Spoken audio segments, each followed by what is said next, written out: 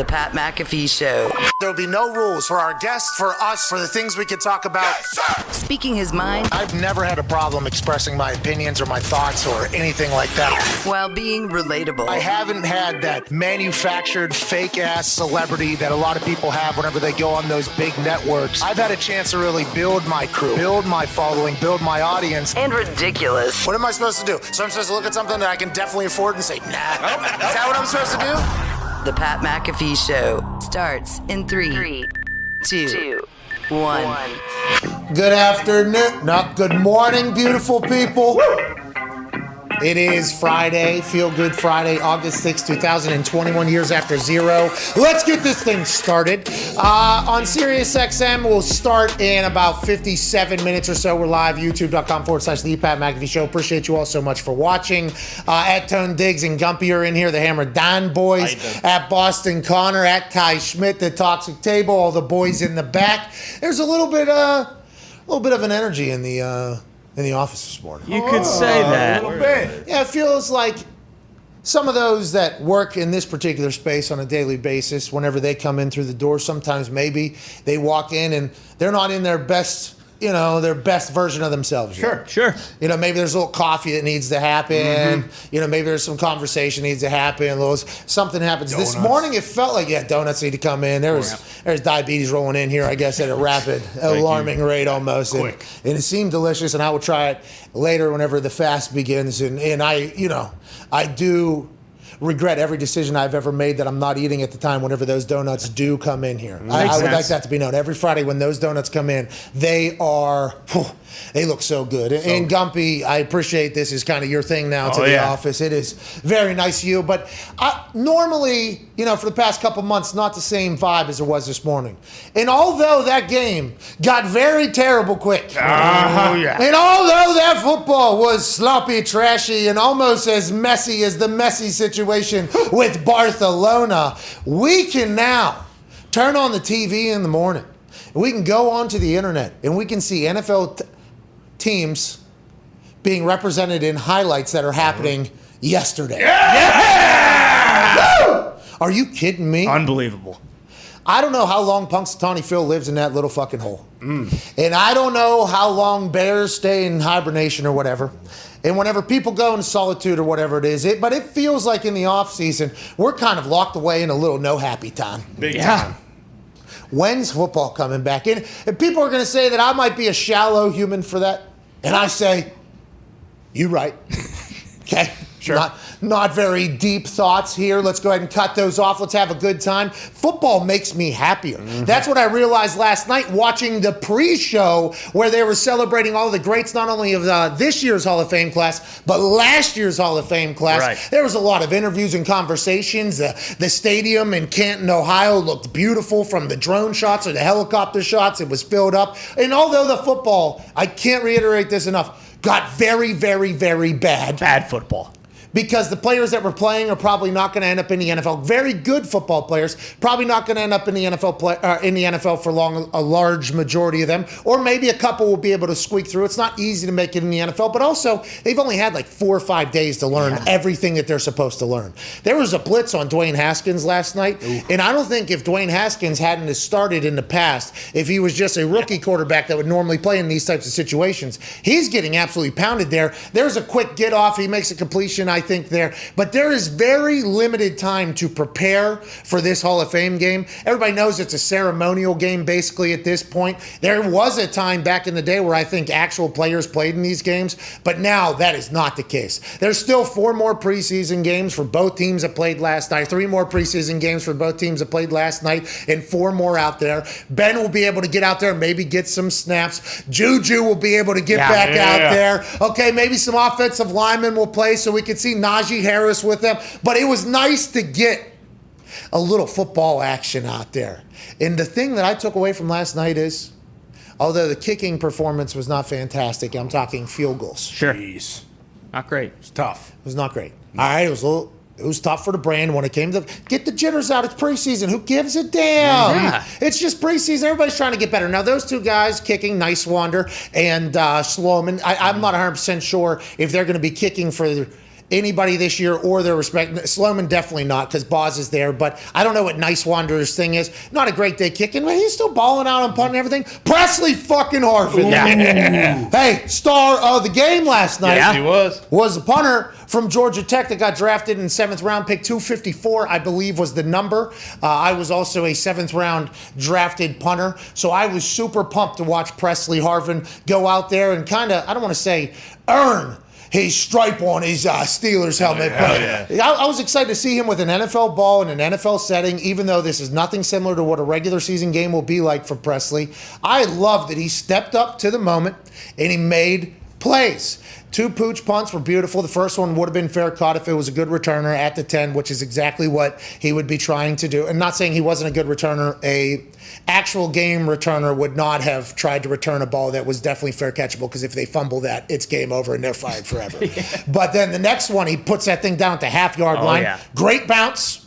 Okay, great bounce there. That thing could have went the opposite direction. We're talking very differently, but Presley had beautiful control on that thing, perfect distance, a little backspin checkup, how you doing, keep it moving. Then he gets out there, hits a field punt, misses that one, hits the ground, gets the ball back though. It's like, hey, when you're in a groove, when you are in a zone, good things just start happening. Last ball, I think, was his best ball. I enjoyed Presley last night. I'm also a Jordan Berry guy, who is the former punter. He's currently on the roster as well. Presley was drafted. You don't spend a draft pick on a punter or a kicker, especially if he has a good game. Look for Presley to continue to go. And aside from that, I just love that football was happening, man. Presley dominated. Got to hear Troy Aikman and Joe Buck back at it. Oh, yeah.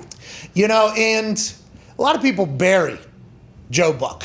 All the big time. Joe Buck's been calling games since he was 24 years old. I got to hear his story a little bit because of the Rozelle thing. I guess his mom gave a film of his work to somebody else's wife who was in it and said, hey, will you watch a video of my son? And then that's how he got in there, because his dad was in there. So it was, he's got his whole thing. So a lot of people say, hey, nepotism is a problem in the TV world, which it is, by the way. But I don't think Joe Buck is one of those situations. I think Joe Buck, regardless of who his family was, regardless of where, he potentially came from or the people he got to know, he's fucking talented, man. Oh, yeah. Joe Buck is so good at what he does, just as a host. Now, he calls everything, so everybody's favorite team, he has been on the call for the best moments and probably their absolute worst moments, and he's directly associated with that. And there's been a couple situations I think he has alluded to not having great self-awareness, I think, while he's in the booth. Right. But whenever you're on TV for 20-some years or whatever, for that many hours and that many big moments, you learn a lot about Joe Buck. I don't think he gets nearly enough credit. And after last night, Troy Aikman, I think, has gone to a... I think Troy Aikman's even, because before the game he was speaking and he had a little pundit in him when he was speaking before the game, and it was a very fucking good. Yeah. And then him talking about Jerry and Jimmy, which we will talk about in moments, because that was maybe the best piece of content that has happened in a long time, just in any particular world. I like Troy Aikman a lot, though, and I don't know how anybody doesn't like Troy. I said Troy Aikman's the man last night, and there was a lot of people who were like, nah, he's terrible or whatever. Troy Aikman's fucking awesome in there. He really is. He really is. It always goes back to like when your team is playing in that like 4:05 Sunday window, having those guys call it, even so, like, and then let's say the next week you go and you have like the third crew on Fox, like there's a big difference there. Like it makes the game feel bigger than it really is. And I'm not sure, I don't know Troy well enough. I think there's a chance he dabbles in the vitamins that I dabble. I don't know him well enough. Okay, this is me just judging like everybody else does. But the way his brain works and the way he speaks about the game, I think like, hey, I'm a big fan of Troy, but let's dive into the pre-show. Yes. So, Jerry, just a week ago or 2 weeks ago, had to address the Jimmy Johnson situation in a press conference, and that was us hearing Jerry say, fuck. For our show, we lost our mind. Loved it. But I think Jerry was addressing that in a big way because he knew he and Jimmy were about to be around each other very closely. Yeah. And I guess this has been something that I didn't know enough about. I guess Jerry and Jimmy were on the outs. Big time. And they talked about last night how they were friends and freshmen in college. Yeah, Jimmy played and Jerry. football together, I believe. Yeah, so they had been tight for a long time. So sometimes your closest friends, whenever you end up being against each other, those things are hey, cemented it. Like, hey, this is cemented it. I don't think there's ever a respect loss, and maybe there is a respect loss, but those are normally the deeper ones. Whenever it's like, oh, fuck you, no, fuck you, you, how could you do this to me? No, how could you do this to me type thing. And then it's like, well, you're gone forever. So Jerry answering a couple weeks ago in that press conference saying, I don't know how I fucked it up with Jimmy.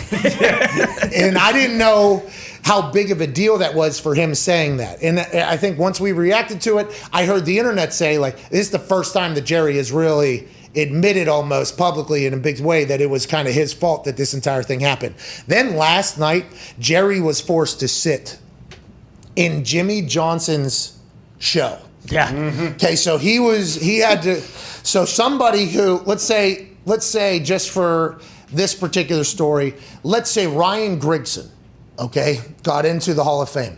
And Ryan Grigson is a man who did not like me whenever I was playing for the Colts. I did not like him whenever I was playing for the Colts. It was very obvious. Might have led to me really deeply considering retiring because of that. And by the way, I should have been a bigger person. I think we both probably will move on at some point. And it's not, at this point, I'm very thankful for everything that has happened. So it's like, I don't know how he feels, but that's just kind of how it goes. Let's say, he ends up in some award thing that I end up getting into, and then he would have to walk in here and sit right there. Yeah. Like the night before. That's kind of what happened with Jerry Jones having to sit on that Fox set where it wasn't just the normal crew with Jimmy. It was also Troy from the booth, and I think they had and it was, everybody was sitting there, and then Jerry and it would be just like sitting right there. And Jerry, he almost answered these questions in a good enough fashion where it was not his fault, and he was almost not even going to put Jimmy into the fucking Dallas Cowboys Ring of Honor. Did not want to. He was dancing around it. I don't want to upstage the thing. Are we doing this? Are we doing this now? And everybody's like, that'd be like you guys, like basically, like Jerry. That's kind of what it. Because Terry Bradshaw gave it to him a little bit, and then Kurt, they were kind of going at him. I mean, there was a take it away, Jerry. Hey, there was one. Go ahead. Yeah, if you want to, and they did like a close-up shot on him, and I thought Jerry was going to be like, because he told the entire story of the ring, and the person that made it said, hey, make this thing a really tight, like really hard to get into, and they have to not only be a great player or perform, but they have to be a massive part of the story of the horseshoe and all. And he goes through of the star and all this, and he goes through this entire thing, and I thought for sure because the way he was talking about everything else, and he was kind of dancing around it, and though I thought he was going to be able to figure out a way to say, and Jimmy is definitely now in consideration. He's in the conversation. But next year. Instead, he basically said like he's going in, and then even at the very end of it, because they were trying to get to this point for like 8 minutes, it felt like, or maybe 7. I don't know the exact. It felt like forever, but they were trying to get to what happened in the last 30 seconds when they were running out of time. Jerry said, "We, the Dallas Cowboys and Jerry Jones, are thankful," and whatever. He gave an apology and a thank you to Jimmy Johnson, and it was almost like everybody on set was like, "Okay, fine, Jesus Christ, thank you, Jerry. That's what we were." Okay. And then Troy, a couple times in between the entire time of trying to get them to that moment, basically, Troy was like, they asked him about his thoughts on something else, and he goes, I don't really know anything about that, but I want to let you know. And he basically pointed at Jimmy and Jerry, and he was like, Jerry would have never been the owner that he was without Jimmy. Troy was basically like, hey, you would have never been anything without him. You would have never been everything. So if you guys want to fucking wrap this up, that would be great. It was, and they did, by the way, by the end of it, and it was like a pretty cool situation. And what immediately followed that, I think, was Mike McCarthy jogging onto the football field. And it was just a beautiful thing. I just, that is what comes with games happening. You know, like those are the situations that were so fun to watch as a football fan last night, aside from the terrible football. Right. That, is it the player's fault? Okay. Is it the coach's fault? Okay. Is it that they had 5 days with probably two walkthroughs? Like, there is no time to learn football. It's all ceremonial. And I think all the shit outside Peyton crushed it. I mean, there's just, It was a cool night, I thought. The interviews in the booth I love too. Like when Peyton came on, when John Lynch went on, and Peyton talking about the Monday Night Football with him and Eli just made me even more pumped for just to see that happen this year. Omaha Productions is doing a watch along. Yeah. And Peyton basically said, I'm gonna be on my couch. Eli's gonna be on his couch. And we're just at a bar watching a game. Who doesn't want to watch football with their brother and talk about it? So pumped. When this was presented, he said it seemed like too good of a. Archie probably, I don't know if he was in the conversation or whatever, but him looking at Peyton and Eli, you guys gonna watch fucking games, aren't you? Pay to watch football. Talk to each other about it. Just that whole conversation, and they'll crush it, by the way. Oh yeah. Yes. But John Lynch. Awesome to chat about. He put over Jimmy G again in his interview. Big time. Hey, not a bad idea there as a general manager. Hall of Fame player. We'll see if he's a Hall of Fame general manager as well. Seems like he's well on his way out there. Jimmy G's playing great football. Hey, probably pretty good price. Probably pretty good price. Best we've ever seen Best, him. yeah, seen him. Somebody should come get him for sure. Now, there is. We heard your backup's playing like Patrick Mahomes 2.0. No. Oh, I don't know about that. We don't even know if he knows the offense. Jimmy G, though. Really. See Jimmy. Hey, we amazing. can get him, though, if you want him. It's good to have a GM in the booth too, because for that type of game, because he knew every single player on the field too. Yeah, and by the way, John Lynch, after the draft, before the draft, when he went through all the amount of film that they watched, the amount of trips, it was either the week of, I think it was the week 2 of. days, 3 days before the draft, maybe, when they still didn't give up who they were drafting. But John Lynch described what the scouting process was, and I appreciate him doing that, because I'm not sure that gets talked about enough. But in that fourth quarter of a game or third quarter of a game, man, Just don't know anybody. I don't know anybody out there. Not a soul. Like, hey, I don't know anybody out there. I mean, there was a couple guys, obviously, that you're like, okay, but I'd flip back and forth. I'd go over there, and I'd watch a couple plays, and I'm like, it's NFL football. I should be watching this. And then a couple things happen. I'm like, I can't. All right, I'm out of here. I can't do it. But it was, I don't know, it was a cool night. It was a cool night. It didn't help that the Steelers put their worst quarterback first. Like, that was an odd move. I knew you for were going to them. get that. What do you mean? Well, I just knew that, and by the way, Dewey Haskins and Josh Dobbs both led the teams on touchdown drives. Did the first quarterback? I don't think so. Well, there might have been different players playing at the time that each one of those quarterbacks was playing, but also their teammates were different whenever they were playing. At that time, what would Dewey look like with Chase Claypool? I mean, who knows, right? There's me just adding to your thing. Dobbs looked electrifying, though, and I think it's because if you're a mobile quarterback in preseason games and you can move, you win. Because a lot of people have no idea what the fuck they're doing. But guess what? If they don't know what they're doing or what route they're running, they're still running and creating space and everything like that. So I think he played very well. And by the way, Dewey Haskins can still sling it a little bit. Yeah. Hey, it's like it's a dart coming out of there. Oh, I yeah. mean, that thing hops out. There was a couple things that he did last night to make you go, okay, Dewey still's got a long way to go. But Still learning the Poor offense. him. Mason didn't have any of the starters at O-line except for maybe the center position, who's a rookie. But then Dwayne had guys who aren't even probably going to. and they were running blitzes in the Hall of Fame game. Coming at him. I was so amazed by that. I'm like, okay, right. And this is something I think it's like almost like a gentleman's agreement or whatever, but special teams, very easy to know what's coming in these preseason games. The coaches, I think, even talk beforehand, like, hey, this is what we're going to do. This is what we're going to do. Hall of Fame game, it was 6 box, okay, doubled each gunner, and that was just snap, hold, run. This is what we're doing. You know, like it was just very, very basic. I think there's an agreement there. When I saw that rush against Dwayne Haskins, I was like, oh, we're running blitzes in the Hall of Fame game. Okay, this is awesome. This is pretty cool because they're 5 days into training. You know what I mean? They're 5 days in. Wild. Do you want to lose anybody or do anything at this point? And maybe that guy just called his own play or whatever. I don't know if they continue to do it, which I respect a lot. But it was pretty fascinating to see what was being run, what wasn't being run, who was doing okay. I thought Dewey didn't look bad, though. But you guys, I don't know if you found your backup quarterback or the quarterback of the future. Yeah. And maybe that's why Art Rooney II said, hey, it's not in stone. He's not playing another 4 or 5 years. Might need him. Maybe that's why I said that. Here's just a general overall NFL question for you. So, like, Haskins and Rudolph are more talented than Dobbs, but Dobbs is also, he, like, works for NASA. He's an astrophysicist. So, like, if you could have him maybe in the quarterback room, like, as a guy, like, helping Ben study tape and stuff like that, like, I kind of like that in there. Yeah. And I think if we could get an astronaut in here, we would. Sure. You know what I mean? So if you're a football team. We do have Mitt. I mean, we're pretty close. No, I'm talking, certified. Okay. NASA. Okay. I'm talking about a doctor of NASA. Okay. Sure. A real one. I'm talking about a doctor of space. Yes. Okay. All right, I'm not talking about a guy who takes off far too high and stays for far too long. That's right. Seriously. And doesn't return to Earth until all the oxygen is potentially gone. Yeah. From his brain, and all the cells have disappeared. Yeah, that's the difference between an astronaut Sure. There it is. Yep.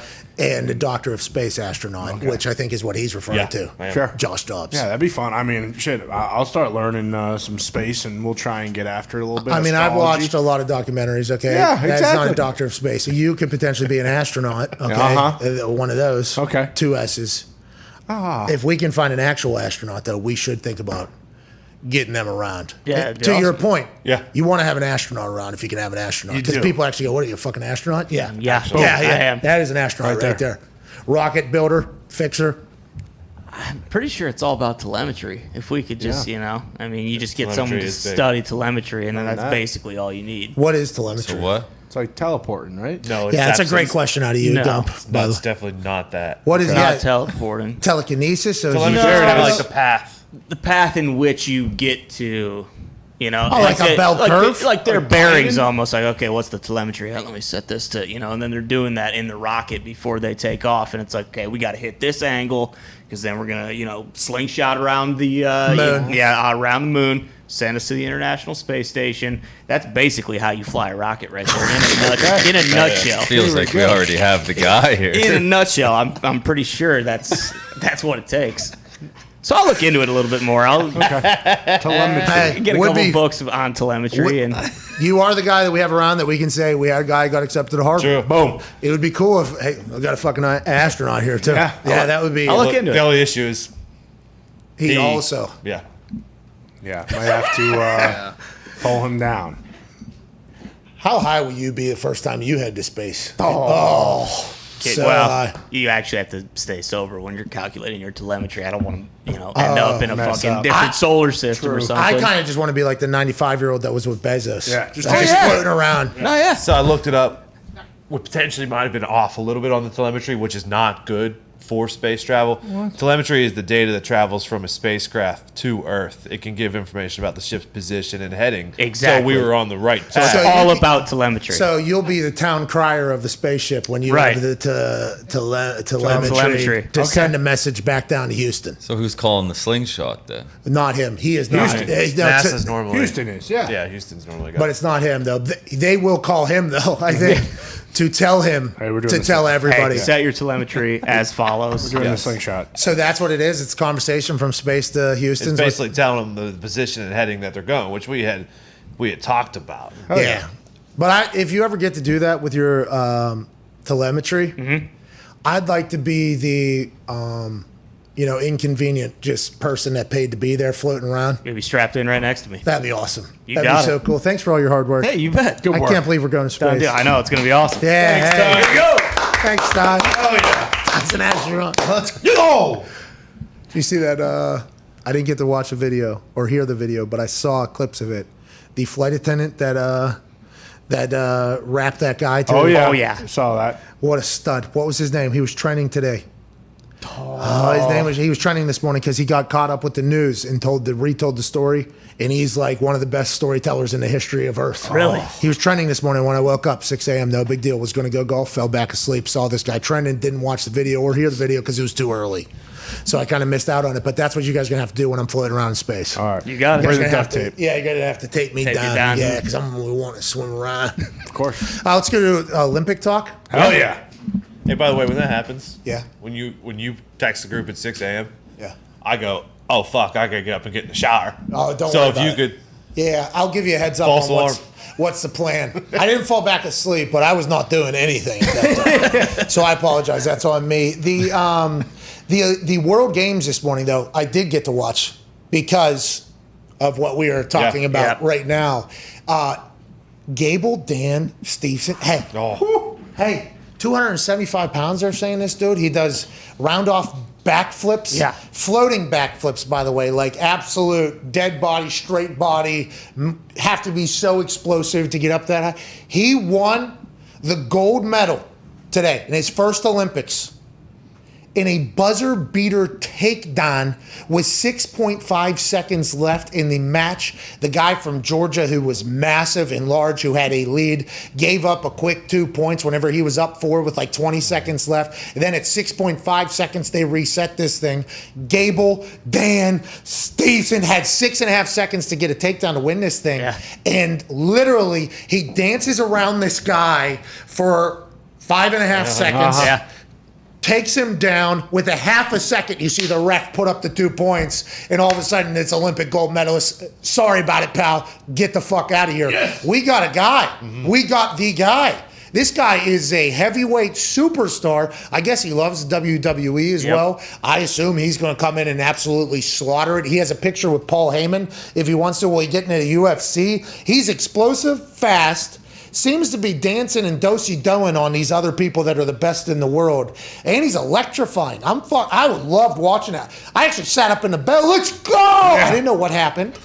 I didn't know exactly how or why he won, but I did see the hand go up, and I saw him start celebrating. I was like, I thought we lost, and then it was almost like that Taekwondo situation where points were just getting added in there. But fucking hey, let's go, Gable. He was awesome. I may have been a little premature saying that I was done with the World Games because, yeah, this was fucking awesome. I mean, this was incredible. And then we also just, we just had the Canada and Sweden women's game. Like, the Olympics still have juice. That was one of the sweetest things I've ever seen. Like, for him to, because it really was. When the two went up, I think there were like 0.2 of a second left. I don't know how that works. Like if the ref delays a little bit and doesn't get it up in time, if it doesn't count. I mean, like I feel like you don't see that in wrestling hardly ever. Okay, you went to Iowa, so I think you are around the wrestling culture. I went to like a lot of wrestling, Iowa wrestling meets in college. He's a Minnesota guy. People actually do that, right? That is something that happens. Like in Iowa, you go to the wrestling. Oh yeah, like sellout, like 18, 20,000 people in there. Okay, so you probably know more about the culture than any of us do, right? I mean, I'm from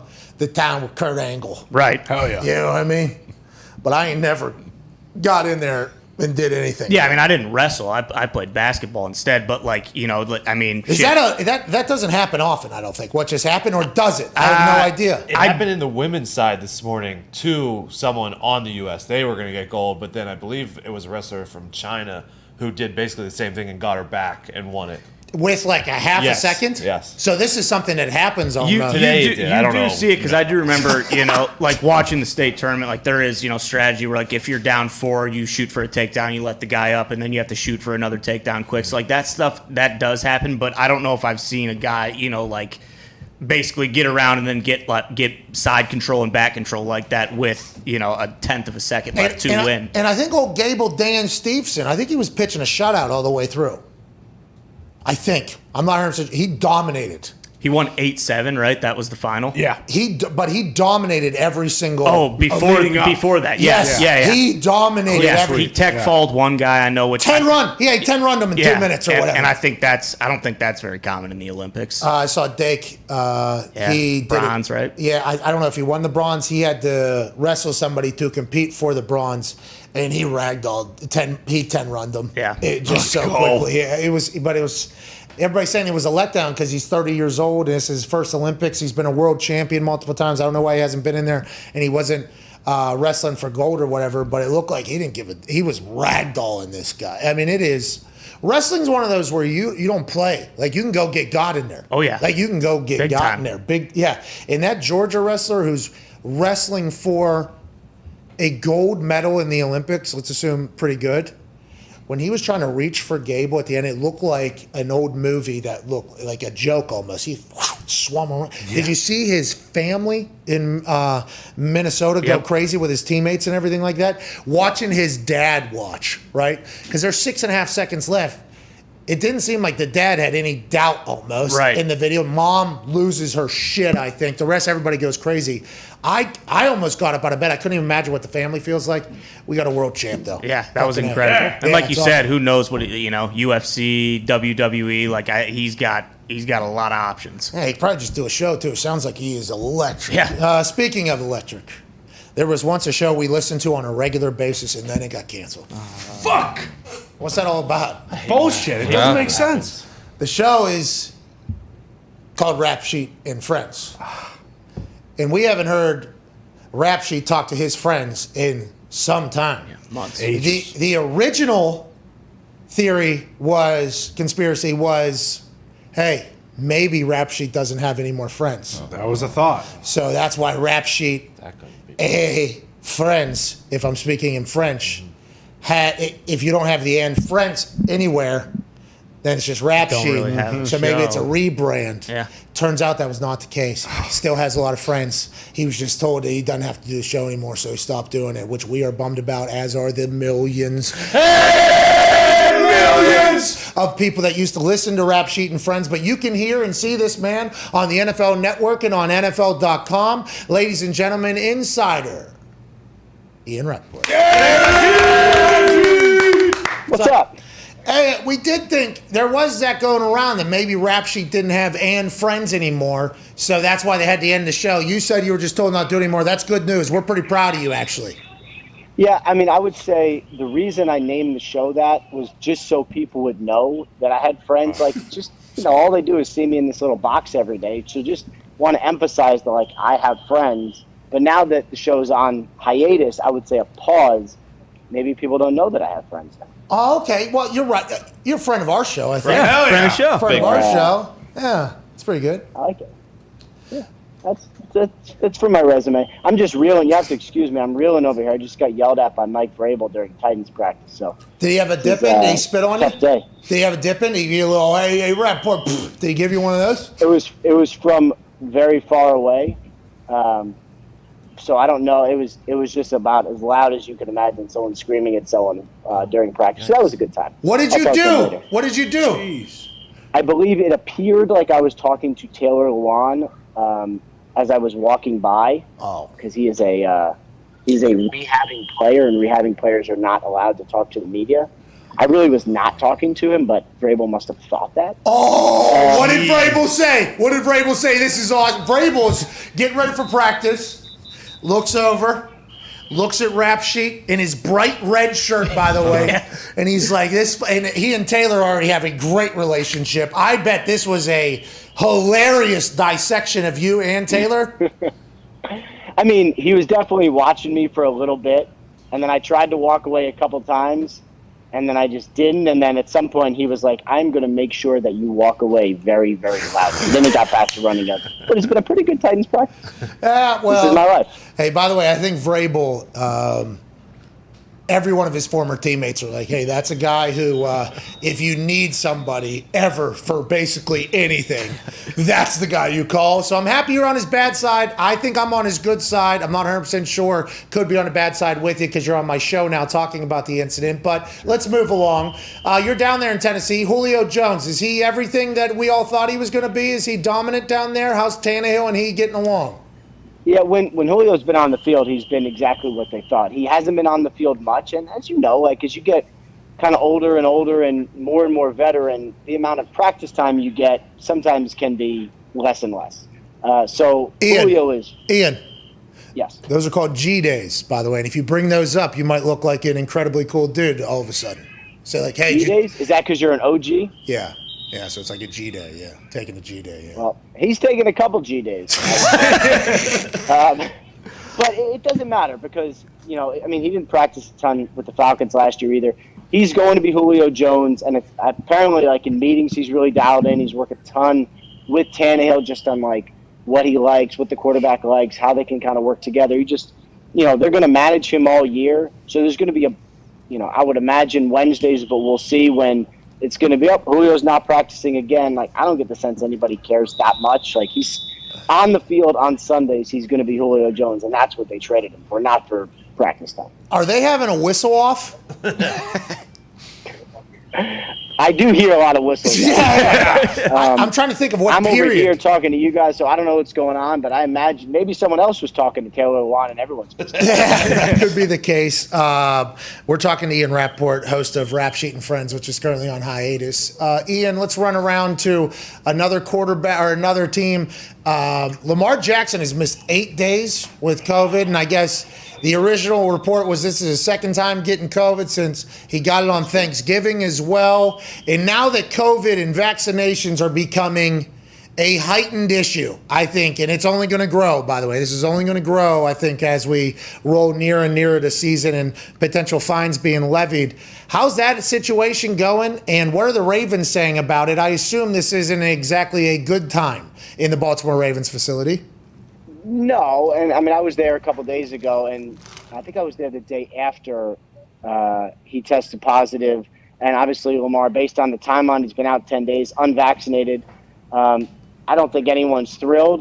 When a quarterback is unvaccinated, and we dealt with this with Kirk Cousins, like, it doesn't make anyone happy because, it's hard enough to keep these dudes healthy. You know that. Like, a quarterback's out, that's a significant thing. If a quarterback is unvaccinated, it's, there's a risk. Now, for Lamar Jackson, because he tested positive 90 days now, he's treated as someone who essentially has the vaccine, just because he has the antibodies with getting it. But still, it's not what you want. And he was eligible to come back to practice today, but you have to continue to test negative a couple times. And the Ravens said today he's going to continue taking tests, so he's obviously not there yet. It's not what anybody wants. You said a lot there, but the one thing that really stuck out to me was the 90-day thing. Is that because he becomes an immunicorn because he got COVID? Yes. And yes? Yes, that's right. So basically, I think you still test. I think you still, if you're unvaccinated, I think you still have to wear a mask, but you basically are out of testing because you essentially got the vaccine, I guess, the old-fashioned way. So for 90 days, you're basically good. Okay, the old-fashioned way. Hilarious. Okay, Ian, I like you're making vaccination and science jokes. Good for you. That is. Yeah. Is that something that they fear is potentially going to backfire, or when did that get implemented?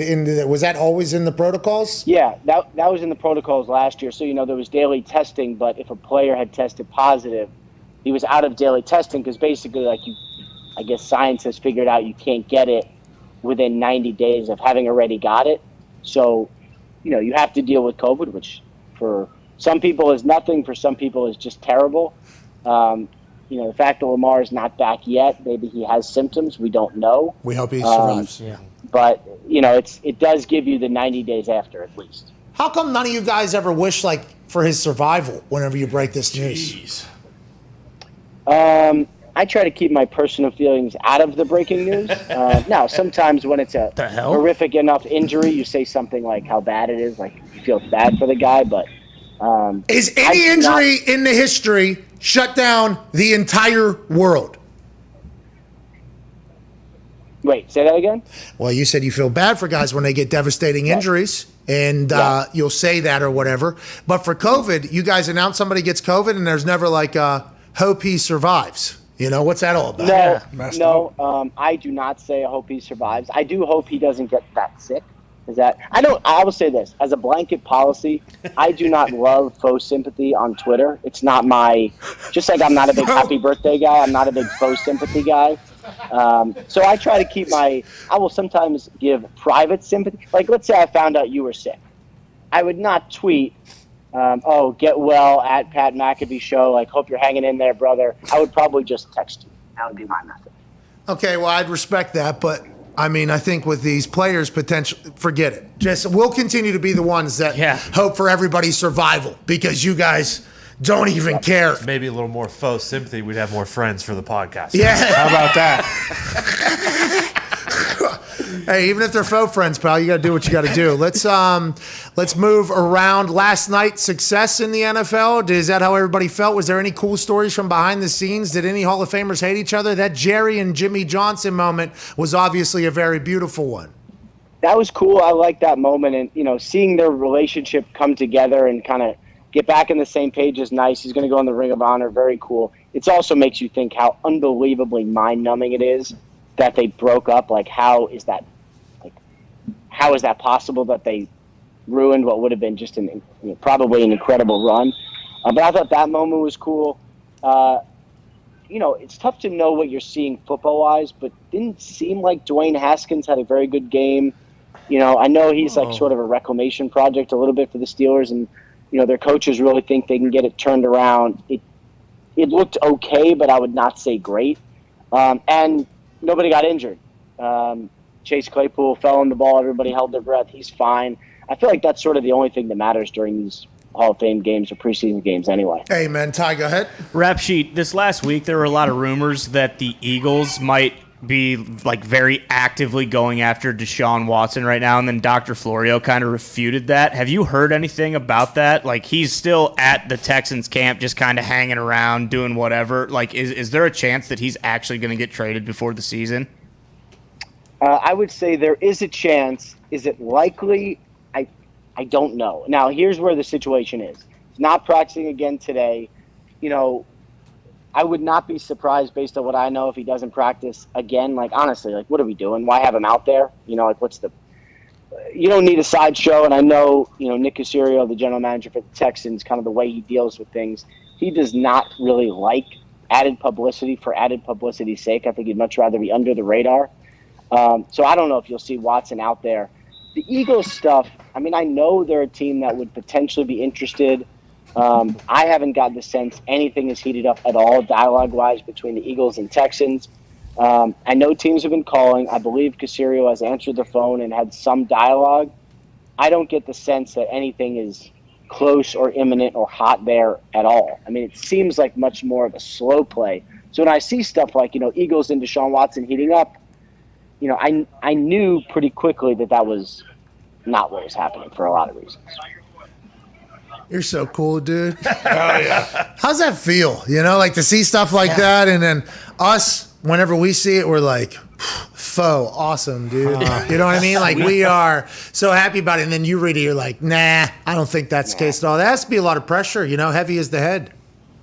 I mean, I know you're slightly joking, but that part of it is one of the most annoying and most ridiculous parts of my job. I will never forget getting woken up by our news desk at like 1 a.m. when, do you remember when one of Jimmy Garoppolo's friends or something posted on his Instagram, like, it's been a good run, New England? Do you guys remember this? Yeah. And we thought he was getting traded, and I had to call everyone at 4 a.m. to see if he was getting traded to the Browns. Like, this one I kind of knew. That one I did not know. And having to wake up everyone at 4 a.m. to see if Jimmy Garoppolo really, in fact, got traded. And there's fun parts of this job, but I cannot say that night was one of them. All right, so quick follow-up there. Whenever J.J. Watt was trolling everybody, were you just awake at all times for that? Like waiting for a post, trying to pick apart what shirt he was wearing, and then him sending the mail for the merch to a friend of a friend's house to get to his house? I mean, he tried to keep that under wraps. What were you trying to just Blues Clues that thing?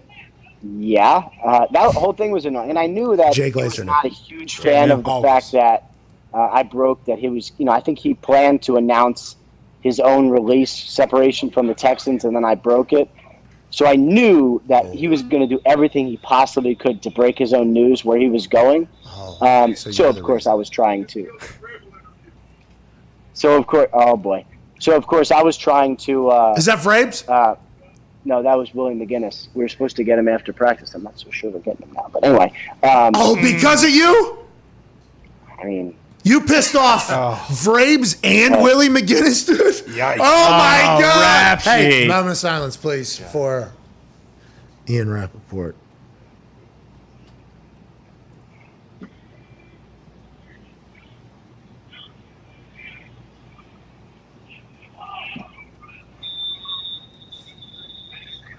Moments lost here.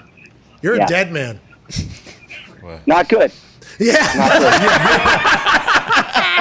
Hey, this is a great interview, though. Hey, you're doing great. And there's 31 other teams. Don't you worry about it. Hey, don't worry about it. You'll be all right out there. Go ahead. Hey, Rap. Actually, I think the biggest story last night, like, what's going on with Dak? Like, there's starting to be some rumors that, like, the Cowboys might be lying to us about how serious his shoulder is. Yeah, I don't think they're lying, but I do think that there's no need to rush anything. So that's what, I think when an injury happens, initially they're like, couple days should be fine. I think with this one, they were kind of like, hang on, like, this is our quarterback. We'd like him to play in a preseason game, maybe just one. So why are we rushing anything? I think that's more what this is. It's a muscle. It's not like a ligament. It's not a tendon. It's really just a muscle pull. And the fact that Dak acted so quickly and was like, hey, guys, something is wrong, probably saved them from major injury. So I think he's going to be fine. I think he's going to play week 1. He's probably going to play in a preseason game.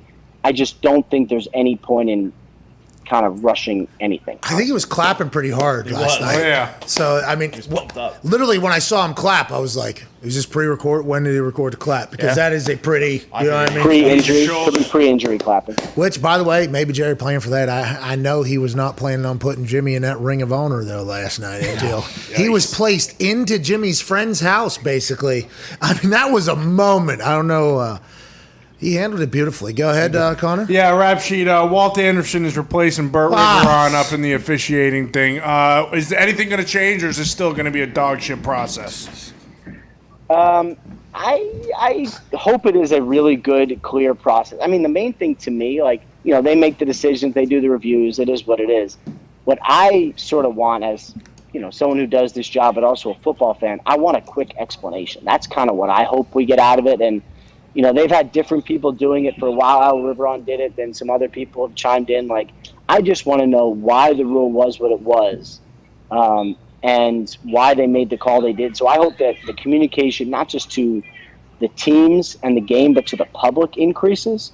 And guys like Walt Anderson have been explaining stuff to the public for years, so that should help. Yeah, he has been. He's been doing a fantastic job for decades, honestly. The thing that I took away from last night's game also about this entire process that kind of made me feel better about it, and maybe you'll have more information on this than I will, because literally I was introduced to it last night. They said there will be somebody there on premise in the ear of the ref to potentially expedite a easy call that they could change quickly, or somebody steps out of bounds or something like that. They can say, hey, ball's on 27, and they can just do that. That's massive. That's huge. That's the biggest news. They should have led with that as opposed to the Walt Anderson stuff. If we're going to be able to fix those little things quickly without coaches having to waste their challenges, that's massive, right? How come we're not talking about that more? Yeah, I was in Atlanta yesterday talking to a bunch of people, but Rich McKay, the chairman of the competition committee, and that was kind of his emphasis, is how much faster and cleaner it's going to be. Like having someone there, having the quick, easy ones where you don't have to spend 2 minutes to figure out the guy clearly stepped on the sideline or not. I do think that's going to be an emphasis, and so much of this now is just obviously it's making sure it's right, but just increasing the speed at which they decide things. I'm not a big tennis guy. I'm sure you are, but I'm really not. Check the watch. The way, as quick as they do replays, football should be able to do that. I think that's what they're trying to do, is get to a point where they can do everything quickly. Well, they brought in that Hawkeye system, which is every angle being able to be watched at the same time for the person making the call, as opposed to TV producers controlling that, which I don't want to get angry. About everything that I've watched and games that I've been a part of, and who was potentially in charge of overturning maybe a call I hated or anything like that. But we're just going to think ahead that it's better now. Okay? Better now. It's better now. We don't need to dive back. It is much better now. Ian, good luck over there. We appreciate you for joining us. Sounds like you're in some shit. I mean, it sounds like it. We'll find out. Going to be an awkward rest of the day, but this is my life. I'll see you guys later. I think you just go in there with a real firm handshake and you say, listen, I apologize, Vrapes. Or maybe get that guy that just walked in behind you to maybe get the introduction there, because it seems like he's probably on a good basis with Vrapes is an intimidating guy. Willie McGinnis, too. He is one of the largest humans I've ever seen in real life. He has the entire hourglass shape or whatever. Stacked up. All right, Ian, good luck out there, dude. Ian Rapoport. Fucking, the thought of Vrapes. Just standing there, maybe even with his punching glove or boxing gloves on. Massive. Oh, yeah. Just standing over there. Probably forced to let NFL Network in, because the NFL Network is a part of that. So it might not even be a part of when the media is out there normally, like the local media or whatever. He probably might be forced to have Ian in there because he's with NFL Network. Willie McGinnis, old friend. Okay, we're close. We're coming through anyway. We can do that. Yeah, only rule is you can't talk to any of the injured players, especially that fucking guy right there, Rapoport, the inside. Can't talk to any of the injured players. Oh, no problem. Do whatever you want to do. Walk around the field. Do what you got to do. Fucking Vrapes just sitting there. He's not doing it.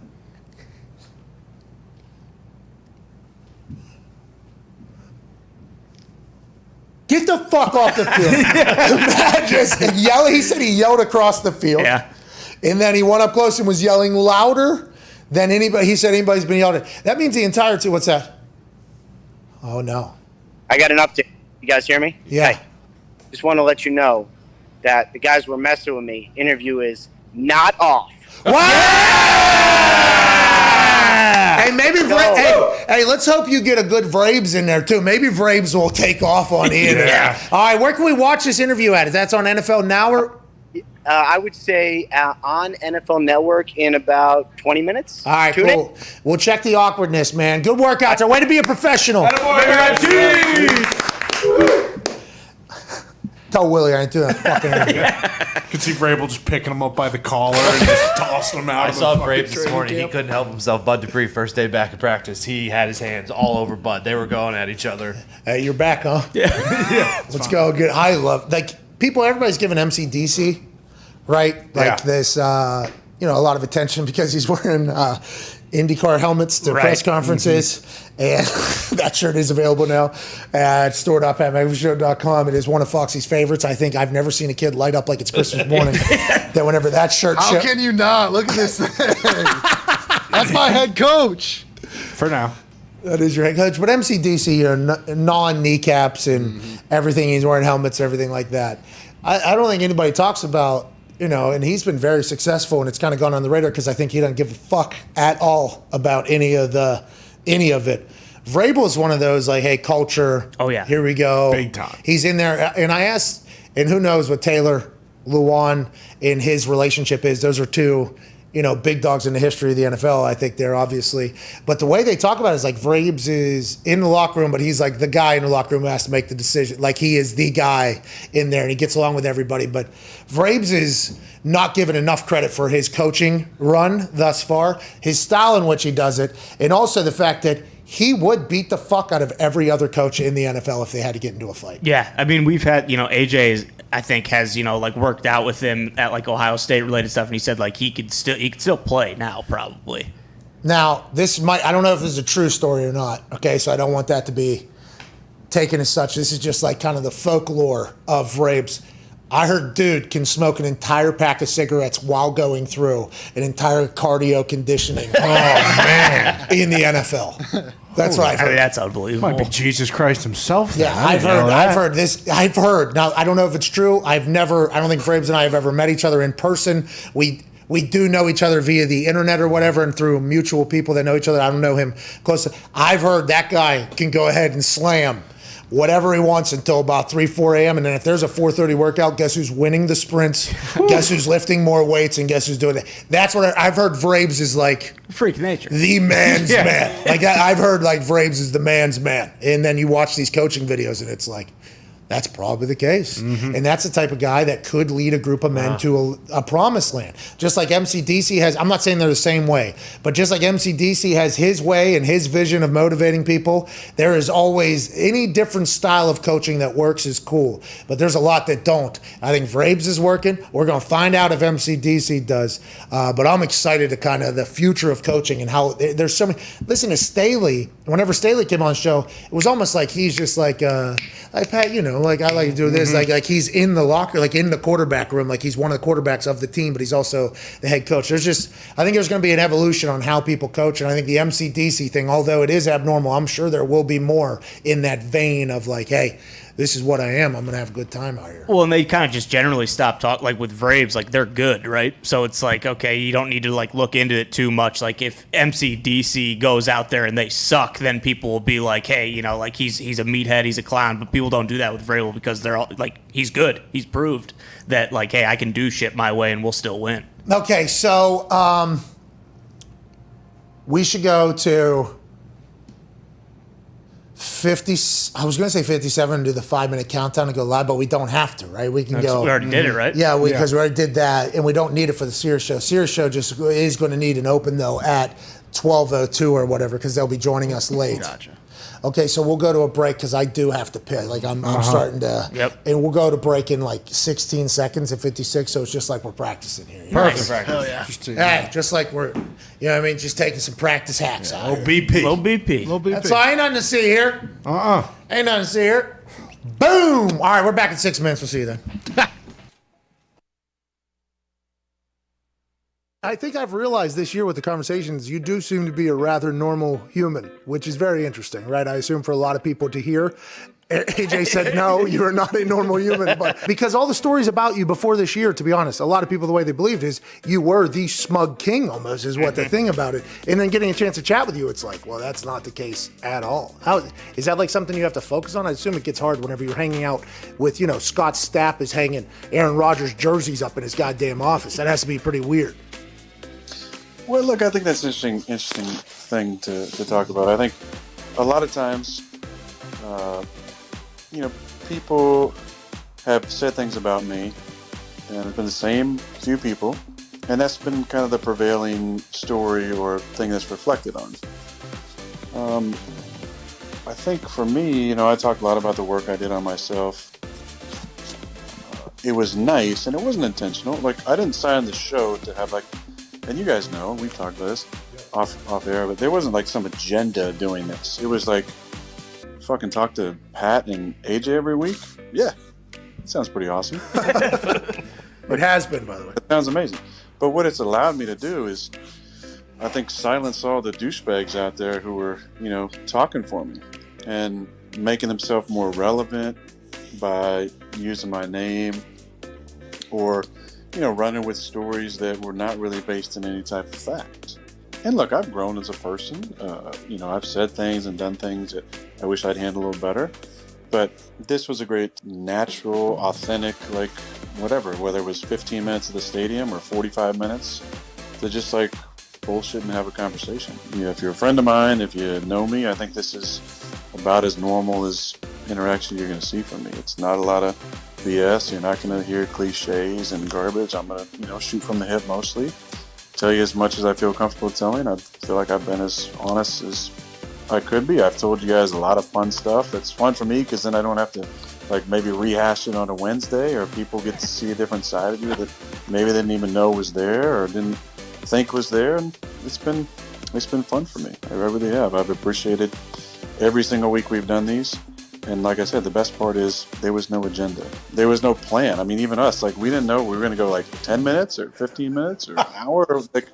We just started fucking talking, right? And then this came out, and it's been a lot of fun.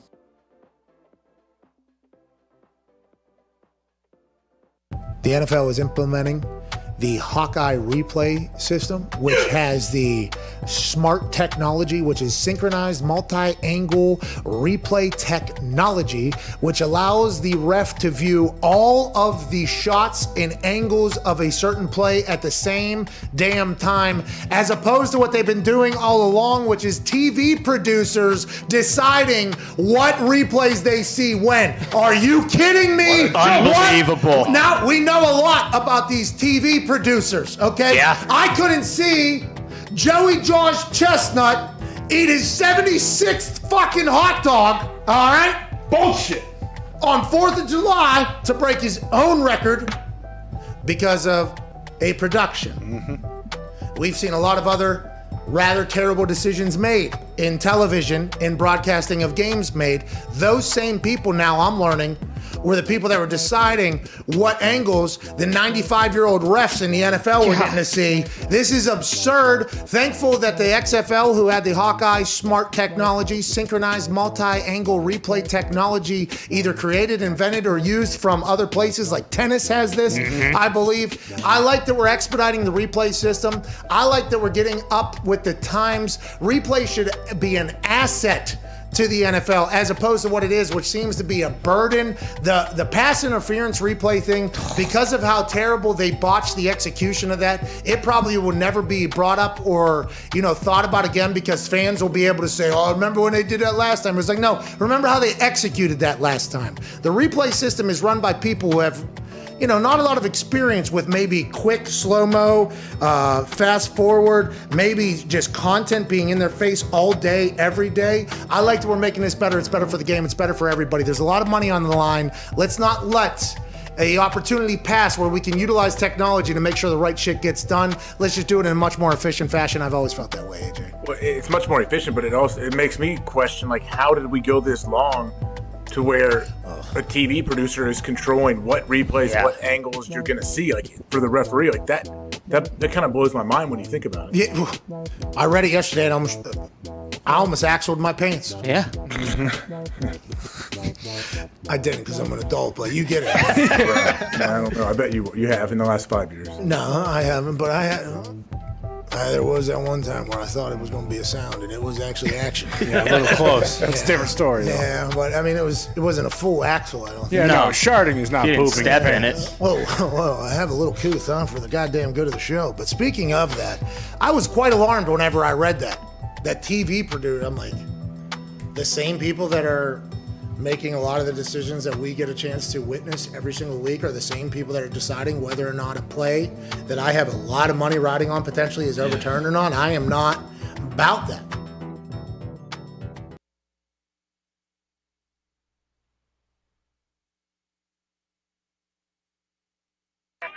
The Pat McAfee Show. There will be no rules for our guests, for us, for the things we can talk about. Speaking his mind I've never had a problem expressing my opinions or my thoughts or anything like that. while being relatable. I haven't had that manufactured fake-ass celebrity that a lot of people have whenever they go on those big networks. I've had a chance to really build my crew, build my following, build my audience. And ridiculous. What am I supposed to do? So I'm supposed to look at something that I can definitely afford and say, nah. Is that what I'm supposed to do? The Pat McAfee Show starts in 3, 2, 1. Good afternoon, beautiful people. It is Feel Good Friday, August 6, 2021 years after zero. This show begins right now. 1-833-4 McAfee. Go ahead and give us a call on the 5-hour NG phone line. Cannot wait to chat with you on this beautiful Feel Good Friday at Tone Diggs and Bubba Gumpino. The Hammer Dam Boys are in the studio, as are the Toxic Table and the Toxic Twins at Boston Corner and Ty Schmidt. AJ Hawk will join us in about 27 minutes. Excited for that. A lot of conversation last hour on youtube.com/The Pat McAfee Show about the Hall of Fame game last night.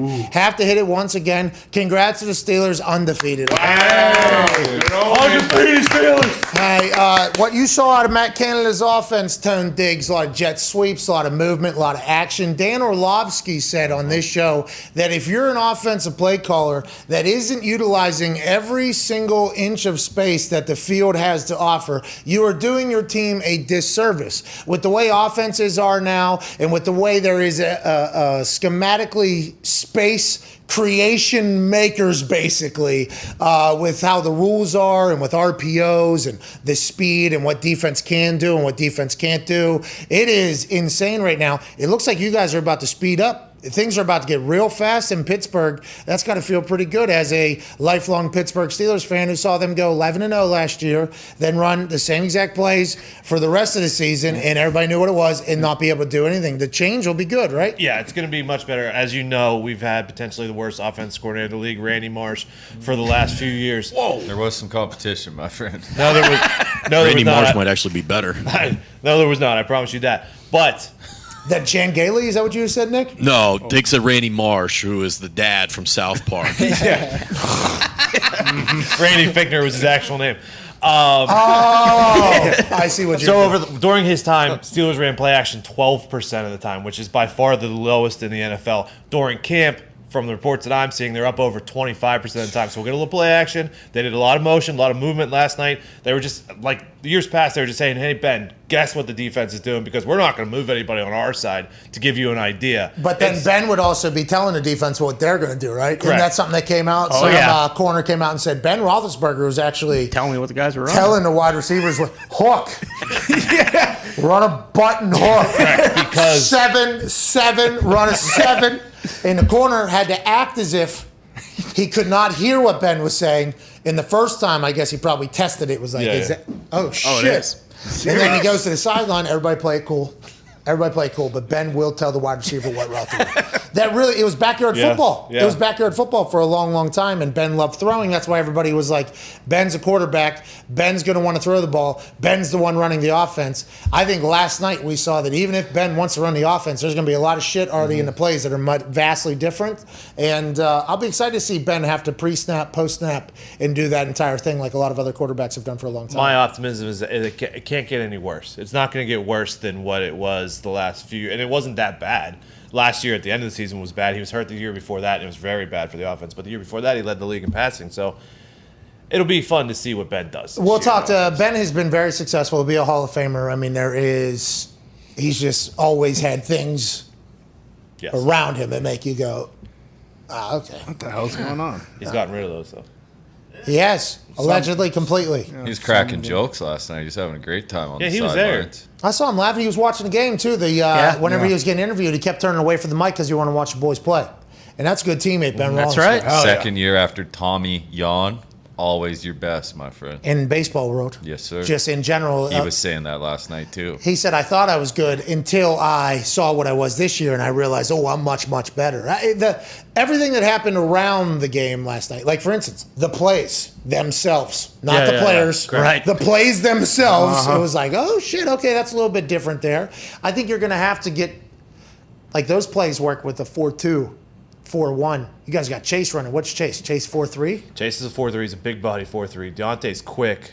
That's probably who'll be most of those guys. The Mason Rudolph fumble Rooski on the sleep. ESPN already put Micah Parsons into the Hall of Fame because he fell on the fumble of that play. I mean, he's already making a difference on that defense. Bruh, fire play. Yeah. Dude, please relax, okay? He was right there, and it's not easy to recover a fumble. Joe Judge did it in the mud last year. He did. That's right. And, that kind of set the tone there for the Giants in the way they're going to build that whole thing. But it's not easy to – he made a play. He had to be nervous, too. First drive, NFL, a lot of pressure. They're saying he's going to be a guy. He gets a fumble recovery first play. Here we go. Some guys just make plays. That's right. That's what some guys do. Mike Parsons is one of them. Let's talk about the Giants because this is fascinating.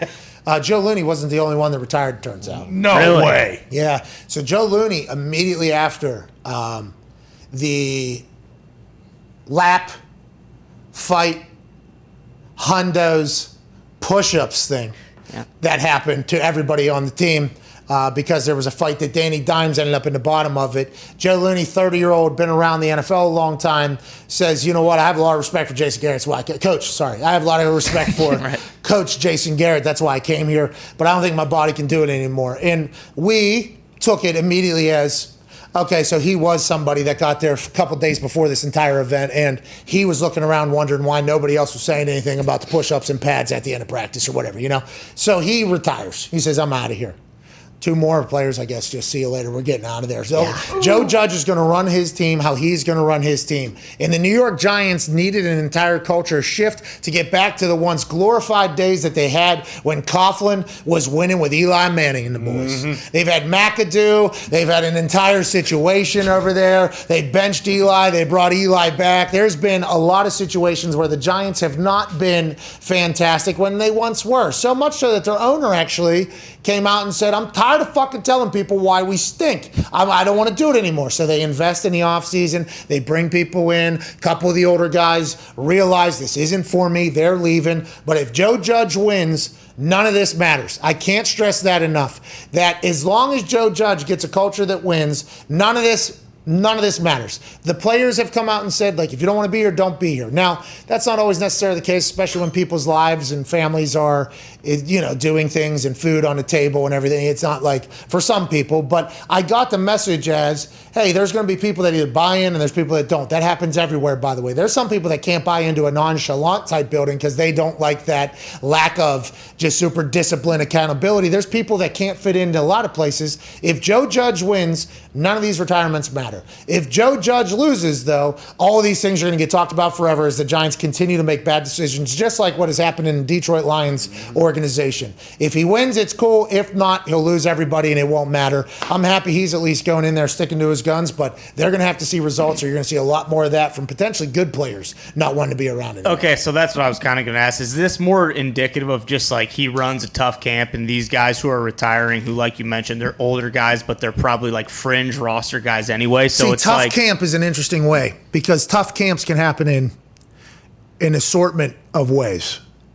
The sprints, push-ups thing, right, is very, for something that maybe a 35-year-old man had nothing to do with, and he's right back on his pee-wee football field where he is doing something. And if you listen to anybody who's ever, at least I have, there's some people, I guess, that have gone to bat for this because it is a precedent setter or whatever, and you're going to get your players in there. And if they buy in, which nobody told him to go fuck himself whenever he said it, if they buy in, which is what I got out of that situation, do whatever you got to do as long as you win. But there had to have been guys, and I think we're very clearly seeing it, who, whenever they were told to get down and do push-ups after running hundos after practice or whatever, were like, all right, man, I'm not a fucking 12-year-old. I'm not doing this anymore. But the guys that will stay, hopefully, will win, is what Joe Judge is dreaming about. But that Belichick coaching tree is one where it's tough. If you don't have success, it's tough to win over and have people buy into something if you don't have success. So Joe Judge knows that he's going to have to win early. And 2 offensive linemen retiring, is that because like Nate Solder is the elder statesman in that room and they're asking him like, hey, can you change this? But because he does come from the Belichick camp, that it's like, hey, this is how it needs to be. I don't think Belichick is making them do push-ups and pads. No. Okay, so listen, a tough camp. Yeah. I think we cannot, I don't like the narrative being painted that, oh, Joe Judge is running a tough camp. Bruce Arians runs like one of the toughest camps historically. I don't know about this year. They said it has been hot as hell or whatever, but there's a lot of tough camps that happen.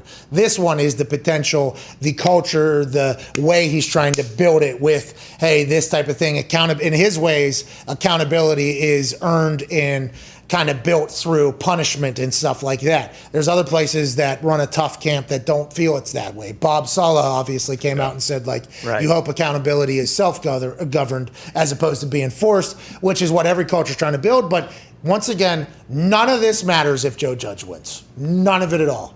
But if they lose, we're going to have to talk about it. What's up, Tony? Well, the thing with them, like, O-line's been their kind of weakness for the last few years. And this dude's started every game that he's been healthy since 2014. Like, you'd assume he would have had some impact on the Giants team this year. How about him potentially asking after the entire thing? And we don't know. We don't know. No.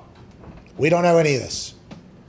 But imagine this guy that retired here, every game started since 2014, after the push-ups thing, because he's an offensive lineman too, so he's not going to like, maybe that's a broad brush, but normally offensive linemen aren't going to be the ones to say, hey, fuck you, in the middle of, you know what I mean? Like they are going to buy in.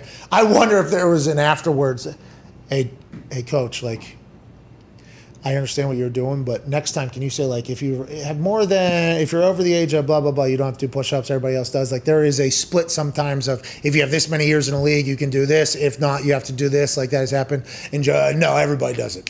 Got it. Where are those retirements? Well, he was in Houston the last 3 years, so he was with Billy O'Stooge, who is a Belichick disciple. So it's like, are you used to this already? Is it different? Or? Okay, so that's once again the tough camp thing. The push-ups is, I think, where everybody's like, what are we doing? Yeah. What are we doing here? You know, like that is it, and I might be mistaken. I don't speak for everybody ever, but when I heard that, I laughed. You know, like I was like, all right, get it going. But I was very impressed that nobody in the moment said, you know, even if it's somebody that shouldn't say something, like I'm very impressed that nobody said, no, we're not doing it or whatever. That should bode well, but it does sound like there were some people that were not exactly thrilled, maybe with not just that, but everything going on, retiring the next day. It's a big story. It's a big story right now, especially with what's going on in Las Vegas as well. Yeah. The Raiders have had like 5 people retire in the last 2 weeks. Mm-hmm. 4 execs quit as well, or resign, I guess. What the hell is going on over there? That is something that people have been, you know, kind of pointing their finger at a little bit. They're saying, hey, something is running amok out there in Las Vegas. Mm-hmm. The Raiders have had 3 players, Theo Riddick, linebacker James Onwualu. What up, Boos? And tackles Sam Young retire over the last week. Running backs coach Kirby Wilson abruptly retired a few weeks before camp. Team president Mark Bedane abruptly resigned last month. Not sure what that's all about. I think the CFO and EVP or something like that also. What is going on in Las Vegas? The timing of it is interesting. Yeah. This is all pretty near training camp. So did something happen? Was there a meeting? Why is everybody bailing out? And are the Raiders going to stay? What's going on? Feels like they might. No. Is Gruden also just saying, hey, look, I need to be the team president. I need to be the CFO. Fuck, I might play running back this year. I need to get some time as well. We do forget that there are some situations where that happens, where even if you're not having the most amount of success, you start taking on more responsibilities and more jobs. Billy O'Brien was not only the head coach, the general manager, the director of scouting, but he also ran the custodial department. Head of contracts. And head of contract. He was also lead counsel. Game day experience guy. Yeah, he did. Boom. He was the one that actually, they have a bunch of flames that come out. Yep. Yeah. Bill O'Brien 3D printed the thing that but that's what was happening down there. The torch. Insane. They were not winning. He was picking up more jobs and more jobs and more jobs, probably because maybe there was an ineptitude everywhere, or he wanted to go down on his sword or on his shield if he had to. Maybe that's what's happening with Gruden. Maybe Gruden's there. Mayock's still out there, though. Yeah. And they still got, 7 years into that 10-year deal? Oh, yeah, a lot of time. They still they can go through two more quarterbacks if they want to with that 10-year, $100-some million deal to get him out of the Monday Night Football booth. I don't know what the Raiders are going to do. I have no idea what they look like going forward. I don't know why all these people are retiring, but I know that Gruden's going to turn over every single stone and try to find some success. That's right. They're only favored in 6 games all year long, and I think that'll be less by the time we get to the season start. Well, Gumpy's doing a little punditry there on the film he's watching out of the Raiders. The thing about the Raiders is they win games that you never expect them to win, though. Because I think the narrative outside of the Raiders fan base, and I don't want to, I apologize to the Raiders fan base that I potentially upset before whenever I thought Derek Carr was a dead man. But I think the narrative is like, oh, they stink. I think there is a narrative that is not a good football team. But then you watch them play and it's like, damn, this team is actually humble. This team is very talented. Yes. They're very good. They win games they're not supposed to win. They're in the Chiefs division, which is an absolute nightmare, but still, I don't know why it doesn't ever click over there. They almost beat the Chiefs twice last year. They beat them in KC, and then they had them like on the ropes at home. Yeah, they're over under 6.5 wins. See, I would bet the over on that just because the Raiders win so many games and you go, why the hell, what are the Raiders doing? And then you'll look at a score and they lose. It's like, what happened to the Raiders there? I don't really understand the Raiders much. All the retirement and turnover behind the scenes, I don't know what that's all about either. That can't be good for the entire environment. That's crazy, too, especially considering, like, they have the new stadium now. They didn't get to have fans in it last year. Like, you'd think it would be maybe, like, a good time to be in that, like, an exciting time to be in that front office or whatever. But it seems like their MO every year is, like, they'll start 6-2 or 6-3, and people will be talking about them. And then you check however many weeks later, and it's like, oh, the Raiders went 8-8. Yeah, they just choked down the stretch. And they had this one trip. I think they played in London, and then they had this it was a very long road, and everybody's just saying, "Who cares? You know, who cares?" Like that is tough when the schedule is difficult. Your recovery is much different than everybody else's. Like, there's a chance that works against you, but everybody's got to deal with some sort of shit. I don't know why that is. If maybe the president or whoever that stepped down. Yeah. Maybe they decided, like, all right, the last thing I'm going to do is I'm going to get the team to Las Vegas, get the stadium done, because that is a massive, massive ordeal. And it said that guy had been an employee since, like, the early 90s. Started as, like, a driver and then worked his way up. Yeah, so maybe maybe it's not like they're retiring because they don't like what's going on. Maybe they're like, hey, I feel like it's time for a new. And maybe we're just judging this in a negative light because it seems like it's all happening very close to an uncomfortable time for it to happen for a football team. These are the types of things you'd like to potentially happen way before the business season actually starts. But, I mean, you got retirements in New York, you got retirements in Vegas, and you got Jerry Jones doing whatever the fuck he wants all the time. Yes. Hey, we're going to get a lot of Jerry this weekend, I think. The whole year. Hopefully this is a very good indication of what we're going to get from the Cowboys. Yeah, especially with Hard Knocks coming out. Did you hear Mike McCarthy? He said, Lombardi's heavier than you think it is. And it was a Hard Knocks teaser clip. It's him in a team meeting. And he's going, this is what it's about. You know, he said, by the way, it's heavier than you think it is, or something like that. It was, and once you taste it or do it or something, there's nothing else in the world, he said, basically. And it's like, that's the only reason why we're here. And by the way, every coach has some iteration of that speech every year, because if you're in the NFL, aside from just making money to live and survive and have a great life for you and your family, because you've dedicated your entire life to a sport, basically, there's going to be 31 teams at the end of this that are going to be not happy. There's 31 teams. There's obviously more teams now that they've expanded the playoffs who will maybe have bonus games and bonus checks and get close. But there's only one team that's going to win. Everybody else fucking stinks. Everybody needs to know that. Every coach that doesn't win is going to go home miserable. Like, that is just how it goes. That's how coaches are. And that whole motivation, inspiration in training camp and those team meetings by the coaches, That's a massive part of the season. Like, that's kind of setting the course for everything. And I think that's why I enjoy Hard Knocks so much, because he's a friend of the show now. But when I saw Hugh doing an interview after he jumped in the Lake Erie up there, Yeah. and he said, I know I'm going to win here. And as soon as I heard him say that one sentence on Hard Knocks, I think it was the first scene, I know I'm going to win here. I was like, all right, probably not. Yeah. You know, because like coaches are the biggest we, Right. us, our, this needs to happen. Like, that is what coaches are. Now, obviously, there's different ways that coaches do things. But when I heard that, I thought to myself, like, oh, it's probably going to be difficult for an entire team to listen whenever he's saying stuff like that publicly and he has a 1-31 record or something like that. It's all about, you know, trying to motivate and find the greatness in everybody. And Joe Thomas said he was motivated by Hugh, and I'm not saying anything like that, but I'm just saying that first couple days of camp that we get to see on Hard Knocks, I think is massive for me in finding out what type of coach the person is. In big fucking Mike, being mic'd up all training camp, 1 year removed from being in his basement. I mean, let's go. I can't wait to learn about old Pittsburgh Yinzer McCarthy. Yeah, it's going to be must-see TV. No question about it. I think he might be right up there with, like, Rex Ryan in terms of, like, you know, the best, like, personalities they've had on there. And it was awesome that they were in the Hall of Fame game last night. So I assume on Tuesday, whenever it premieres, we'll get some, you know, good footage of that as well. Jerry peacocking around. You know, I mean, it's going to be awesome. Oh, yeah, the behind the scenes of Jerry and Jimmy. Right. That scene after. I would assume that will be on the show on Tuesday. I would guess. Good for Hard Knocks has gone. They've had a couple years where it wasn't great, right? Oh, yeah. Last year wasn't great. I didn't like the 2-team thing. Was that last year? Yeah, it kind of stunk. Well, and with COVID, too, it kind of just... Yeah, we were down at the house. Yeah, the access probably not as good. And by the way,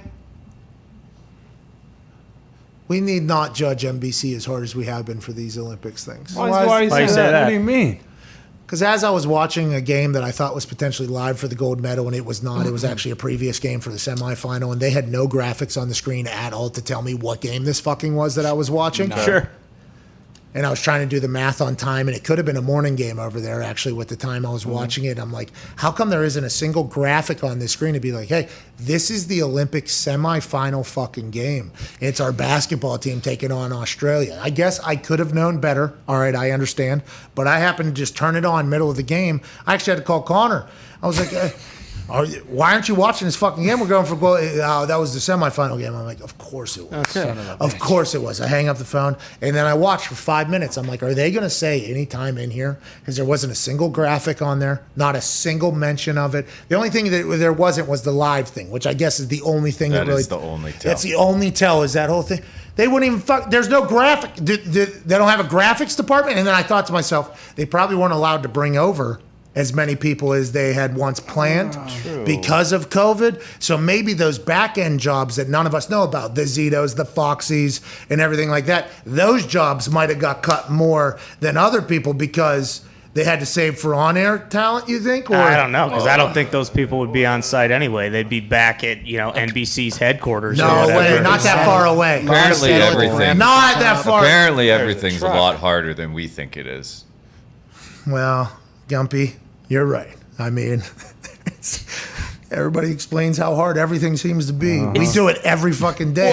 It's just such a massive production. It happens once every 4 years, so I feel like you can't you have so much time to make sure stuff like that doesn't happen. That's what's so mind-boggling. Is it's like, hey, it's not like they have another show in 2 weeks. It's like no, they're off for 4 years. Preparing for the next one. So you think my excuse I just made for NBC? Yeah, don't do it. Yeah, I mean, look. There's no graphic on the screen saying, hey, this is the semifinal game. Like, how is that not even a thought of putting it up there? Sometimes I don't even know. The clock is tough to find on some shit. I mean, it is. Yeah. Just put replay where you put live. Like, is that difficult? That would be pretty simple. I have yet to see an entire fucking handball game. I think it's already over. It's over. Mm-hmm. It's done. Who won? Who knows? Had to be the Danes. Denmark. Had to be the Danes. Yeah, the dominant Danes had to have won. Yeah. They had that guy with the mullet with the headband. Yeah. He was so good. Yeah. The way they moved the ball, I saw him throw an alley-oop like Jackie Moon and Coffee Black, dude. Guy jumped into the thing, grabbed it. Caught it outside the crease. Bang. Yeah. Goal. Jackie Moon's mom created that for the Denmark. Handball tomorrow. The alley-oop. The gold. The gold, what time?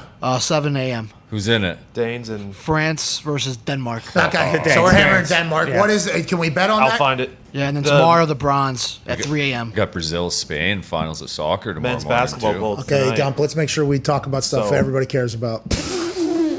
Men's basketball gold Campbell. tonight. Soccer did not deserve that. Yeah. Soccer did not deserve it. Have you been watching Olympic soccer? Yeah. Hey, The women's. What? Yeah, First that was ever, crazy. first ever gold medal for Canadian women. let's go! We watched it live this Yeah. morning, which was cool. I don't think they had a graphic on there, by the way. I don't think no. there was a graphic on there. What was potentially it, which makes. I mean, why wouldn't you? I just don't understand why you wouldn't utilize the space on your thing to just say, hey, here's the fucking date. All right, here's the show. Here's this going on. Why is that not happening? I mean, I think they just assume that everyone has been watching it from the beginning. yeah, but so that they've can- had to get the reports that nobody has. You been. would think. Yeah. You would think. They know. But I tell you what, they haven't been changing their philosophy very much. Would so. like to let everybody know Tarico's still killing it. Oh, yeah, All right? sure. Everybody's crushing it. Thanks Per for usual. Thanks for your service of living in Japan. Yeah. Okay. Yeah. For however long Tarico's going to be there. He might be the last person in Japan from the United States representing the Olympics. But that soccer game this morning was and by that I mean the shootout was electrifying. Oh, yeah. So cool. Canada was dancing around with that Swedish goalie too much. Sweden could have put that away with that fifth kick and then roofs it over. I mean, we're talking. Captain. Nonetheless. Looked like she'd been in the Olympics for quite some time. Whoa. She's a veteran in the game for sure, but it was a damn shame that, Canada gets that win, but there was an eighth of an inch difference between an Olympic gold medal and somebody going to have to relive that for the rest of their lives. Yeah. And that's the thing that the Olympics does is they really put the spot on you. What's that? Tonight after SmackDown, 10:30 p.m., U.S. men go for gold in basketball against the French team that, Beat 'em. gave them some trouble. Did beat him. Well, They're like 12.5 point favorites. Like I said last time, don't let Poirier get hot. No. Yeah. He can throw him. Fournier can play, but Poirier, if he comes off the bench and just absolutely starts to dominate like he did last time, do not let him get hot out there. I think our team's all the way back, by the way. Yeah. Yeah, once it started to matter, KD they were started like, to- all right, let's win. KD's starting to bang too a little bit. Devin Booker had, I think, 20 the other night, and he's. Are they going to bring that back to the NBA? Maybe. What's What's that? Refereeing? No, I'm talking about the style of play. Oh yeah, The I pop- guess like Tatum No, went up for I'm a- talking like Physicality. Oh, yeah, actually- so the refereeing, yeah. Tatum- no. not refereeing. I'm talking about the players not acting as if they get shot. Popping all the time. Yeah. Yeah, not the refereeing, but I'm just saying I'm the players maybe. To both of your points, Tatum went up for kind of a layup the other day, and he went into the defender from the other team trying to look for a foul, and the ref looked at him like, "This isn't the NBA, dude. You're not getting that here." That happened earlier, right? Yeah. Not now. Yeah, like now they're banging. Like Kevin Durant got a and one the other day, and I was almost surprised to see him go down almost because I think the guys they've kind of adapted the game to the game, and I just wonder, hey, can we just pick that up and just go ahead and bring it back to the NBA? It'd be awesome if we didn't have to hear a whistle every single time they go down the court. That'd be great if that didn't have to happen. Unfortunately, the king of the league will never stop doing the flopping and the No, he flailing takes and everything. advantage of the situation because Exactly. he is a great player. And that's exactly what those guys are going to do when they go back and they get the same referees. And it's like, oh, we can flop again. They're going to call fouls every time we go to the hole if we just flail our arms in the air. So we might as well start doing that again. Who's turtle-looking guy ref from the NBA? Crawford? Joey Crawford. Joey Crawford. Joey Crawford would love it if they played international style. I don't think he wants to blow the whistle anytime he blows it. Plus, Crawford would be able to shave points off every game and make a lot of money if he was working over there Don't be a with the people. scumbag, dude. This is how I win. I'm getting sick to my stomach sitting back here listening to you guys spew all this Olympic talk and no mention of the fastest people on the planet, the Dawns of the track, the Italian men's relay team taking home gold in the 4x100 meter. Well, the American 4x100, same thing. The United States didn't make the finals. Yeah, We so- dropped So we didn't watch. Couldn't handle the Carl Lewis did apologize, though. Well, Carl Lewis is now tied for the most amount of sprinting medals, I believe, with Allyson Felix. Correct. Yeah. She won a bronze, I believe, last night. Unbelievable performance by her. The interesting thing about Allyson Felix, she's won her 10th Olympic medal. She ties Carl Lewis for most Olympic track and field medals by an American. that was shout out Paul Carr for that is, I guess a couple years back now. 2 years. 2018. 9 months, I guess. So back into 2018. She got pregnant and Nike cut her contract by like 70% or something.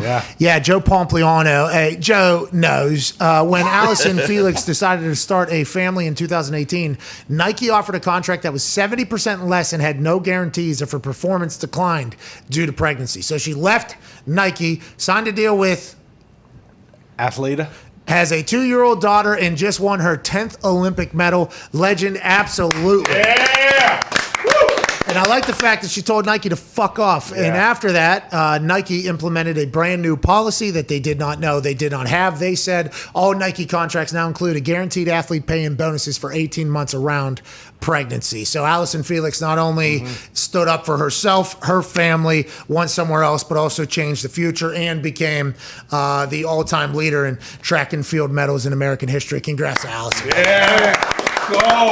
Now, to your point, Frank, the Italians. I don't think anybody guessed the Italians are going to win that thing. No. Nobody thought that about 100 meter gold, relay gold, fastest people on the planet. So what's that mean? That means, and I'm 0.01%, so that might make sense now that I think about it from a couple situations I've been in where I look pretty quick.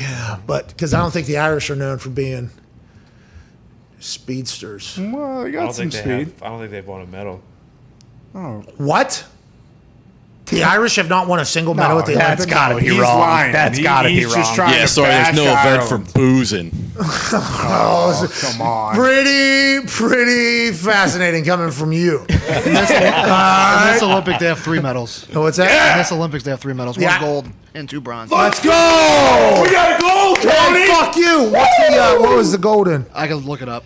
Okay. Probably something sweet. Dressage or something. Yeah, something really cool. I guess dressage, obviously we know from the Kevin Hart Snoop Dogg video, but like 50-year-olds can compete against like the youngest 14-year-olds in that. And really? Men and women, yeah. I think it's like a just kind of whoever gets in there gets there. So maybe that's how we get in the Olympics. If you become an astronaut, then you become a dressager. Oh, that'd be perfect. I'll look into it. I like horses. I've seen horse sense. Whoa guy, right? Yeah. Yeah. What's his name? Joey Lawrence. He's in that with his cousin, right? He goes out to the ranch. That's right. Learns how to be a rancher. Great movie. Oh, incredible movie. Great. Dude, what a city slicker. I knew you'd seen it. That's why. Oh, yeah, of course I did. It was rowing. Huh? Rowing. They were all in rowing. Yeah. What a win. Yeah. What a win. That's these Irish legs. Woo! Up and at 'em.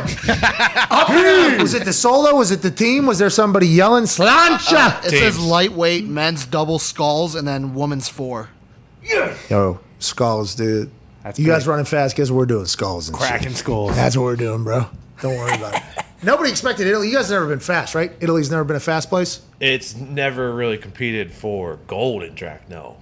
What's up with our track? What's going on there? Allison obviously crushing it. Sydney McLaughlin. The women have done okay. Muhammad, I think Mo has absolutely New Jersey basically. Is who we need to say that. I don't know where Allyson Felix is from, but New Jersey has 3 of our fastest humans on Earth right now in that whole entire thing. I think it's because we sent most of our studs to the speed walking event, but little did we know they did not have the juice that everyone else had. Ty. Yeah.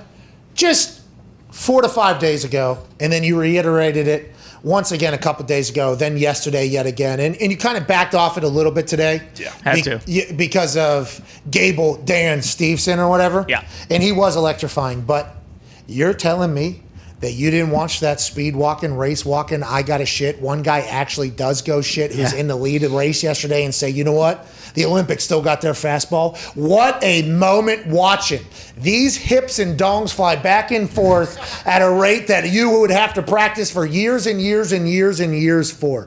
Only one foot can be off the ground at the same time, at one time. And you can only straight leg it from front of your body all the way until it passes underneath your hips. That means there's a lot of waddling in there. It looks like every one of them has to take a massive shit. Like they just got done housing some Taco Bell or a potato patch. They're walking around Kennywood. Everything's hot. They're sweating, dripping. They got baby powder on their armpits because they're chafing from having to walk so hard because if you don't punch hard enough, the hip won't go. And then if your hip won't go, guess what? You ain't catching up to the Chinese that have been training more than anybody you look like. Nope. one guy yesterday from France. He was in the lead. He had overtaken the leader from China. I forget the guy's name, both of them, but Liu Dahn. That was the Chinese guy. Yeah, you said it in a French accent though. But the French guy saw me, wee. Yeah. And then, no. He literally turned off of the course right into a toilet. The sign says, toilets. So a guy who looked like he was about to shit his pants literally went and took a shit. And he was the only one that did that. Everybody else just shit their pants while they were walking. Race walking, the commitment, the dedication, the athleticism, and the loose buttholes is maybe the biggest thing I took away from yesterday. And to say that the Olympics lost their fastball before watching that, I think was a very amateur move by you. Well, my problem with it, and Tony and I were discussing this, it's tough to take it seriously because half these fucking people were just running. I mean, they were not doing the, straight knees, hips, waddling. Half these guys would get on the inside lane. They'd get circled by other people, and they'd just start running. Just called fraud walking. Yeah. No, they have people watching. No, not enough. Yeah. Because we were watching. They're not cheating as bad as the Japanese baseball team, but they're cheating. Okay, so we'll get into that. There seems to be smoke coming out of their hands. They're throwing gas out there, but they have spotters. They have refs all over for the entire 31 miles that I guess they just watch, and you get put in a penalty box. Well, like 5 minutes, you got to just stand there in your own shit. Some of them, and then there's like a 2-minute penalty, and then there's a different penalty. And I think I saw one of them. They actually had they had the face mask, obviously. Then they had the glass shield on there. Sure. Okay. And I think the one spotter took the job so serious because it is tough to see if one are both feet in the air or not. They actually had like magnifying glasses in the shield. Oh, really? Yeah. So the one person was just zoomed in on every fucking foot. So they take it very serious. I think you guys didn't know what you were looking at. Oh, you should have seen it. You should have seen it. There was one guy from, I want to say, Chinese Taipei who was just straight up fucking running. It was bullshit. No, that's how good. That's how practiced. Got good speed. He's doing high knees. No! Like going back to being, He looked like the football horse practice. doing dressage. No! Oh, yeah. Come on. Oh, yeah. He was cheating big time. No! Yeah. I don't Now, think he wasn't medaled. using explosive diarrhea to propel him forward. Like the but French. Correct. By the way, French shit taker was in the lead. He came back somehow. He did. Oh, yeah. I think he actually did poop his pants later. He did. Walking. He did not Can't finish stop. it. No. And I was kind of surprised that he got back with the pack after taking such a quick shit or whatever, because it seemed like once you lose the pack, it's going to be hard to gain any speed. He went in there, quick drop off, comes back. He did not get rid of everything inside of his his bladder. Zito did keep up with that. Yeah, I did watch the whole thing. He was taking the lead, and then he stops, and the announcer's looking at him, and you just see him put his hand like by his butt, and then he was out for the rest of the race. Well, and then also I think you saw, and then there was other walkers that were walking. You saw things just dribbling down. Why don't they walk in diapers? They do. Why not? They're not good. Hey, those ain't Pampers because there's a lot of leaking. You know what I mean? There's a lot of leaking. Adds weight, too. I don't understand how they don't have height classes. Because, the tallest guys were just dominating everybody else that was shorter than them. Sorry to hear about it, pal. That's the Olympics, baby. You going to play in the NBA? Probably not. No, that's what I'm saying. It's the Olympics. It's like respect that some of the shorter speed walkers clearly have a massive disadvantage. They're 5'5". That's the sport, dude. That's the sport. They're there for a reason. What do you want? I want height classes, just like in wrestling, how we have weight classes. Nah. And I want more speed walking. Can't do that. Let me guess. You want an 8-foot hoop NBA, too. Is that what you want to do? Maybe if they were throwing schlubs like me in there, I'd want an 8-foot hoop. But guess what? Yeah, short The slubs. NBA That's is what the you're talking standard. about. The NBA's the standard. So is the Olympic race walking. It is How dare you. the standard. Yeah, well, they need to change it. They got to change a lot of stuff about the Olympics. And like we said, fucking figure out that broadcast, NBC. All right, I don't know if NBC is going to be in charge of adding a height restriction for different height class. But by the way, valid point. But are you saying that in the swimming too? No, because swimming's all on speed. If you're shorter, you got to move your arms faster. Michael Phelps was like born to be the greatest swimmer of all time. Yeah. He has his arms, I think, are like a 9.5 foot reach or something like that. He's got webs in his hands that are bigger than everybody else. Should he have to race against only people that have over 8 foot long reaches because that helps? No, these are two. They're made to be great at what they do, just like the tall motherfucking speed walkers that we watched yesterday. Just have respect for it. These two two are much different distinctions in their respective sports. Are they racing or are they not racing? They're racing, but one's on land, one's in water. I mean, if you're a So fish, sprinters, should we have taller sprinters race against taller sprinters and not shorter the sprinters? shorter ones got to move their legs faster. I'm just saying, all the small dudes that we saw yesterday, they were getting circled and boxed in, and they just never stood a chance. They did get bullied. There was bullying in that race walking. There's a lot of shouldering. That's what you got to do, though. But also the smaller race walkers. They're never going to win. And also they have smaller. They probably have to poop. Way more. Smaller dogs have to go to the Digestive. bathroom. Oh, you're right. Yes. So it's just like, But also they eat less. I mean, can Why? you just not go? That's what I was very confused Excuse by. me, what? Why is everybody shitting their I pants mean, in the middle of the race? That's a big thing. I mean, I've 31 miles? okay, so I've never done a marathon. I've Listen, done I a poop. half. I poop at least twice a day. Okay, so I'm not a judgment on the amount of shit somebody has to take in a day, but you would think that they would have figured out how not to eat or what to eat before getting into a situation where you're going to be forcing your body to poop almost with the twisting and the tightening.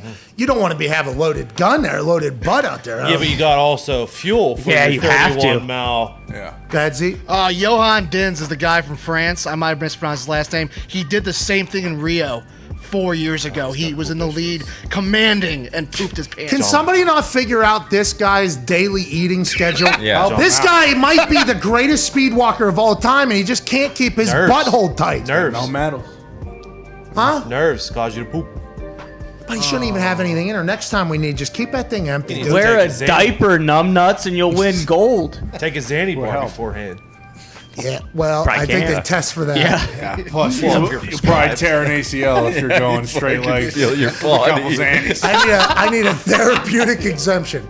Yeah. For what? Well, you see, I poop all the time when I walk, but I'm the greatest walker of all time. I should have 2 golds, I should have 2-3 golds at this point. but I got nothing because I got to poop too often.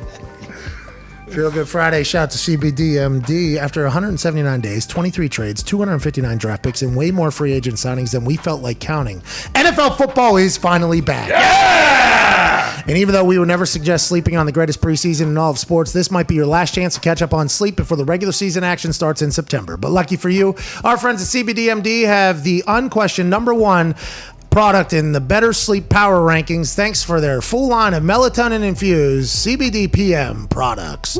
You already know about the original CBD-PM tinctures, but now you've got more choices than ever when it comes to quality sleep, thanks to their newest off-season additions. 1,500 milligram sleep products offer a maximum strength option for those of you that really need to go out like a light. While the new berry-flavored sleep products make CBD-PM an even more pleasant addition to your nightly routine. And to make it even easier to try everything CBDMD has to offer, they're giving you 25% off your next order when you use the promo code McAfee at checkout. Once again, that's CBDMD.com, promo code MCAFEE for 25% off your purchase of superior CBD products from CBDMD. We got to get to a break. We'll be back in about 4 minutes. I think Diggs will be hosting at that point. Here we go. Tony. I might be going on a plane. Me?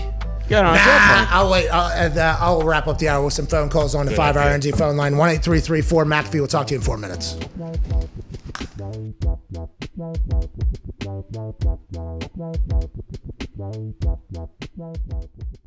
You have got to experience so many things, both as a businessman off the field and on the field. Is there a moment when I ask this question that pops your mind, like, what's the craziest shit you've ever seen in your entire life? Because there was a time there where it felt like you were just getting dropped into insane situations and the world was like watching you do things. Man vs. Wild, you and that Bear Grylls guy, fucking electric. That was maybe the most electric shit I've ever seen. Is there anything that you think of whenever you think, like, what's the most ridiculous thing you've been a part of?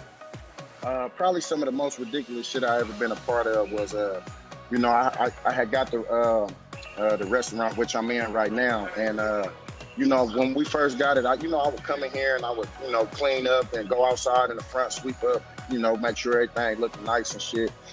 And one morning I got up here and I noticed, damn, this is a funky ass smell. And I looked, to the side of my front door, and it's a big ass pile of shit.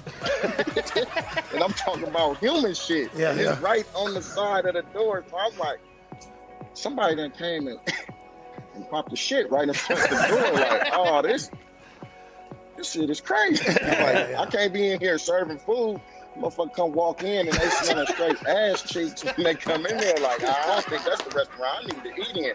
So man, I get the water hose and I'm hosing it down, and I see, we got a couple, dough fiends that usually walk back up in front. Hey man, did you do this? Like, oh no. So, one of them owned up to it. I said, man, check it out. So you don't do this no more. Look, you come by here, we get you we get you a broom and you help us, we help you.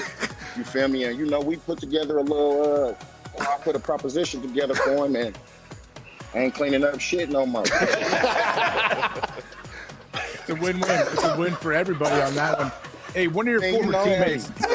Yeah, hey, everybody wins. You're helping the people, man. That's awesome. That's why people love you. But hey, one of them owned up to it. Just a line of questioning. The line of questioning. His name was Willie. Willie owned up to. Matter of fact, he just left out. He's saying, sweeping up. He like, hey, what's up? Oh boy, I've been looking for you. You feel? Okay. Yeah, we bust down together up in the front of the restaurant to get it all cleaned up and everything. Hey, you're helping people. Hey, Willie went from shitting outside to working inside. Let's go. Yeah. All right. Let's go, Willie. Let's go. Give it up for my boy Willie, man.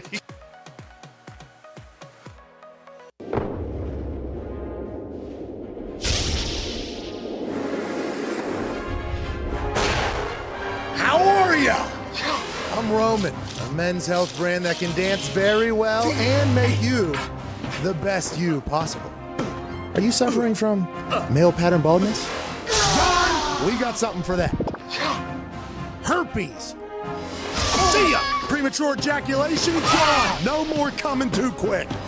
Allergies as well. And that's not all.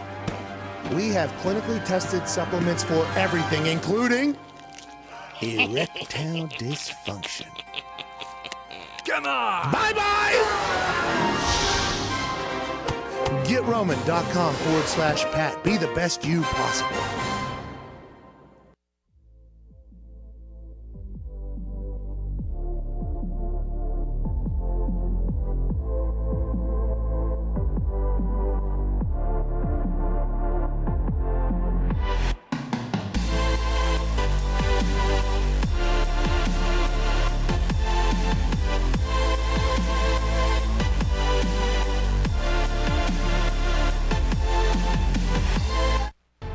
This is the Pat McAfee Show on Sirius XM Mad Dog Sports Radio. We thank you for taking the time to seek out this small regional show that streams internationally. Here's Pat and the boys. Whether it's for work or for play, a lot of us are going to be on the move this summer, maybe even to Croatia. Oh. Really? I mean, one person will. Uh-huh. Think about how high you have to think of yourself. You know what I mean? Pretty good. You got to feel pretty good. Pretty good. Better be winning golds. In Croatia? Anywhere. At some point? Uh-huh. Yeah. Be who you can afford to be. I think everybody who goes to Croatia knows that. Yeah. So my advice to you, take your Raycons with you.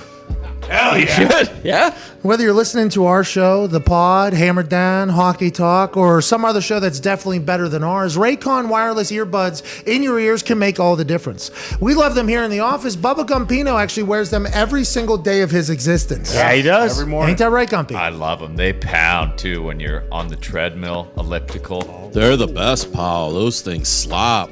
That was not actually Gumpy. I won't argue that, though. That They do was slap. Gumpy. They do That slap. is Gumpy. Hard to tell. No, He just said no, there was Gumpy in there, but there was one particular statement that was not Gumpy in there. I just want to make sure. What do you mean, pal?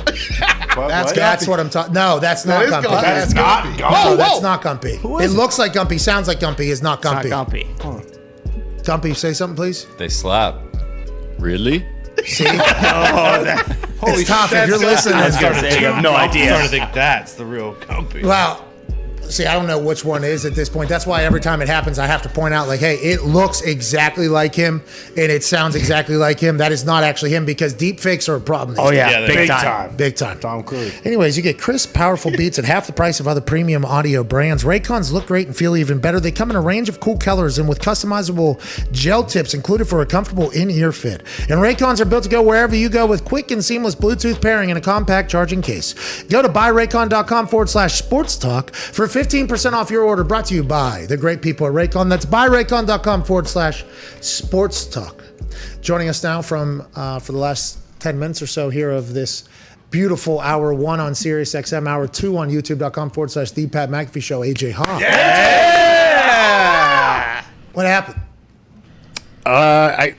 Somebody's out to get me, man. 12:27. I was set to come on at 12:30. I look over at my modem. Boom. Internet's down. Everything's down. Whole house. I went down, fixed it like a hero, but so here I am. Wow. For the whole house. Everybody has internet now because of me. AJ. What? Here's your fucking championship for being a hero. Yeah! You deserve it, man. We were supposed to ship out yesterday for your heroics of the day yesterday, but we knew that there was going to be a back-to-back championship hero performance out of you. Thanks for getting the internet up. I was mightily bummed that your modem went down because I was almost going to be gone and not even get a chance to chat with you. So I'm excited to see you here for like 10 minutes. What's going on, man? Did you watch that game last night? Your thoughts? Yeah, I watched, I won't say a majority of the game, but I checked in and out throughout the night as it went, hoping that there would be some points put on the board, and it never really happened the way I thought it might happen. Okay, so let's talk about it. 32.5 was the over-under. I want to let you know at the end of the game, 5-6 minutes left, still thought we were going to get it. Really? Well, there was a chance because they were down on the goal line, and then if they would have came back and scored, but and then I thought a special teams touchdown was going to happen. I thought a return was going to happen. I was like, hey, bad football, terrible football. Normally in terrible football games, a return will come out of nowhere. There was a couple blown coverages where they almost scored touchdowns, and then obviously they fucked it up and fell on their faces. A couple different times. The over was not the right bet. The under was the right bet, obviously. Results-oriented, I guess, wishing for terrible football, and you guys got what you wanted. Well, I wasn't wishing for terrible football, you did. but I knew it was coming. We knew it was coming. You Yeah. said to us, hey, look, half the people that are playing tonight, 75% of the people that are playing tonight are not going to be playing football anymore. They're going to be insurance salesmen. I knew that it was going under because of what you said. But I had faith that somebody was going to separate themselves. Dwayne Haskins not getting a lot of love today, although I saw him throw the rock pretty good a couple times. He's not getting a lot of love by anybody over there, AJ. What's that all about? Well, I mean, I was looking for him to see, like, oh, did he take a step? Like everyone said he looked good in camp, but didn't it seem like he was trying to rush the ball, like he was impatient at times, like he doesn't seem super comfortable yet, so I guess it's good they have. How many more games do they have preseason? 3 for the Steelers and Cowboys. He was probably scared to death, if I had to guess. Looked like, I mean, it seemed like he wasn't comfortable for sure. Now, I would not be somebody that would judge a quarterback who seems uncomfortable behind the 3rd or 4th string offensive line because I only had to punt once or twice in preseason games behind the 7th string punt team. Yeah. And I'll tell you what, walking out on the field, almost speed walked my pants. Really? Almost axled my pants every single time. It was not going to be good. The ball was getting snapped. I was throwing it out, and I was swinging as quick as possible so I didn't die. So I got no problems with that. But when you're a quarterback, that is something that you're naturally going to have to fight through, especially if you're trying to, climb your way back up the ladder, is a potential 3rd string offensive line in front of you. This means nothing, what happened last night. Well, Chris Long said it. Didn't Chris say, like, they've been in camp like 6 days, and they're playing a football game right now? That's, to think you can even get a team out there and get 11 guys on the field, like, that's a tough thing to do, let alone execute your plays. And all these players, I mean, a lot of them first time in NFL systems and NFL buildings, playing against other NFL players, the people they don't know, learning a system that might be, especially on the defensive side, college defenses seem very basic, right? They've definitely gotten, I think, even more basic with how spread out offenses are. You kind of have to be. So the fact that defenses are even able to make plays it might be the first time, unless they're coming from a complicated defensive system, it might be the first time that they actually have to run hey, I got to be here for this, I got to show this and do that. There's a lot of opportunity for failure in these preseason games, especially last night.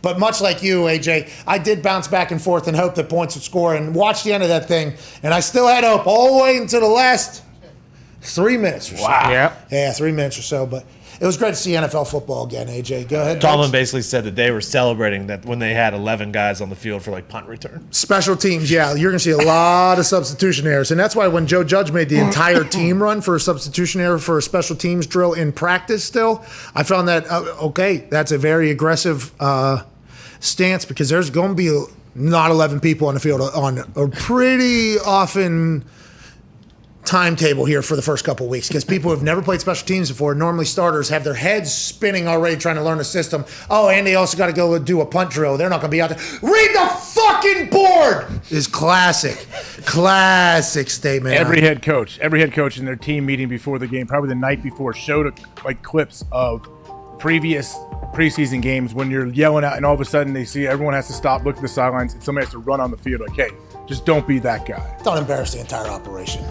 Like, have 15 on the field instead of 10. Like, just everybody run out there. All right, so serious people are going to have no idea what's going on next hour when I'm not here and you guys are talking. But your take was too damn good because you're 100% right. There is always that sprint on the field or sprint off the field that happens a couple times every preseason and a couple timeouts, and then coaches are always so frustrated. But guess what? That happened the exact way with a different player in practice just yesterday. You knew it was good. Special teams is the hardest to corral. It's like wrangling cats almost. Of course. Because, guys are trying to learn the offense or the defense or whatever their position is. They're probably third, fourth string there. They have to, bring candy and snacks into their meeting rooms. They have to potentially stay after for this stuff. And then, oh, by the way, if you really want to make this team, you're going to have to go watch film on how to do a pass set for about 5-6 yards and then get off a block and then run. If you really want to make this team, you're going to have to do that. So there isn't a lot of hours in the day for a lot of these young guys who are tasked with playing these special teams in these preseason games. It is, I think everybody laughs at them and calls them idiots almost, but there is so much. It's a whirlwind of life for a lot of these guys, and special teams is always where. It's a great test. Yeah. I think it's a great test for them because those guys also are playing probably three or four of the special teams units, and then they're playing every play on offense or defense too in the third and fourth quarter. So you're absolutely gassed, and you're in your first NFL game. Like, good luck. It's not easy. We had I forget a couple guys, but I remember this guy Sean Louiso. He now owns a supplement store up in Massachusetts. Nice, good guy. He's a linebacker. He went to a small school up there. I forget what the name of it Assumption? was. No, I don't. Do you was know? it Division I? Because guys come from Assumption. It's a D2 small school. I think he was D3 maybe even. I'm not 100% sure. He came out of nowhere. He knew, though, that special teams was going to be how he make incredibly hard worker. Maniacally hard worker, right? Merrimack. He went to Merrimack. Okay, that's up there, right? That's D2. It's in the same conference as Assumption, yeah. Okay, so he went to Merrimack. He gets there. He knows he's not going to have a lot of opportunity or whatever, so he's trying to sell out. He's on a kickoff team. He's running just like full sprints through there. Then he's playing defensive. I think he had 70 plays, maybe 80 plays or something in one preseason game, including all the special teams. He was fucking dead. I mean, it was after the game. It was absolutely, and I almost gave him like, hey, way to fucking just survive. But he has to look at the sidelines and see all you guys like with your shoulder pads off, eating Not me. seeds, just lounging. Not you, I shouldn't say you. You have to be strapped up the whole time. You don't have three punters where you can throw other guys in preseason. The fucking guys, coming over to me and you're the guy actually that has to see everybody like that. Like all casual. Oh yeah, and now granted, my life is normally like that for you guys though, right? Like normally I'm the guy who's chilling watching you guys, but those preseason games, boy, do some of the offensive line, D linemen love it. You know what I mean? They're throwing maybe some seeds in their mouth. They got the little bucket cap on. Got their tennis shoes on. The socks are rolled down. The jerseys. How's it going, Pat? Maybe just had an edible or three. They're just having. How's it going, Pat? I'm like, get the fuck away from me, all right? Whenever this guy who I don't know his name goes 3 and out right here, which is going to happen, I have to go try not to die. All right, so please get away from me. And there was a couple of years there where everybody was really buying into like the hey. Let's mock Pat a little bit. I would jog out for like a fourth quarter preseason punt or whatever, and I get a full, here we go. Come on now. All right, let's go. Let's make the team. All right, fuck off. Big news happening out of the NFL, aside from me surviving preseason and the NFL being all the way back, especially with Hall of Fame weekend going to be fantastic and star-studded this weekend. There is a quarterback in the AFC East that just got broken off. Ooh. It has been alluded to and talked about for some time now. Josh Allen and the Buffalo Bills have agreed to a 6-year contract extension through 2027 per sources. Contract details to come, but needless to say, the money is significant. Reports Chris Mortensen, a 6-year deal. It's not a 10-year deal like Patrick Mahomes was, but 6 years is a long time to still give the Buffalo Bills wiggle room if they need to with the salary cap with this deal. Josh Allen, his first year in the NFL for Buffalo, everybody maybe thought he was going to get laughed out of the league. Second year, he showed great progression. Third year, fucking believable. The amount of growth, athleticism, and playmaking ability he has been able to show. Josh Allen gets broken off. The Buffalo Bills have a guy that's perfect for them. He's from the cold. He loves the cold. Bills Mafia loves him. I think he's a guy you'd like to have a beer or 10 with, which Bills Mafia has to love. It's a perfect system. Being said, we're going to build this team around Josh Allen when other quarterbacks were potentially available for trade. Congrats to Josh. Congrats to the Bills. The Patriots might be back. Who knows what's going on with the Dolphins? The Jets is the Jets, but Buffalo Bills have their guy for at least 6 years, AJ. I think it's great they got it done before even the first preseason game, so it's out of the way. And 6 years locks him up long enough where, hey, like, hope we assume everything is going to continue to progress and he's going to get better and better, and we're going to make a run at multiple Super Bowls. But also, like, if it's not working out after 5 or 6 years, Josh is still young enough to go get another deal somewhere else. Yeah. Or if it does work out and he plays it out and they don't want to extend him, he's like, hey, see ya. Well, and if he crushes for 4 years, he'll probably get a re-up. Yeah. I mean, there's just three years probably. 3 solid years. Congrats to Josh Allen. We're incredibly happy for you. Yeah. Open runs in 9, 8, 7, 6, 5, 4, 3, 2, 1. What? The Pat McAfee Show. There'll be no rules for our guests, for us, for the things we can talk about. Speaking his mind. I've never had a problem expressing my opinions or my thoughts or anything like that. While being relatable. I haven't had that manufactured fake-ass celebrity that a lot of people have whenever they go on those big networks. I've had a chance to really build my crew, build my following, build my audience. And ridiculous. What am I supposed to do? So I'm supposed to look at something that I can definitely afford and say, nah. Is that what I'm supposed to do? The Pat McAfee Show starts in 3, 2, 1. Welcome back to that show. Hour 2 here on Sirius. Hour 3 at youtube.com/The Pat McAfee Show. AJ Hawk, Hammer Down Boys, and the Toxic Table will be hosting here momentarily. Shout out to Twine for that beat drop. We have to get to some breaking news. During the break, obviously, we reported Josh Allen had just signed a 6-year deal with the Buffalo Bills. Congrats to the Buffalo Bills. Congrats to Josh Allen. Initial reports didn't have the financials with it. Now we have it. $258 million over 6 years. $150 million guaranteed. Congratulations, Josh Allen. Setting a standard for what a NFL quarterback contract at the elite level is going to look like. $150 million guaranteed. Not bad for a kid with big hands who can throw the ball far. Incredibly happy for him and for the Bills having the perfect guy. 6 years gives them a lot of time. He can wiggle, he can re-up, he can do whatever. This is a smart move, and they'll be off and running. Congrats to Schefter and Mort Report getting the inside exclusive. Quick math, $43 million a year. Mahomes is getting $45 million a year. Prescott, $40 million a year. So Aaron Rodgers. What's the guarantees on theirs, though? $150 million is pretty good. I think. No. What are the others? Mahomes is guaranteed $141. Dak $126. That's the main thing they're trying to get. Like, who can get the most guaranteed? What's Aaron going to get? 200? 270 guaranteed. Yeah. Give it to him. Just guarantee the whole deal, whatever he gets. That's like Kirk Cousins, right? Kirk Cousins did that. Kirk Cousins was the first one to really say, hey, I want to go fully guaranteed in this thing. He had the Jets also offering him whenever he came out of his second or third franchise tag with Washington.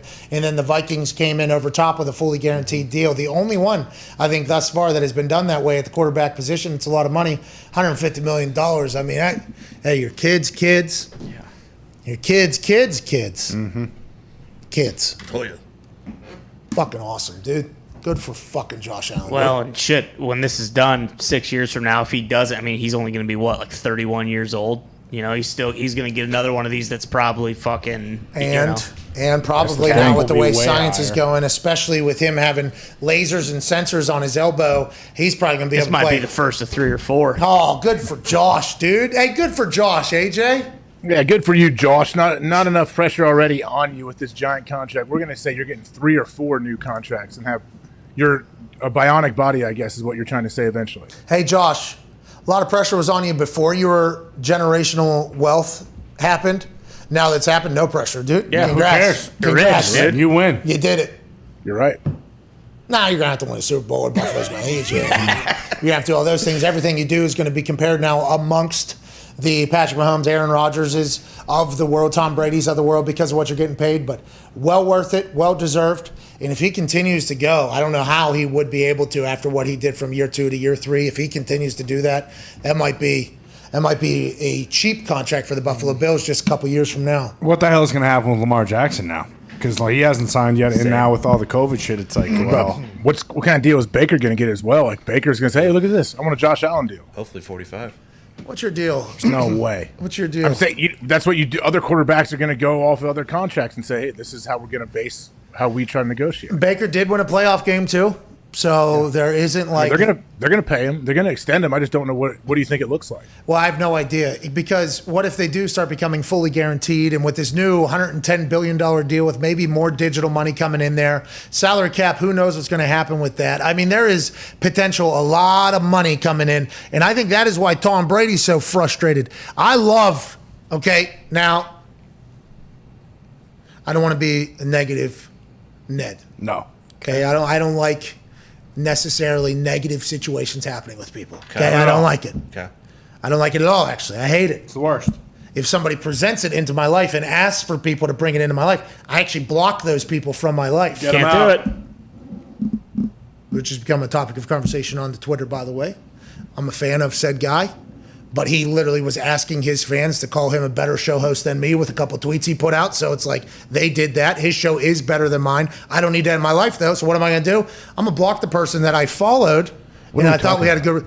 I blocked the guy weeks ago, but I forgot about it at this point. Yeah. At this point, I completely... It was weeks ago when it happened. I completely forgot about it. He just found out recently. I had followed him. We had a relationship. I think his name's Brandon Perna is his name. He's a radio host? He's a YouTube show. He has a YouTube show, and I actually followed him. I think we had a pretty good interaction. It was. I didn't watch his show. I don't have time to do that, but I enjoyed that he was an internet show, a good show, a YouTube show. I followed him.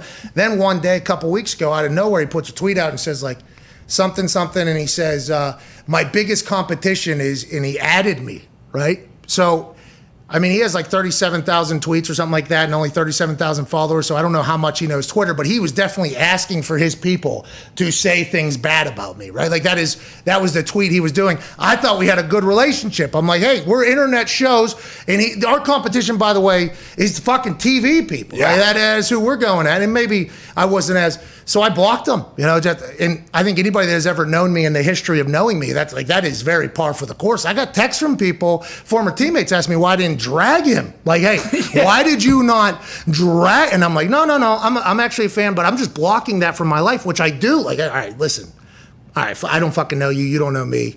I followed you. We had a thing. See you later. I'm not getting, see you later. Dude, just have a good one. Good luck. I'm out of here. Now I got his people tweeting. I'm blocking every person that tweets me from his people. And by the way, I will not even notice the difference when y'all motherfuckers are gone. I'm going to let you know that. And I'm completely okay with it. But what I'm saying is, I don't like negativity. Okay? I'm maybe the least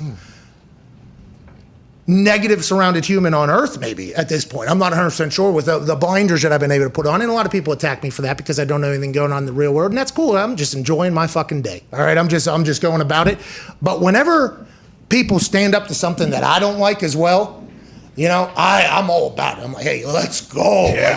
Let's go, dude. For instance, AJ, I think there was a moment earlier where you said you also hated the NFLPA, and I was like, of course you do. You have a brain. And then now Jimmy Graham is obviously coming out. However you feel about Jimmy Graham, whatever the case is, he's come out. Tom Brady has now come out and be like, this fucking NFLPA is the worst, dude. So it's one of these things where whenever I see people that I'm a fan of or I have a lot of respect for have the same views that I've had for a long time, I'm always like, fucking A, might be onto something here. You know what I mean? And Tom Brady saying the salary cap dropped by 20% and the new media deals were announced the day after the 2021 salary cap was set, which was for $110 billion. NFL players better wake up at NFLPA. NFL players are ignorant. The average value of an NFL franchise is up 14% despite revenue drop, topped by Dallas Cowboys. Like, okay, so what Tom Brady's saying is, oh, the salary cap goes down because the amount of money that's allegedly coming in that is split is going down, but every value went up.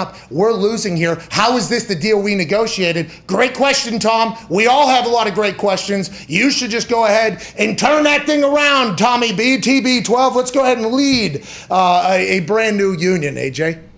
I mean, that's the only way change would really happen, wouldn't it? If guys like Tom Brady are this outspoken about it. And it is crazy to think. So their average value raised by how much? 14% when they played in empty stadiums all year? Yeah, and it's because of they renegotiated deals, right? all of their media deals. Yeah, the Cowboys $6.5 billion. This is via Forbes, I believe, or Mike Ozanian. Awesome. Cowboys $6.5 billion. And remember, when Jerry bought the Dallas Cowboys, there are some people that whenever it's a par five and they're 240, 250 yards out, and there's maybe a pond in between where you are in the green, some people decide to lay up. I'm going for the green every fucking time, says Jerry Jones. He went all in, he said, when he bought the Cowboys. Literally all in. He says, in the way I think I have understood it, he would have been broke if the Cowboys didn't work, and this is back before the NFL just automatically worked. Jerry Jones has been an incredible visionary, I think, in the business side of the NFL. I'm not sure 32 Jerry Joneses would be good for the NFL, but Jerry Jones has done a lot of business for the NFL. $6.5 billion now. They make $70 million a game at Jerry World down there. Unbelievable. The Patriots, they also have the Patriot Place with a casino, a mall, everything that. Movie theater, $5 billion. Giants, Rams, then the Washington football team, a team with no name, is the fifth most valuable NFL franchise. It's probably because of the location and everything like that. Still unbelievable at $4.2 billion, 4.17, 4.07, $4 billion around for the 49ers, Bears, and Jets. Eagles at 3.8, Broncos 3.75. Colts aren't in there. What's that all about? I think they're getting a good deal in the stadium. Yeah, why don't they have a Colts place yet? Hey, who's in last? Like what value is worse? I think it's Buffalo. Texans. Last time I checked, it was the Bills. Really? I guess Houston. Houston's a ginormous city. Yeah, Houston's a big city, and also I think they sell out. Like their fans, I'm pretty sure Houston's fans are. I mean, the Bills fans too, though. They sell out. They're crazy. What's that all about? Why are the Bills? Market size. TV market. Yeah, but now on the internet, who gives a fuck? If you can. The Bills are in last, because they just get cannibalized by New York. That is, you go and play a 1 o'clock game against the Jets or the Giants. It's a chance that that's your most watched game aside from your primetime game, just because of how many people are in the area for whenever it's on or whatever, even if it's not a regional game or whatever. And this is before, I guess, like obviously the NFL Sunday Ticket. Sunday Ticket, there it is. Before that, it was, those markets are so damn large, but this is why you see Jacksonville building up around the stadium. The whole building up around the stadium, like the Arlington Bears are going to do in Chicago, that is where all the money goes up, because you're getting every dollar that comes into town for that game is going to you, as opposed to the local companies that are potentially the local restaurants, local bars. And if somebody comes and buys the team, they get all that real estate as well. Yeah. And you've been collecting cash on it for however many years you've had it up to and owned it all. Jim Irsay, by the way, could do that here. Yeah. Good area to do it, actually. Bottom five could he, buy the stadium he could? We could buy the area. Yeah, there's like an entire area that I would assume, and this is just me driving by, being an ignorant human and looking on Zillow. I think he could just buy an entire There's a lot of plot. There's a lot of area. So there's there. Open space around. I guess I hadn't really kind thought of, about it. But usually if something's a dome and it's in the middle of a city, there's it's pretty much locked. There's no open space. So it's on like the outskirts of the city. The stadium is like on the outskirt of the city, basically. It almost is. That's right. Yeah, you can see it as you're coming in. Right next to the highway. It's like the last thing. On so the south. it would be about. So where the Bengals decide to practice next to their stadium, which is next to the highway, he could buy that entire area and just turn that into Horseshoe Village or whatever the fuck he wants to call it. Even if he wants to be closer to the city, there's like 2 parking lots that are pretty massive that he could probably put something that's like right across a little closer. That's the future of all these bazillionaires, just taking every single dollar. And people, it's going to be spun, which it is, as a very cool experience. Hey, come stay at our hotel. You can use your room key to buy food and clothes and go to the game and all this. College campus. Hey, like here we go. It's everything. It's like a cruise. Hey, it's magic. All I do is need this card. I don't even need money. Look at them investing in the city and everything like that. And it's like, well, also, every dollar that's coming down now is going to one particular entity. And that is great business. That's the NFL, obviously. And look for more and more to do that, if I had to guess, especially as sports books and casinos start like kind of getting a little bit more readily available. Why didn't he do it? It'd be great if he had a hotel casino here, a little area. Yeah. Could you imagine in Texas when gambling gets legalized in Texas, what Jerry's going to do? He's probably going to put the biggest casino ever built at Jerry World. How much did they make outside off the revenue or the local or whatever in Green Bay? How much was it? Oh, God. 120? Yeah, I think 120 million, or was that just 1.2 or was it 120? I don't remember what it was. It was 120 just from investments alone. Yeah. Was it only 120 million from investments? What was the local, whatever it was? They got that Lombardi thing with the museum. The Green Bay Packers have it done right. It's literally just in the middle of nowhere. Yeah, and I think that's one too where I would imagine over the next like 10, 15 years, like that's really going to explode. And yeah, because they're going to have too much money. They're like an NCAA school that can't go and have a profit, so they just spend. Oh, here's a new $500 million building. We made $0 last year. Here's a you know what I mean? Like, with the Green Bay Packers, they just have that fund with billions and billions of dollars. You'd think they would just keep building it up so that they can just get more money into that. Who gets that money? Goes into one account, right? And then who decides where to use it is the question. Does your stock go up? I don't think so. Should. So who gets the money? Just the company or the team as a whole, right? That board? The board doesn't get it because the board, that would be. I don't think anybody gets it. It's used for it's put back into the team. But I'm sure I don't know who makes those decisions as what is. Mark I don't know what you can use it for. Have you talked to Gutekunst and Aaron Rodgers yet? Have you talked to them about their relationship? Yeah. Every night I FaceTime both of them last night. They were together. No way. Oh, was it like a group text FaceTime thing? Yeah. That's tough. Whenever you hit one of those accidentally and then you're like, has it been ringing? How long has it been ringing? Because maybe your phone, their pocket did it. And it's like, well, I might as well sit here. And like 2 people pop up and they're like, what are you doing? I'm like, I didn't mean to call. Gotta go. I'm sorry. And then faces just pop up on the screen. I mean, you do that with Gutekunst and Aaron? What are they, how's it going? Are they in the same room, you think, just separate because of COVID protocols or?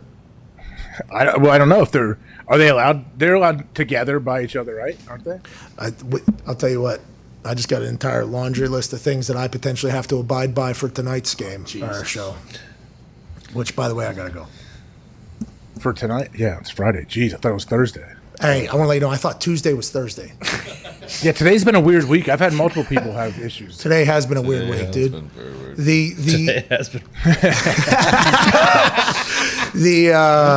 Like 7 seconds later, I figured it out. Yeah, there was a delay. Your internet's bad, but the legitimately though, like Tuesday, I thought was Thursday.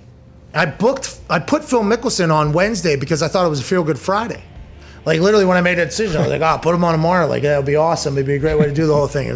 Tomorrow was Wednesday. It was like, oh shit. Jeez Louise, already, huh? It's already Wednesday. That is what's nice about having the NFL back is you kind of get your days back. Yeah. Some of these days here, I mean, every Monday might as well be Friday, but Overreaction Monday. Boom. What? Say it. Say it. What? Say it. What comes after Overreaction Monday? Oh, possibly Aaron Rodgers Tuesday again. What? Oh, dude. Hopefully. Then it's normally Wasted Wednesday because there's nothing to talk about. Yep. Boom. What? Because Wednesday's like a nice little piece of the off season. We'll call it off season Wednesday. Well, which also might have a nice little. It might be. Yeah, don't give it away yet. What are you doing? All right, we are trying to bolster Wednesdays because we have learned from last season where Wednesday is potentially a little bit of a off-season feel. You know what I mean? We've hammered everything from the previous week already on Monday, Tuesday, ad nauseum. Thursday's the next day, but that's only one game. You spend Thursday. Wednesday, we're normally caught in like a purgatory unless The Lambda Delta Delta Plus tribe comes through and says, listen, Wednesday afternoon football is all the way back. Please. I mean, maybe. I don't know. We'll see how it goes, I guess. But you're right. Football season doesn't put me back on a schedule. Routine. Hell yeah. God. Can't wait. Why didn't you watch the game, dude? Big Mike was out there running around. I know. I'm sure he was excited to get back out there and get that big game feel. Hey, his offense fucking stinks. Well, I mean, come on, man. It's a work in progress. We got Dak rehabbing. We'll be all right. Hey, he's got a shoulder. He's got a leg wide. But he was clapping very hard on the camera, so the shoulder looks good. I figured he took Toradol before the clap. Maybe. Not the disease, not two clap. Yeah, I understand what you're saying. I don't know if Toradol does work on that particular clap, though. But yeah, maybe for the clap, maybe Jerry said, hey, listen, they're going to force me to put Jimmy Johnson into the goddamn Ring of Honor. We need to at least force them to think you're going to be okay. Shoot his ass up, clap hard. Mike McCarthy, though, had to be so miserable yesterday. Just thinking to himself, like all last year, the offense worked on her if we get players. I mean, Hall of Fame game, all out playing anybody out here. Hey, Hard Knocks, he's gonna be a big part of it, I think. Is it Tuesday nights? Yep. Yeah. They showed a clip of Hard Knocks. It was a tease, and it was Mike McCarty, Mike McCarthy, talking about Michael Lombardi and having a conversation about Trophy Lombardi. He said, hey, it's heavier than you think. That's what he said. Was he holding one? Pretty much, yeah. He wasn't holding one. It was him. He said, hey, wait, hold that up. There ain't nothing else, and it's heavier than you think. I can't wait. Is it, by the way? I've never held one. Sure. I think it's about as heavy as you would think. I don't know. Did you get a Tiffany's one? No, I don't have a trophy. Don't? He had the opportunity to buy one. Yeah. We have No, I been told- didn't. Everyone- I definitely did. Yeah, you did. Maybe like a small replica or like That's- a paperweight size, but no, I didn't. No. You didn't even get the paperweight size? No, I got the big paperweight ring, actually. I gave it to my brother. It's very nice. Your brother doesn't follow me on Instagram, so fuck him. Yep. Agreed. You're such a child. 7 pounds. 7 pounds. All right, hey, Ryan, my brother Ryan, if you see this, Pat's upset. He's sad you don't follow him. No, I am a child, by the way. That's why that situation earlier about blocking people is like the most expected thing for me to do. I had people tweet me, why'd you do that? Why'd you do that? It was like, anybody that ever knows me knows that that's going to happen. Like, that is just literally how I operate. Like, all right, well, it seems like you're bringing negativity in my life. You're probably a really good guy if I had to guess. Never met you, but I'll never see you again. Nope. And it's cool that internet has that capability. Yeah. You know what I mean? Like, Best part, really. But I wish him the best. I think his show is better than this one. I appreciate that. It's just, go ahead. Carry on. Get on now. This guy's got to be upset because he thought like you said, you guys had a thing and now you don't. Yeah, but he was asking for people too. To say what? To compliment him and put me. That's what that tweet is for. Like, wait, what did the tweet say again? I don't think he said to put you down, did he? Wow. No, I mean, kind of though. It's like he basically anybody who's on the internet knows that is like what you're doing there is asking for people to. I've been guilty of it in the past. Hey, somebody says something terrible to me. I'm gonna quote tweet this. I'm gonna bury this person. And guess what? Everybody's going, no, okay. Bombs away. Let's get 'em. All right, and I appreciate everybody who does that. I stopped doing that because I didn't like my timeline being filled up with negativity. Him saying like, oh, now my biggest competition is adding me. He's asking for his people to be like, no, there's no. This guy stinks. That's no competition. Like, that's what happened. That's what the internet is. Like, and maybe he didn't know that. I have no idea. I don't think so because Maybe he thought he was helping you. Maybe he thought by tagging you, oh, hey, I'm gonna get Pat some more followers.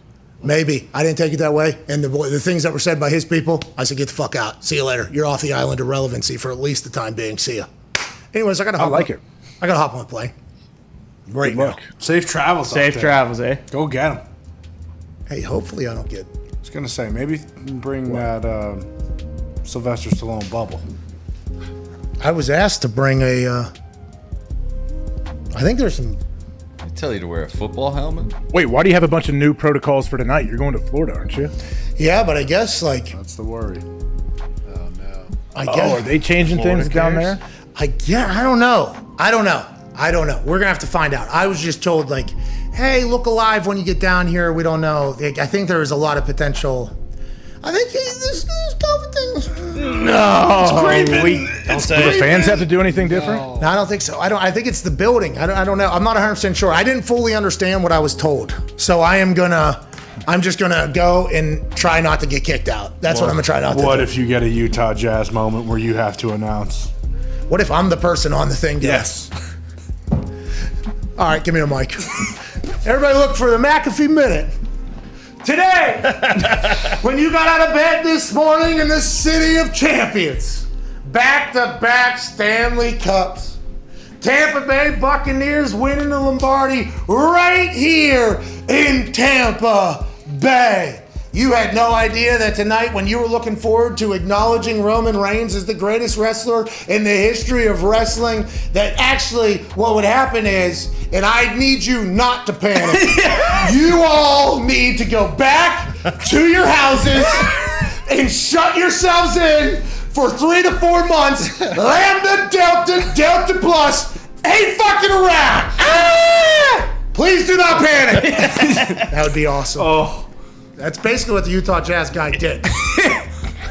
It's a tough spot. You don't really get to practice that one in broadcasting school, I don't think. Just did, though. I'll be prepared. Boom. If that comes tonight or any of these future weeks, what people are saying, maybe I want to let everybody know, I will be prepared for the moment. Stay safe down there. Have to be. Ian Rapoport doesn't care if I survive. No, he doesn't. Did you hear that shit earlier? No, what did he say? He said, because every time they report somebody has COVID, we've always asked, why are we the only people that seem to say, like, we hope they survive, and then what's the team going to be like without them, right? Because that is what, isn't that what we're doing? Yeah. Isn't that why you're reporting it? Because they're out for so long because there's a chance they're going to die, right? If there wasn't a chance they were going to die, then there's no reason for anything to happen. Is that not what we're doing? And none of these people, they break the news as if it's just like, stand out COVID. He's got COVID again. It's like, yo, can we not care if they survive or not about this thing? And Ian said, I don't want to put out faux sympathy. I was like, so you hope they die. Wait, what does that even mean? Wow. He said, if somebody has a devastating injury, I'll acknowledge it or whatever. I'm like, did any broken leg? There's been some devastating ones. Has any broken leg shut down the entire world, Ian Rapoport? Maybe a little bit more sympathy for these players getting COVID. Let's hope they survive. Lamar's missed 8 practices. That's not good for the Ravens, but let's hope he fucking survives. He has been activated. He just, like 2 minutes ago, he saw what Josh Allen's contract was. Activate me. He survived. He survived. Let's go! Boy, Lamar! Congrats, Lamar.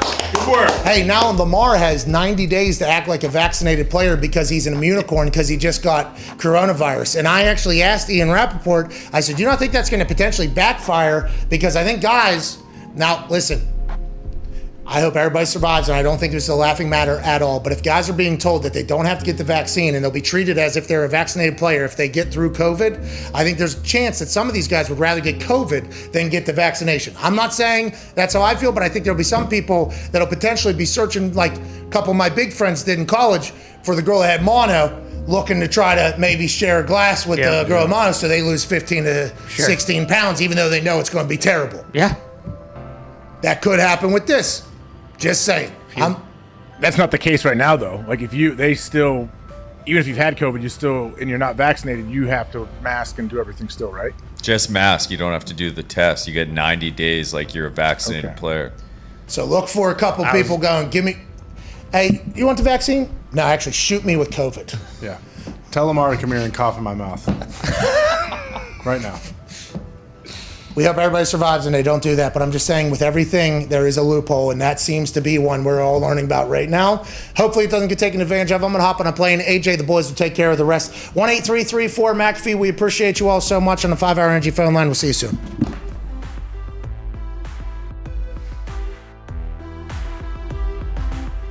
I was told by Del Curry, Scottie Pippen struggles on a golf course, right? Right. I was told at that thing that I'm going against Scottie Pippen. The next day, match play, heads up, one-on-one Scottie Pippen. So we decide, like, okay, we could probably have a couple drinks, stay at the casino a little bit longer than we should. Representing the NFL out of the Shoeless Golf Club of America, Pat McAfee. His opponent, representing the NBA, Scottie Pippen. You know what I mean? This guy's got 6 rings. Yeah. He's a fucking Hall of Famer. But today he's going to play against me. And then I start seeing Scotty hit some shots that are just like starting to come together. And I'm like, wait a fucking minute. I think I was lied to. We were lied to yesterday. We were told Scottie Pippen was a terrible golfer. Bro, he's Scottie fucking Pippen. Going in the back 9, I think I was down 1. Like, we were battling. But I started making putts. And Scottie Pippen went ahead and got real hot. I mean, real fucking hot. I was down 3 with 7 left. And I looked right in the camera, and I go, so we're down 3 with like 7 holes left. Scottie Pippen's about to get this work. Scottie Pippen from 190 yards out just fucking dunks it. Fucking boom, bang, and then walks up to the green, gets the ball, camera's on him, and he goes, Pippen ain't easy. Kidding me. All right, down 4 with 6 left after Scottie Pippen just chips in from fucking 400 yards out. I was fucking demoralized. Pippen ain't easy. By the way, best he's ever performed at golf, because I'm around, better teammate than Jordan. Yep. People forget. Oh, yeah, I told Dell, I was like, Dell, what the fuck you lying to me? He was like, well, I saw it yesterday. He was not great. And Greg Anthony told me, and I was like, Dell, he buried me, Del Curry. He buried me. He was like, hey, Pippen ain't easy. Yes, baby, it's time to celebrate. Taught him how to shotgun a beer after he had beat me. Obviously, I like teach him how to do it. Yeah, put a hole in there. It might spread a little bit, so. Leave Yeah, so you're going to go here, and then you're going to open and flip up. Does that make sense? Congrats on winning the NBA a couple times, blah, blah, blah, blah, blah. And being an incredible golfer. Right, well, cheers, man.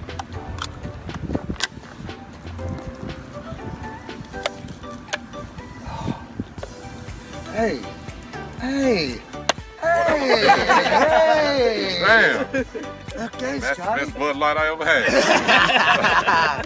Hey, there's no stuck in it. You're right.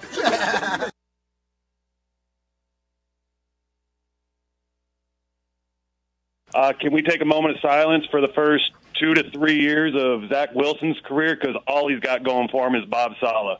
That's it.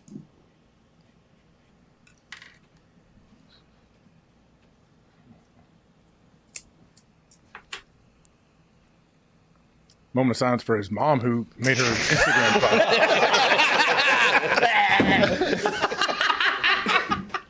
That's what I thought we were doing. That's what I thought we were doing. Let's go to Chris and Indy. What's going on? Mrs. Wilson. Hope everything's all right. Yeah, she jumped out there, right, with some hot takes, and then she got a fake mask she wears. She AJ. does not like Hooters. Not a fan of Disney. She doesn't like Or Disney Snapchat. or Hooters. Oh, there's going to be a bunch of Hooters running around Zach. She said enough of it. Not on that Snapchat.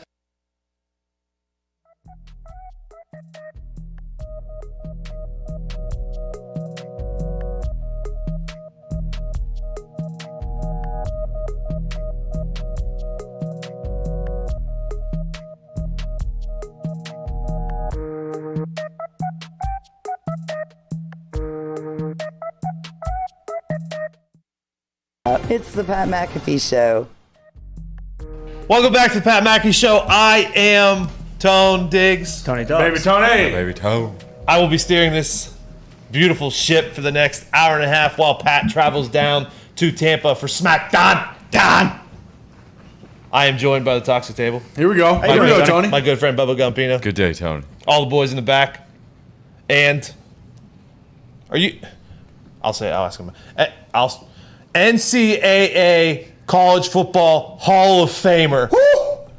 NCAA College Football National Champion. What? Super Bowl champion What? where they cheated. No. Uh-oh. Tony. Legend AJ Hawk. Yay!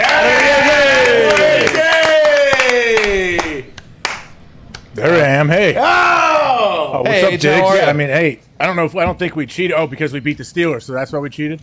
Well, yeah, you guys were putting... I saw it.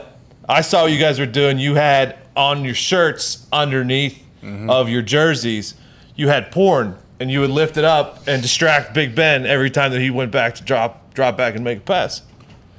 Well, I mean, looking back on it now, if we'd have known what was going on, maybe that would have been a tactic, and maybe we could have won by more than 6. I think that was. The It case. was. I mean, there was an interception in the last drive. It was heartbreaking. That is a good point, though. I wonder if Nick Collins yelled like "boobs" right before Ben, and that's and that's why he had that pick 6. Good point. AJ, big news, boys. Big You news. just hear the word boobs. Big news, obviously, is Josh Allen signing his contract. So I personally wanted to talk about maybe some of the winners and some of the losers of this contract. Okay, AJ? Okay, yeah, let's hear it. I'm curious as to where this is going. Big winner, I think, first and foremost, is Austin, Texas. Because when the Bills moved down there, they just got their future quarterback for the next 7 years for the first years of their franchise. Good for Austin. Valid. But do you think if they do move out, you think Austin's the spot for sure? That was the report. That was the reported That's what they're threatening Buffalo spot. with. Yeah. I don't think Buffalo would let him go. Not a chance. No. I mean, that was just strictly a negotiation tactic. But also, I mean, Baker. The Browns said they were waiting for the market to set itself. And now that the market is completely massive, they almost got screwed. I would have signed him early. I feel like for Lamar, it's easy. Like, Lamar's going to get probably the same as Josh. Yeah. He's won an MVP. Yeah, exactly. He's now won a playoff game. Yeah, they did. They beat the Titans. Like, Lamar's pretty easy. He'll probably be around that 40, 43 area. The same as Josh Allen. Baker, though, like you brought up Baker earlier, that's a much more difficult number, don't you think? The guarantee number is very difficult. Yeah, like you can say, all right, what does it average out per year or whatever, but I don't think the Browns want to throw $150 million guaranteed at Baker, do they? No way. No, I don't think even like they don't want to be paying him north of like Dak got 40, Deshaun got 40, and then like there's a drop off to guys that got paid earlier. Like Russ is 35, Wentz is 35, Tannehill's there, Jared Goff's at 35. Like, is there a situation where Baker goes, you know what, I'll take like 37 a year, so he's ahead of those guys, but lower than Josh Allen and them? I mean, I don't know. I guess that's what I was going to ask. Like, I wonder what he and his agent think they're going to get, like what their numbers may look like. But if I'm Baker and they're going to give me an average of 37 a year and you like the structure of the contract, I would take it. Yeah, I mean, I would. Do you think the Browns would overpay on a shorter term rather than overpay on a 3 or 4 year rather than give Baker 6? I feel like the move. Yeah, you're right. But I feel like the move now, though, that if they trust Baker, if you trust your quarterback, is to go longer so that you can put it like Mahomes did, like back end it, put it all in the back end so that you can rework it down the line. Is that how you think, Age?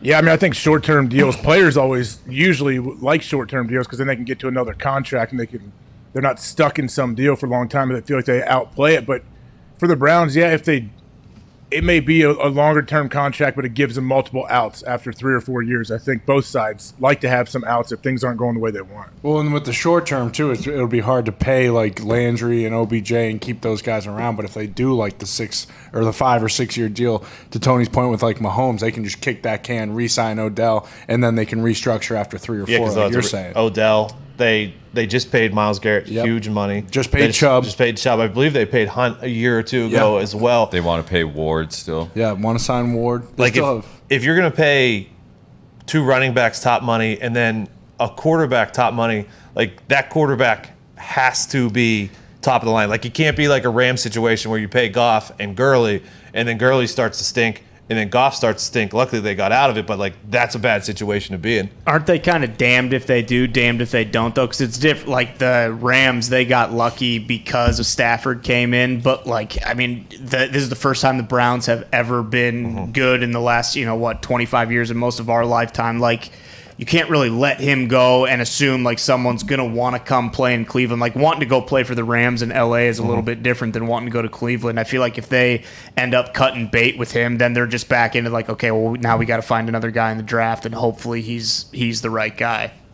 And you can't do that when you have the rest of the team around him like complete right now. They seem like, look at their roster, top to bottom. They look great. A lot of it hinges on how Baker plays. And the team around him is good enough to win some games. But, yeah, I don't know. Maybe Cleveland can they just let him play this year out and then figure it out and say, okay, or maybe in the middle of the season, they feel, okay, we've seen enough.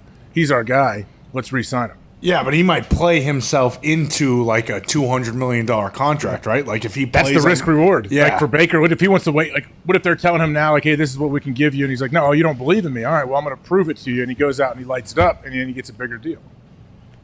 It's interesting. I mean, Andrew Berry's been very good. They'll figure it out over there. The last winners that I wanted to talk about, AJ, O-line presence, right? The O-line presence this season and going forward. He's not on a rookie contract anymore. They will significantly get better.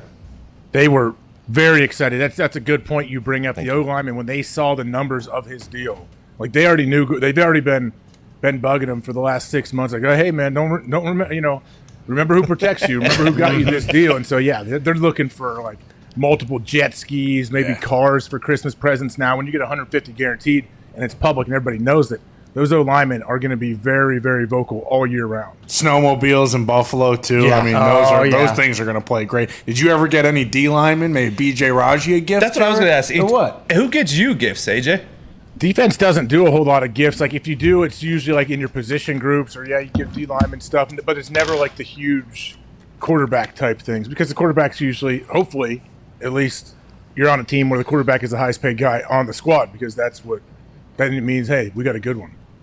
Didn't like Greg Williams give you like the bone of like something, like he like removed it from, that was the gift that you guys used to do? I think it was a jawbone you used to wear around your neck. That's right? what I thought. There it is.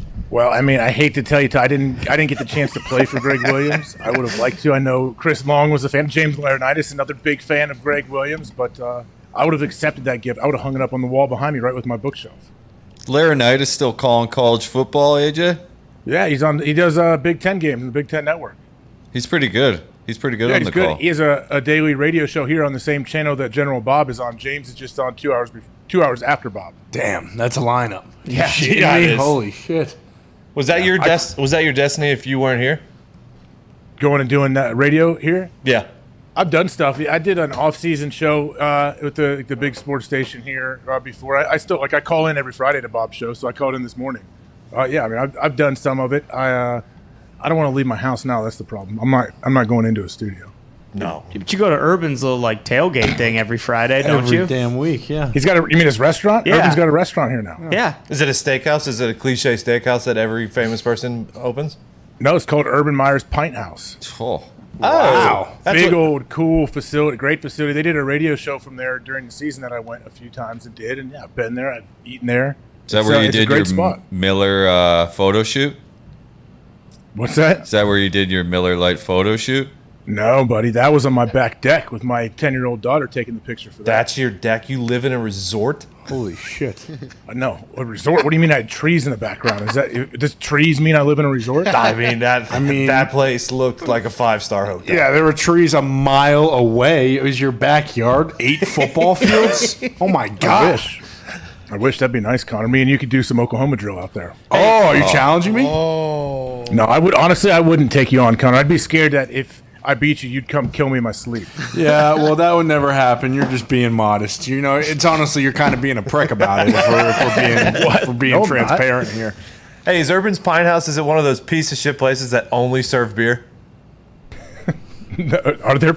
Well, yeah, there are, because people are so into beer now. No, Drives me. It's a nice, full-blown restaurant, but I think they have a wide array of beer selection. Drives me insane when you go into a place and they're like, they create their own beer. So when you go in there, they ask for a only Coors serve Light and they spit in your face. Well, we have this brand new American Gold, but like, what do you got on? Hey, what do you got on tap? Anything I've ever heard of? And they have 400 taps, and not one beer you've ever heard of, and they all taste like puke. Hey, Jay, I got a question for you.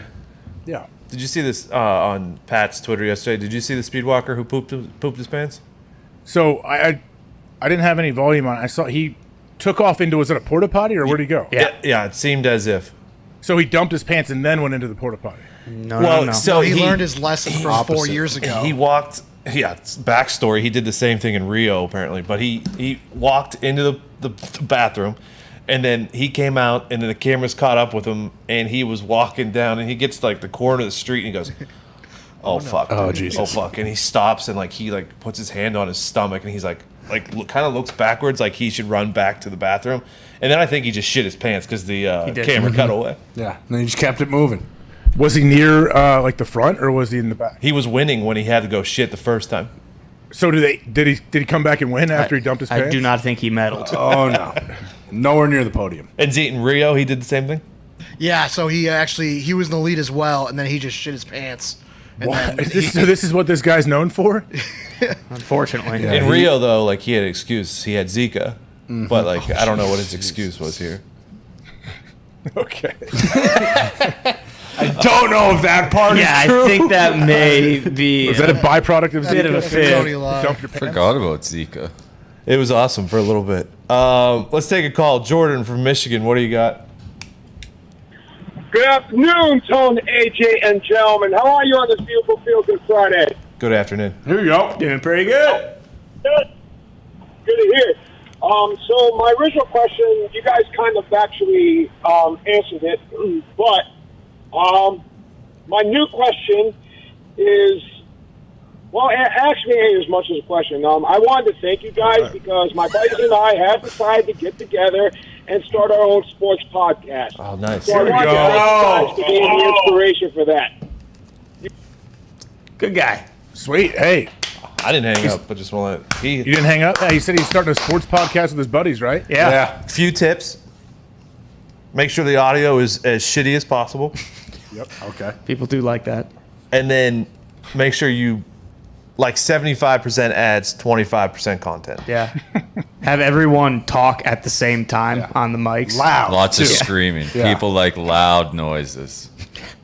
Definitely talk about your fantasy team as well. Yeah. You need to know how you did. Bunch of inside jokes like that only you and the co-host know about. I think you follow that, you're going to be just fine. AJ, would leave anything out? Well, I think the number one thing you need to talk about that really pulls me in is when you just have these fun, jovial conversations about what the last place person does in your fantasy football league. Oh, he had to put a magnet of a penis on his windshield all year, dropping his daughter off to school. Like, actually, that'd be a good one. I'd actually laugh at that, but usually it's terrible. Speaking of podcasting, AJ, when's the Hawkcast coming back? Seriously. I knew this was coming. When? Who was your last guest? Brett Michaels.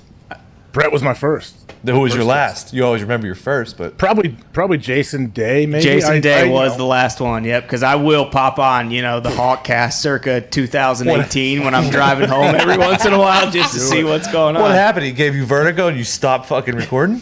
No, he was great, man. I started jumping on here every day and doing that, and it's tough to be a booker and work around all of that. So this is where I am. Diggs, you know that. Didn't you book like a massive guest for the next hour that you were kind of keeping in the dark for? Did you? I don't even understand what we're doing. Does this go till 3? Yeah, it does. Yeah. Okay. I was confused because the last time we did it went to 2. Well, there was some things with the network. Are we not doing that though? Technology. No. We are going to actual 3. We're not putting up that fake thing that we did last week. Okay, I assumed it was something like that. I just want to clear that up on the air here. Are you okay to go to 3? Yeah. Oh yeah, I'm good. I was planning on it. Okay. Oh, perfect. Are you okay though, Diggs? You talked about your health and your heart and some weird things a while back. What are you talking about? You're okay, right? I know you almost died off of Four Loko as a kid or as like a teen, but are you okay? I've been pretty solid for a few years now. I've actually recently They had to replace his heart with a pig's heart. Exactly. And it still works. Like last time I was back in Pittsburgh, right after I turned down shotgun a beer with those dudes in the parking lot, I went to the bar. I didn't say it. I went to the bar and I did shots with Red Bull in it. So like I'm pretty much back. Wow. Red Bull for you, that's a whole different level. Yeah. My God. I'm pretty much back. Speaking of different levels. Ooh. Have you seen how I can let Connor take it and explain more, but have you seen how Nick Sirianni is firing up the Eagles? My God. No, I have not seen this. I am excited though. Actually, do we have your excitement to describe it? Do we have a clip? We have a clip, but should we just play the audio? Because we can't run the NFL Network's interviews, I don't think, correct? We're going to give it a go. Pat said if we put it in the right frame, I think it'll be okay. Okay. All right, here we go. Here we go. Here it is. Our 5th core value is fundamentals. In Kobayashi, there's this video of Kobayashi and Joey Chestnut competing, and they go and why is Kobayashi so good at eating hot dogs? Well, the detail and the fundamentals that he puts into it, and you're laughing at, so he has to have the right temperature water to dunk the thing. He's got to break the hot dog perfectly in half. And like, so my point on that is like, yeah, we're all seeing this, we're all watching. It's like, what's the point of that? If you want to be the best in the world at what you do, right, on the football field, it comes down to the little things, and that right there was a fundamental talk. So it's all those, how does it go to my, kind of what I want to get across. And there's just, we learn from great players in the past and great teams in the past. Thoughts? Yeah. What do you think? I like it. It's good to talk about fundamentals, man. Kids forget about fundamentals. They all want to be stars and individuals. I'm okay with this. I like it. What's wrong? Well, I mean, if they're trying to be the best, why are they watching Kobayashi, who is notoriously known as the second best? I think he meant didn't he say this takes place 8 years ago, just hypothetically. Okay. Well, you mean before Kobayashi was the king then? Yeah, not 8 years ago. Joey Chestnut's won 14 years in a row. Has it been that long, really? Yeah, something like that. You know what I am done? I mean, this guy makes fucking Dan Campbell look like Tom Landry. So I mean, I don't know what that says about Sirianni. What the fuck is this guy talking about?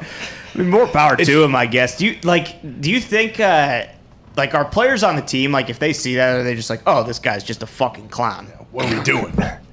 I guess it depends on what he looks like, how he talks to the team in a team meeting room, I think, and how he interacts with them. And Darius Leonard, I can only go off what he said. He loved him and says great things about him. So I don't know. Yeah, players, I'm sure feel one way or the other. I've heard people actually really like him, but yeah, you got to find different weird ways to try to relate to these youngsters, don't you? That's what he's trying to do. Oh yeah, and bringing up Kobayashi definitely is the way. That'll hit the nail on the head. What is Jason Kelsey doing? Do you think Jason Kelsey's like, oh shit? Now that I've seen Kobayashi eat hot dogs, I'm gonna have the best year of my life.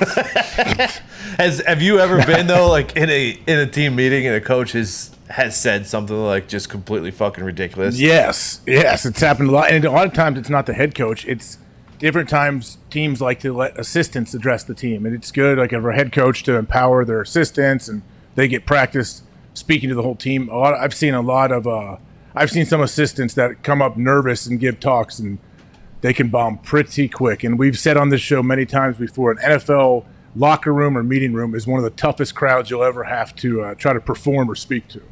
AJ, have you thought about what euphemisms, analogies, metaphors, cliches you're going to use when you speak to Axel and the young kids when you're out there as a coach? When do you start? When is it? When I start using cliches and stuff? No. Is it this week? When does football start for you? When the pads come on. So Monday, Wednesday practice, this Saturday, tomorrow, first full padded practice of the year. Oh! How's it been? So you've had 2 practices? Yeah. Monday night, Wednesday night we had practice. Wednesday we wore shoulder pads with the helmets. That was a big step up for the 8-year-olds.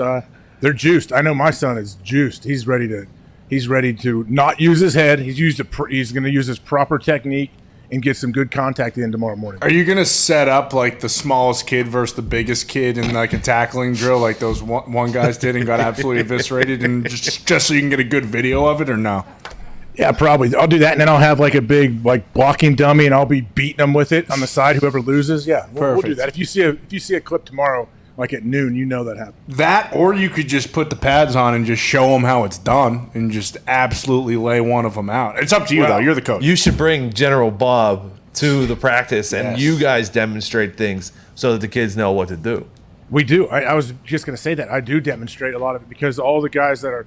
The head coach played at Ohio State with me. The assistant was the quarterback at Ohio State before my time. And then the head coach's dad coached in the league for the last 15 years. So we have some experience there, and we like to demonstrate on each other. We like to get after it. Oh, so if you guys don't win the state championship, then you're just a dog shit coach, right? This is the Little Giants. This is Danny O'Shea fucking coaching the greatest team in the league. Like we say, though, Bill Belichick never threw one of Tom Brady's touchdown passes, so we can only put him in position. It's up to them to make plays. That's true. So you're saying your son has no hope if you guys don't win the state championship is what you're trying to say. Well, luckily there's no state championship for 8-year-olds. I don't know how many games we're going to play, but what color's your visor, AJ? My visor? I do not have a visor. Sorry to tell you. What is your coaching attire? I don't know. For practice, I wear this basically. With that, yeah. No, you wear your Ohio State Letterman. You can say it. Yeah. What are you wearing? Cargo? Yeah, I wear my Ohio State Letterman coat. Are you wearing cargo shorts? No, I should get the old school coaching shorts though, like the old school ones. Make sure you wear the bike shorts underneath them. Yep. Have you picked up Chon yet around the kids? Have I done what? You've been Chon? I have not, but one of our coaches does and gets it dip spit on my shades and other things. All right, let's take a call before we go to break. Danny from Iowa, what do you got? Hey, Tone, AJ, boys. Love the chatter today about replays. Want to know, so I'm a little bit weird. Being a replay analyst is like my dream job. I've studied how the process works, written articles, essays about it, the whole 9 yards. So two quick things. Yeah. Oh, I would love it, AJ. So first, separating the broadcast replay from the under-the-hood replay is like the best time saver that they can have. Having worked in the replay booth before, you can't have an answer fast and also have it look good on the broadcast. The main piece is something that I think is going to hold them back a lot. All of those replay analysts come from the talent pool of on-field officials. So in my view, those are really different skill sets, like the ability to make a call on the field in real time.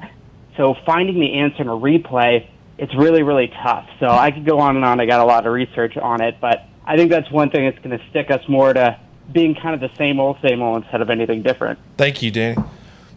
Get this guy in a booth tomorrow. Yeah. Well, I didn't hear what Danny? he said. Hear what he said. Oh, no, I was going to say, this guy's name's Danny, right? Yeah. If anyone is that passionate about replay reviews, I think this guy needs a job. For Bingo. sure. Somebody needs to hire him. Tell Walt Anderson, sorry, his time is up. It's time for Danny to get up there right now. And that is disheartening because it sounds like he's one of the few guys who has really looked into this and has basically come up with the thought that, hey, it's going to be exactly the same. Yeah, he's one of one, for sure. It's not going to be the same. You don't think it's going to be the same? No, I have with the snake eye technology. Okay. And with Walt and with Perry and with everyone over there at the NFL review system in New York. Direct Mike, yeah. Sideline judge, helping everybody out. It's going to be fine. Is Sterator still doing CBS? He is, because he should be the guy who takes over everything. I agree. Or Pereira. Pereira looked great in that three-piece suit last night. Pereira likes to have himself a cocktail or two before the, so maybe. Exactly. Might be better though. Like Dr. Florio. Did you see what Florio said last night, AJ? No. He said that every preseason game you played in is insignificant. You're an insignificant piece of shit. We'll talk about that after the break. Come back. Join us all now. Great tease. Third hour of the Pat Mac Show starts later. I just saw a picture of you getting out of, I think, a 757 that is from Jim Irsay. What was that, and have you ever been in that plane before? I thought it was like the team plane to fly all of the Indianapolis Colts. Literally, I mean, it's got the logo on it, Pat, and it was awesome. But look, that's just Jim. Pat, I had a wonderful 14 years there. It's obviously the team that I wanted to play for always. I understood the decision he had to make, and no hard feelings. And for him to send his plane to fly me and my son down here, it was a great gesture. A lot of room for me and Marshall. We were throwing the football. So, pretty cool experience. Pretty cool father-son weekend. By the way, as he's moving from event to event right now, you are the best, dude. Where are you headed right now? I'm going to the game. I got Lynch. I got Faneca. I got these guys in the background. Boys, congratulations. Yeah. Congratulations, boys. All right, Peyton. Oh, hey, there he is. Marshall, I hope you enjoyed that plane, pal. Hey, Peyton, last thing here. You talking to Tom Brady, you becoming friends with him. It was interesting to watch. Oh, yeah, take the photo. Take the photo.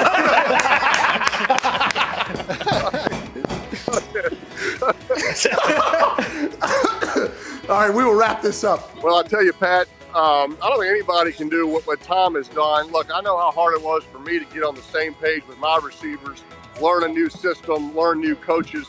But I had a full off season. I was injured. I was rehabbing. The fact that Tom has done this in a COVID pandemic off season, no time to meet with his receivers. He met with his coaches illegally by breaking into Byron Leftwich's house. So besides that, it's been incredible what he's been able to accomplish, and he deserves all the credit. His leadership is what's put the Bucs in this game today, and I have great respect for him because I know how hard it is, but he deserves all the credit. Hey, how did you know Red 18 was coming? Pat, I mean, I can't tell you how much I appreciate you telling that story and just growing the legend. That was about the 18th time I tried it. I was over 17 going into that. And, you know, when it doesn't hit, you just keep walking. Nobody ever really tells you about it. So when it hit, I was as surprised as you were. And the reaction from some of the good old folks there in the casino that night was pretty special. Well, I appreciate you doing that. You made me and those folks in the casino a bunch of money. Congrats on the Hall of Fame nod. Thank you for spending time. Enjoy yourself at the game, Peyton. Pat, thanks, pal. I appreciate you. The Sheriff, Hall of Famer, Peyton Manning. A couple people, one college kid, took a shot at my swag. We noticed. We know. We don't like that I kid. don't think a lot of people understand what swag is. You know, some of this younger generation thinks, you know, swag is just like the clothes I wear or whatever. No. A swag is a mentality. Yeah. Swag is a mindset. I tried to tell this to some of the guys in the locker room this week. I said swagger, which is what swag comes from. Swagger is a mindset. Swagger isn't that you have a Supreme backpack on. Or that you have your shoes, you know, unlaced, walking around with, you know, the you know, you got your new Louis fanny pack that you make sure it's not worn at your waist, it's worn over your shoulder. That's not swag. That's not swagger. That's fashion choices. True swag is owning your inner essence. It's a mindset. Mm-hmm. And my essence on the field is that I feel like I'm a throwback player and I'm a tough guy. What I've played through, how I wear my stuff, you know, I'm kind of a no-nonsense, straightforward. To me, that's what swag is all about. You're damn all right. this like fake swag out there. I got my special towel. I got this. I got that. I got this writing out there. A lot of you guys are just posing. All right.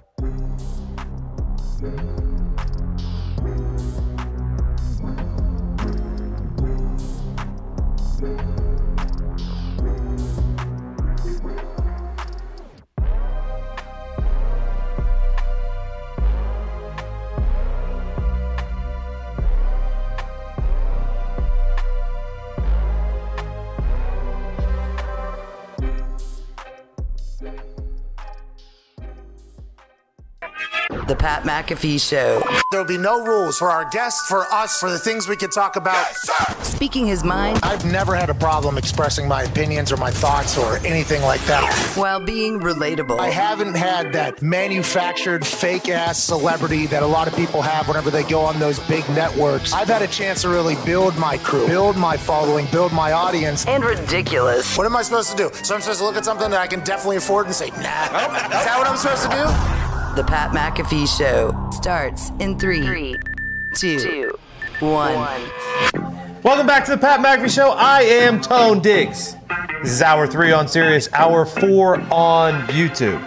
Probably going to be the best hour of my career. Yeah! And maybe Tony. Probably not, though. Also, probably not. Quick recap of things that we've discussed on the show. Last night's Hall of Fame game. Hell of a game. Pooping at the Olympics. Yep. Tom Brady's pissed at the NFLPA. Mm-hmm. Nick Sirianni, incredible master motivator. Go Biashi. Lamar Jackson had COVID. No RIP. He's back. He's ready to go. Boom. Josh Allen's been paid. A lot of money. Big time. Raiders are falling apart as an organization. Not Joe again. Judge has got another guy to retire.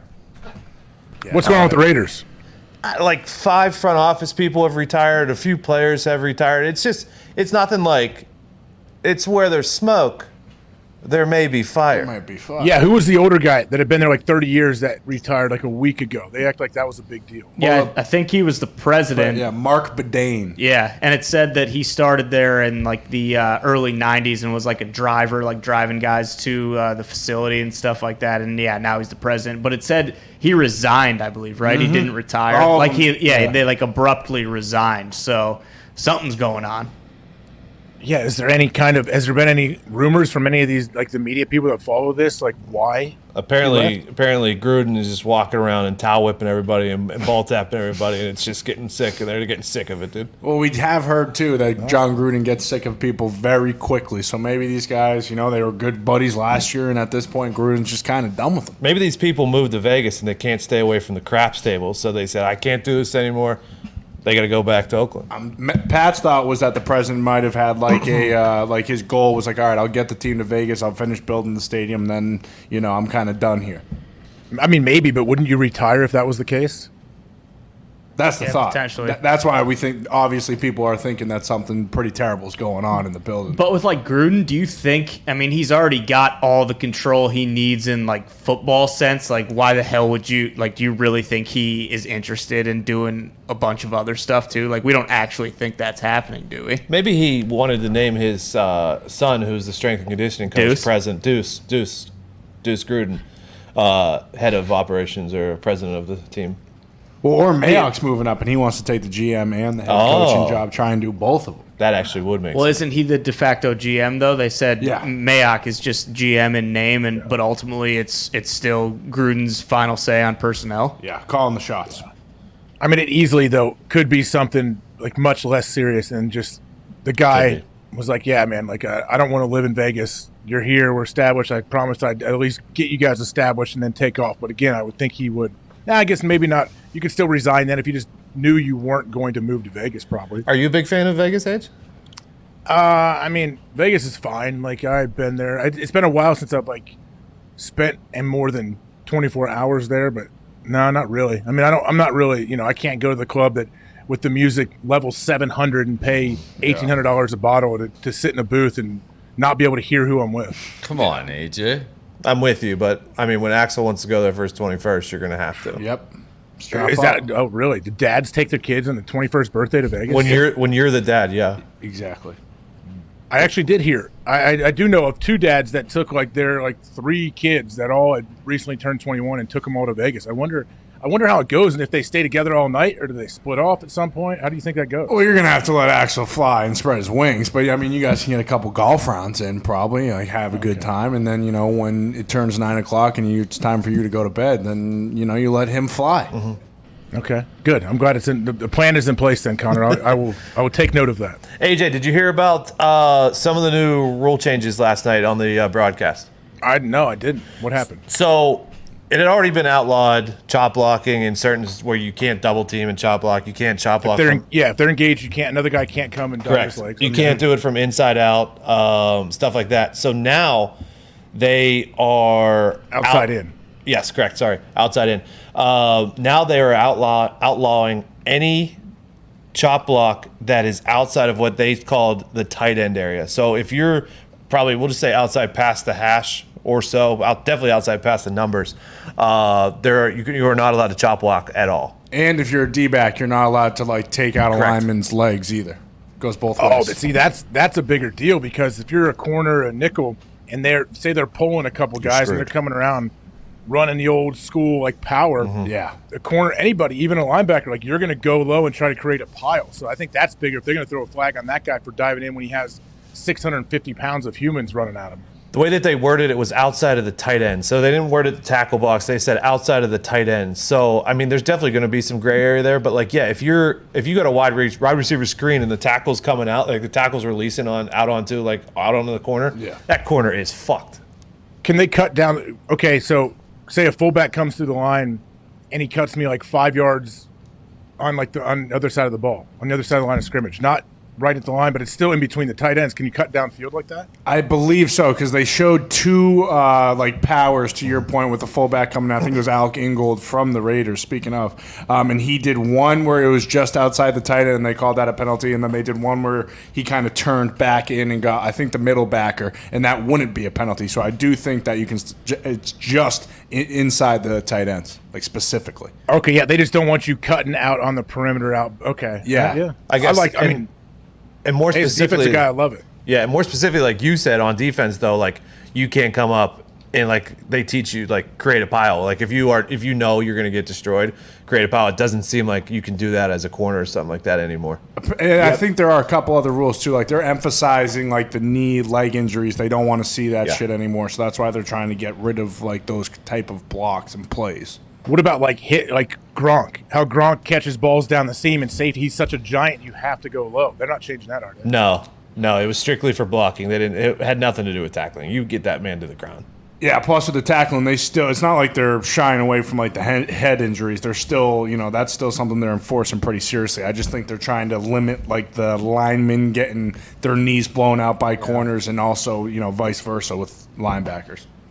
I mean, it's good. It's probably yeah, I think that makes some sense for sure. Like anyone too, like when people cut, if someone's known to like cut people, a defensive guy usually gets offended, or it's like, all right, well, not offended, but also saying like, oh, okay, I got you. Like if you're cutting me, then that that you can't take me up high. And so then defensive guy's like, hey, I won. But then the offensive player said, oh, you're laying on the ground, bud, and my quarterback just threw a touchdown. Yeah, but you still cut me though. Oh, like that's the whole ego thing that happens all the time. Hey, how's it feel like last night Hall of Fame game, like you're a rookie, like Najee Harris or Micah Parsons, and you're normally going with the ones, and then for the Hall of Fame game, all of the guys that you're normally going with because they're vets and because they're established vets are no longer next to you, but you're playing because, you're a rookie and you got to prove it and stuff like that. Like, how's that feel? I mean, luckily it's your first game. You're probably excited about that. You just want to get the ball in your hands. But the tough thing is if you're like Najee, like, the only reps he's probably taking with those guys were probably the walkthrough the day of the game, where they had all of them, because that's the only time the other starters weren't going to take reps probably. So probably in the hotel before is the first time you were really actually doing anything with those guys. So it'd be tough. I know Najee, his first carry got a first down. That was like a clip on the internet that went around. Yeah, I thought he looked pretty good. He looked pretty good. He did lower shoulder too, ran right over Van Der Esch or that. Whatever the hell his name is, right? What were you just about to call him? Vander Bosch, I called him earlier, and I forgot whether or not it was right or not. You thought old school because he's got a neck roll. Exactly. And I thought he had the contacts in last night. He didn't. No, he didn't. But Najee did look good. A few rookies did. I was very surprised he played as much as he did too. Were you? I mean, I did not like it. Especially without the O-line. Yeah. That's why it didn't make sense to me. Why did he play that much? I don't. So Tomlin said he was going to play every single preseason game because he wants him to get used to the process of just getting ready for the game and like the itinerary and stuff like that. But that doesn't mean you have to stay in and get 7 carries. I mean, I would have been happy with just the first series, a couple carries, and then get him out. Call it, yeah. Well, they'll do with vets at times because they don't want to tell. Sometimes they don't want to tell a vet like, hey, you're not going to play. So you're like, hey, yeah, man, you're going to get at least a series or two, and they get ready. They go through warm-ups, everything. They're about to run out with the team, and coach says, hey, man, go take a shower and come back out with your sweats on. And then they're so pumped. But they do that because they want them to get ready, like get into the rhythm of getting ready for a game. Cody from Seattle, what do you got? Hello. How are you guys doing? Good. How you doing, man? Yeah. Since you wanted to take shots at Green Bay for cheating, how about you guys cheating the Seahawks? Oh! Sick burn. That's right. He got your ass. What the Steelers do to the Seahawks? They beat them in the Super Bowl. Yeah, come on. Fucking the wheels on the bus went round and round. Oh, yeah. You guys definitely cheated then, right? That was that Seahawks team was lucky to be there. That was when Jeremy Stevens challenged Joey Porter to a fight in an alley. Who was the receiver? Daryl Jackson? Was that his name? It was one of the most heinous push-offs I've ever seen in the end zone. It's disgusting. Hasselbeck was trying to cheat for the Seahawks, if anything. It was not a great Super Bowl. I think it was 21-10. Randall L had a wide receiver around that he threw a touchdown pass to Hines. Willie Parker had like a 79-yard touchdown, and that was pretty Detroit, much right? Yeah, that was in Detroit. Yeah. Yeah, that was the bus. Yeah, the bus went home and got a Super Bowl ring, and that was the championship game is when he fumbled and Ben made the tackle. Yeah, he tried ruining. That was actually, they beat the Colts, and then they had to go to Denver, and then it was the Super Bowl. So that was the division round. He tried it. Yeah, he tried ruining everything. You like how I just remembered all of that real time and ran it back to you, made sure I described exactly as my brain remembered the games. It was pretty good. That's pretty good. Pretty good. I usually don't, like, I don't, even games I played in, I don't have that kind of memory where I can just, where I even think about it. Like when it's over, it's done. I've said that before, but yeah, that I do remember Ben reaching back and making that. I mean, it's a game-saving tackle, right? Yeah. Yeah, it was awesome. Who was running? Who had the ball? Because Ben should not have gotten him down. So hadn't that something happened with that guy stabbed. before the game? Nick Harper. Yeah. Either his girlfriend or his ex-girlfriend stabbed him in the leg the night before. Are you serious? When did that come out? Like how Pat's talked about it on the show. Did the Steelers give that girl a ring or no? Yes, we did. Okay, I figured. Yeah, Harper did not. Of course not. I'm not sure. I don't know the whole story, to be honest with you. Accidentally stabbed him while waving a fillet knife at him during an argument. Okay, I can see how that happens. AJ, you don't have like a favorite game where it was like raining or something and you had like 8 sacks or something? You don't have that? I do remember my second year. We had like a playoff game against Seattle, and we beat them. And it was like one of those magical Lambeau games. It was like 30 degrees, and then all of a sudden it started snowing, these gigantic snowflakes. There's awesome pictures from that day. But yeah, my family that was all there, they still talk about that game. Ryan Grant fumbled a few times early and then redeemed himself and ran all over the place. He's a ball player. Yeah, he was awesome. Hey, do you remember your first preseason game? Yeah. We played the San Diego Chargers. I still remember like first series. And I didn't know what was going on. I was, thrown in there at the starters. First series, Antonio Gates walked out in the slot. And I'm like, oh, yeah, man. I was walked out, going to get a little reroute and roll back in with this thing.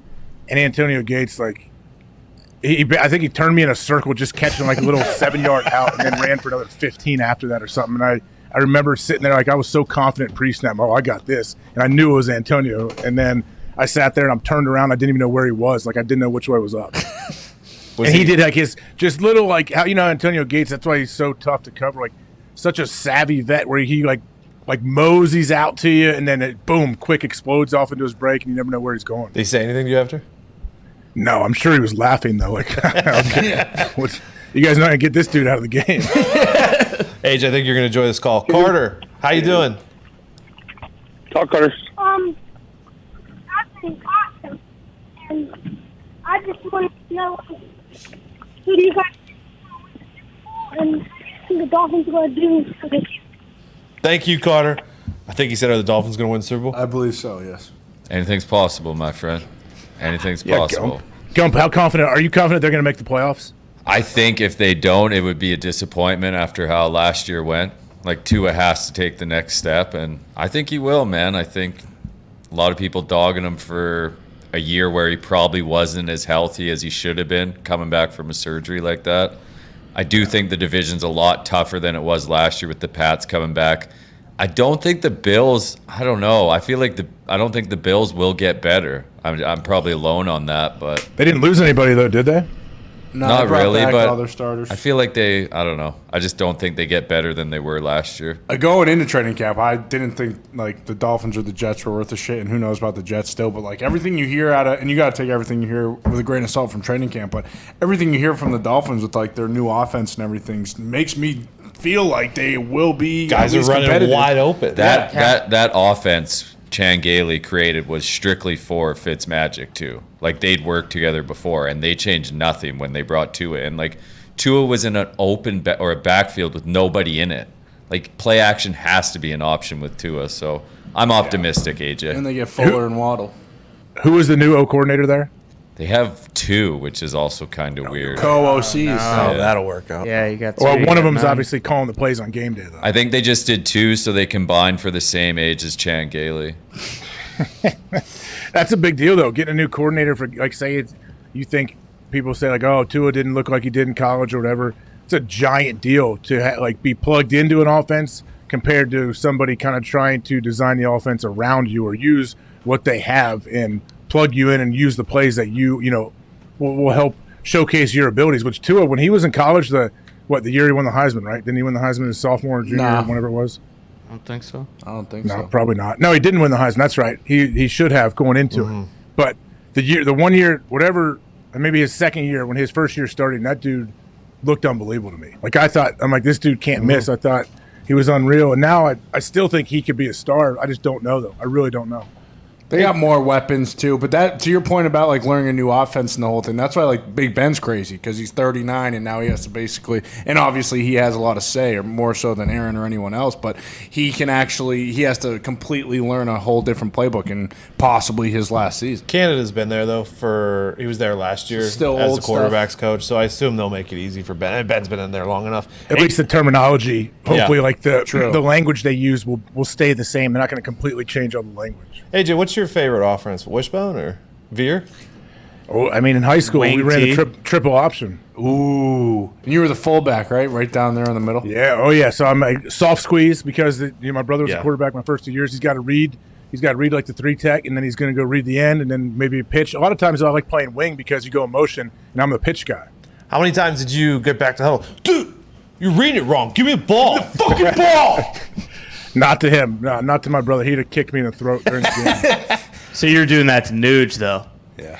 Yeah, Nuge was starting quarterback the next year. Nuge is a stud. No, I'm all positive with Nuge. Nuge is the man. Hey, what seems like a new daily occurrence? Have you seen the latest Jameis, just the latest Jameis thing? No. How do I keep missing on it? What was I doing last night? Fox, did you have that? Here we go. They're running a drill, the running backs. Oh, I saw this one. Yeah. Here he is. Oh. Just in case, you got to lower the shoulder. No. Get into the end zone. Hey, that was good balance. Way to recover, It was good man. balance. Wait, were any other quarterbacks in that drill with him? I think just him. I didn't see any other red jerseys in there. Not even Taysom, who might actually take a handoff. I don't know why he was doing that. I mean, because he's fun. Jameis having a good time. I mean, honestly, he looked like he was going down for sure. So I know the first time I saw it, I expected to see him laying on the ground. But the fact that he recovered, you got to feel pretty good about his balance. I'm going to be so angry if he doesn't start. Why? I don't know. I like Jameis. At least he's going to make it entertaining. And he's got LASIK now, but if Michael Thomas isn't playing, they have no one to throw to. They have to run the ball 50 times a game. That's what I'm saying. I don't want to watch, well, it'd be great for the unders. I don't really fucking feel like watching Taysom 3 yards in a cloud of dust. Yeah.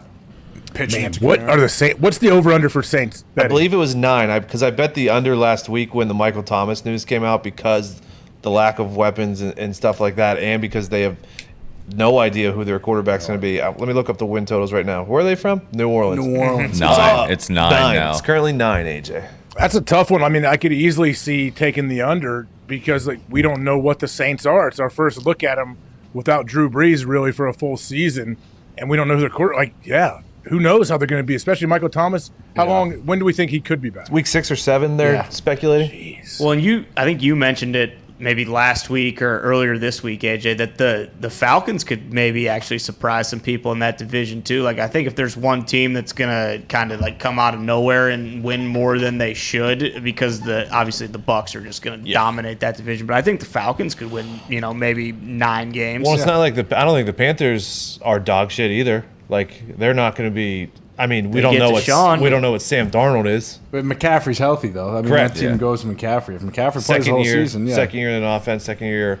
But you know what you have in Matt Ryan though. Like Darnold, they're not sure what he's going to be yet. Matt Ryan quietly had a good year last year, statistically. So I think their defense has to be improved from what they were. We'll see. We'll see if the old new head coach can breathe some life into that. Yeah, I like Artie Smith too. Theirs is their over under is 7.5. I'll take the over, man. So would I. Yeah, for sure. Is there any worry that there's no Julio and now Ridley's the one, or because they added Pitts, it's they still have 2 studs? Yeah, I think having Pitts change like that. Without Pitts, I've been worried a little bit. Yeah. I think Ridley's awesome, though. I do. Oh, yeah. But with Pitts, you have a guy that's okay, the defense absolutely is going to be aware of wherever this dude is. The first day at camp, he's going up snatching sweet catches that are already, all over the internet. So I think if he can stay healthy, man, I think Matt Ryan could have a year. AJ, speaking of, I was just looking at their wide receiver depth chart, and they probably could use another one. James Washington, Schefter's reporting that he's requesting a trade from the Steelers. I mean, he's number 4. He's definitely number 4 at the highest as far as the depth chart for the Steelers, and he's still a really good wide receiver. But he's behind Deontay Johnson, Juju, Chase Claypool, and maybe even Ray McLeod. Have you been on a team where a certain position is they just have so much talent that one guy feels like he deserves a better chance, and what's that like? I mean, there's always guys that feel like they should get more playing time, should get more opportunities, more balls thrown their way. Yeah, I mean, I think that every team has that, where guys, though, a lot of times are silently going through it. They're not real public about it. They don't – I mean, you can request a trade publicly and do all of that. But sometimes that's the case. Sometimes like a guy like Washington, it might make sense. If he's like, hey, man, like I get it. I understand. Like I'm not going to surpass these guys, so let me go try to be a 2 or a 3 somewhere else. Maybe you trade him and Mason Rudolph, since they're college teammates and now pro teammates, to the Colts. Ooh. For T.Y. Hilton. For T.Y. Hilton. Okay. That's a good idea. Or straight up. Or Quentin Nelson. Mason's contract up at the end of the year? Like how does another team? He's on a rookie deal, right? Yeah, they gave him a 1-year minimum extension. He's making $1 million either this year or next year, so it's not like it's nothing. I mean, I think for him, don't you think he probably wants a change of pace? Like he needs to switch it up. I think he realizes that people don't have any faith in him in Pittsburgh, and you never know. Who knows? The dude might go somewhere else and look great. Yeah, because in that city, it's not just me. I think at this point, last year the Yinzers gave him a chance a little bit, but now that tell you what, they're falling in love with Dwayne Haskins just because reports that he's been doing well in camp. So I think the well has run dry on Mason, probably in Pittsburgh.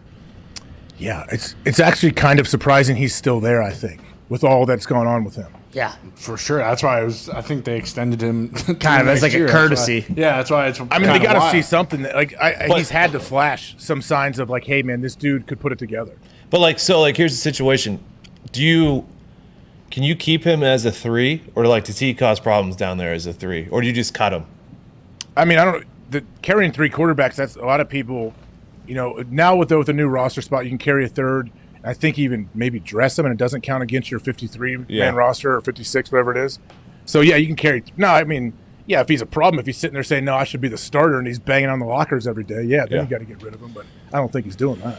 All right, let's get to a break, and then after the break, we will knock out a bunch of calls to end this Feel Good Friday on the Pat McAfee Show, Mad Dog Radio, Sirius XM, Channel 82. Hell yeah. Mad Dog's going to have a great show today. Oh, yeah. He's going to crush. Love Mad Dog. Good baseball talk today. Great baseball talk today. Things are heating up. We'll be back after the break, taking some phone calls, talking a little bit more. You're listening to the Pat McAfee Show. Come on back.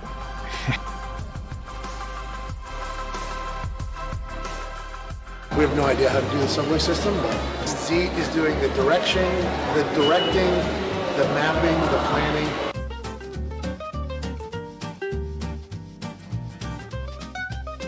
Well, my tell is in 10 minutes. That train should be ready.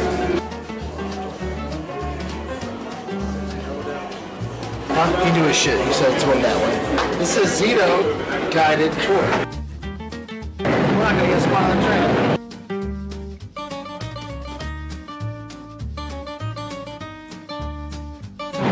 We should get on an Uber.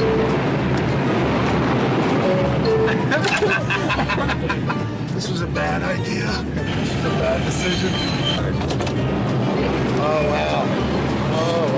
I mean, it's going to be interesting. Are we on the right way to Yankee Stadium right now? To the Bronx. I don't like that hesitancy. Stand clear of the closing doors, please. New York it's a bit much. There's shit everywhere. It smells like shit. There's a lot of people. But it's a hub of industry out here, you know?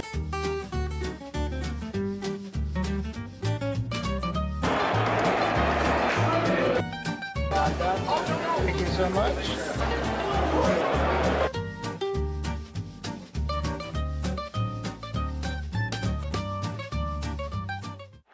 Hey, let's go now, Yanks. Hey, what are we saying now, Kanaki?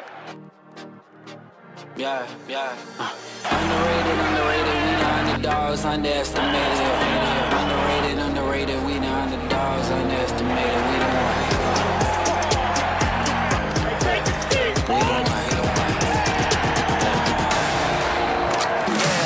the darkness I rose up. Gold in my soul, it's a gold rush. Yeah. On the and freedom, I toast up. Kicking game on the snare drum. Hard on the beat, let it bleed out like sacrifices. Cut it open, emotions.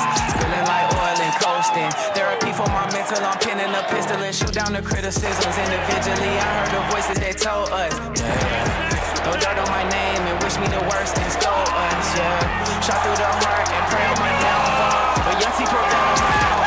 Stay on top of this. Hey, I said it was salami time. On my chest like Olympic gold. Rapids move on the field like a jazz song. Witness greatness, look up and LeBron home. Remember next time for you doubt us. That only made me go. Travis called heads. No! Sorry. You're not sorry. I'm sorry that it worked out this way, but I told you. You're not I had sorry. To trust my instincts. You asked me what I thought. I thought it was going to be heads. I didn't What about wanna have Travis to pick it. I Kelce didn't know going you out put there? 30K on it. Yeah, I mean, was that the cleanest toss of all time? No, it was terrible. But that thing took one bang straight in. What a horse shit toss. They watered the field. Old Notre Dame versus USC. They raised the grass. You son of a bitch. We all know that wasn't a fair coin toss. No, it was They should not. redo it. It was a lot worse than 50-50 after fucking watching that thing. A lot of people say that's why you don't bet 30,000 on a coin toss. You know? Seems like a reasonable thing to bet 30K on. Because you got no control. You got no control, guys. So I guess not even like a thought could go into it. Well, Christmas is canceled. Yeah, we're giving away a lot, but nowhere near as much as we once had thought. No. Remember that double 70K? Take it back. Yeah, for sure. FanDuel just made so much money right there. Use.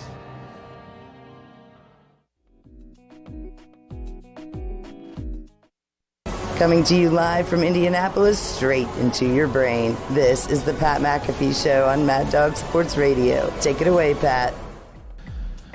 That's a weird bumper. I am Tone Diggs. Welcome back to the Pat McAfee Show, joined by all the boys and Mr. Hawk. Yeah. Change of plans. We were going to do a bunch of calls, but AJ, Ty said you texted and we have a guest at 2:45. I thought I did. I thought I had Obama secured, but his Martha's Vineyard birthday thing got switched. So sorry, Ty. I'm going to text you about it. He's not going to be on. I thought you were going to that. You didn't say that's who it was. Well, that he must have, he buried the lead a little bit. I was expecting someone else. If we could have got Obama, that would have been awesome. Hey, good try though, AJ. Appreciate it. Happy birthday. Happy birthday. AJ, what's your best bet for the UFC on Saturday night? Yes, big now, fights. Here we go. Welcome to Hammer Down. You love MMA, AJ. We know you got to pick. We know you got to pick. Let's go, AJ. Derek, you're saying Derek Lewis and what, Cyril Gain? Yeah. There you go. Derek Lewis is plus 280 right now. Give me that. What? You got to take it. I mean, the dude, like, if you've seen what he could do, yeah, he's been, what was it, last fight or 2 fights ago? He was getting beat for 4.5 rounds, and then he knocked the dude out with like 30 seconds to go. So there's always that. I have a hard time betting against him, but yeah, I couldn't bet against Derek Lewis, but also that's a lot of my emotion getting involved, which isn't good when it comes to gambling. What about Joe Aldo? All those fighting. Jose, who's he fighting? Pedro Munoz. Pedro Munoz. Okay, Come on, all right. you know. It's a good fight. I don't know who's going to win. Derek Lewis did knock out Ngannou. I mean, it's hard not to bet Derek Lewis knockout to win. True. Last question on the UFC. Wait, did he knock him out or win by? I think it was decision. I thought he knocked him out. That's not what Dana said. That's not what Dana White what said. Dana It was a said. weird. You know more than Dana White? Is that right? Look it up. That's it was a fucking weird right. fight when he fought Ngannou. Neither of them really engaged. We'll look it up. But last fight question that I have: Casey Kenny or Song Yadong? Second one. Okay. Song Yadong. Song Yadong. Okay. Yeah. Did you watch Olympic wrestling? I mean, I saw old Gable, of course. That was unbelievable. And who else? We have other guys get medals too, is right? I know the one. I saw the female wrestler that won gold for us. Yeah. She She's won. dominant. We also Yeah. won gold in beach volleyball. When's the huge. baseball gold medal game? Tomorrow morning, 6 a.m., I believe. Wait, who was on the U.S. team? Todd Father. Scoot McGuff. Scoots. So what are these college players? No, No, they're they're- You remember Todd Frazier, AJ? You can't Yeah, have of course. Todd Frazier's on the Olympic team. Yeah, Todd Father, dude. can't have How have I MLB not seen- players. So either like I didn't even know there was recently baseball retired. happening in the Olympics. Yeah, we can't find it anywhere. Well, the Japanese are also throwing a They're cheating. Rosenball. chalk ball. It's They're bullshit. Josh Rosenball. Wait, so you who could play, like retired major leaguers and what? Minor leaguers, too. Or if like the one guy that is actually from Pat and I's in Nick's high school, who's their closer, is currently playing over in Japan, so he's playing for the U.S. Well, I guess, yeah. So we never have an Olympic team with major leaguers because it's during it's during their season. Okay. Correct. But we still got a chance to win gold, baby. Yeah, we're back. Hey, I was thinking about this earlier. USA plus 166 to win. Give me that. With the speedwalker shit his pants. What do you think the worst Olympic sport to shit your pants in is? Pool. Is it in the pool? Swimming. Yeah, 1,000%. Yeah, because then they got like some diarrhea in the pool because then they have to drain the whole That pool. would be awesome. Switch pools. Treat it with chemicals and whatnot. That's always the thing you take when you guys have kids someday. The kiddie pool, if you they'll say like, don't get in with a swim diaper because if a kid takes a dump in there, they got to drain the whole pool, and that's a bad deal. You still do adult swim? What do you mean? Where they blow the whistle, all kids get the fuck out of the pool so the adults can be themselves. Yeah. Well, that's when the adults get in. You get to get your laps in during that 10-minute adult swim. AJ, you have adult swim at your own pool in your backyard. I was gonna Just say, let yeah. your kids swim while you swim. I would have rules like that if I did have a pool, but I do not have a pool. You don't have a pool? Yeah, right. Come on, you don't have to lie. Okay, just We because have- believe me, we you have- own a we have- lake doesn't mean We you have don't great have a space pool. for it, but I'm just not going to get a pool that I can only use 3 months of the year, and we drive up the road about a half mile to the pool that my kids like to swim at. Just fucking put an extension onto your house and make it indoor, dude. Stop being a cheapskate. Why don't you Yeah, just that do would it? be Your sweet. kids would love it. I would love it. Plus, if you do put it outdoor, you can also just put a hockey rink on top of it in True. the winter. Yeah. Then you're True. getting use out of it all year. Oh, yeah, my kids are all great skaters. They could be. I mean, we've skated. Yeah, we've gone and skated. Actually, at the Pittsburgh Penguins practice facility, they have open skate there. We went and did it. Whoa. How'd you go with Sid?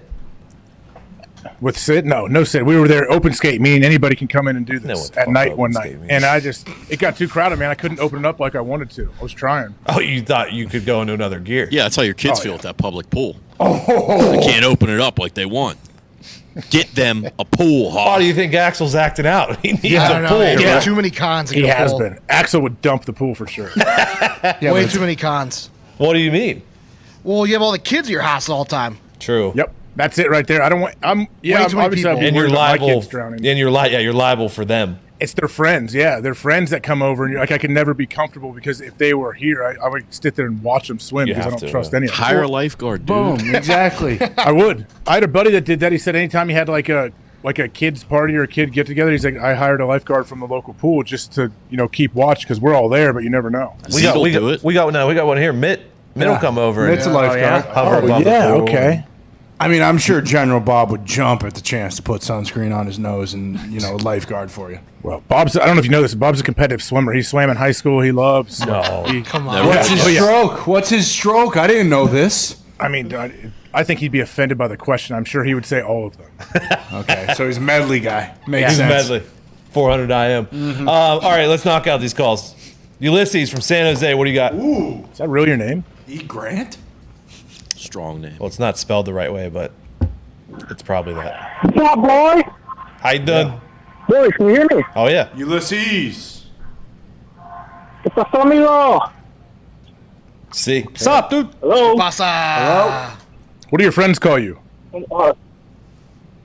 Ulysses? Ulysses. Nah, usually they call me Yuli. Don't be an asshole. Yuli. That's an awesome name. Yuli. What do you got? Well, you know what was the main reason Messi's not playing with Barcelona anymore? Why is that? Why is that? No, I tell don't know us. either. Oh, Come you on, suck. Yuli. Come on, pal. Fuck was that? But Come on, Todd. You walked right into that one. The You hell gotta be just better than happened? that. he was just dogging around. I think this happened last week as well. We had one of those. Yeah. Played you like Yuli a just fiddle. dunked on you. Yeah. It's like the old D's nuts joke. Yeah. I've been dunked on twice now. This hour, I call it. Son of a bitch. I told you this is going to be the finest hour of my career.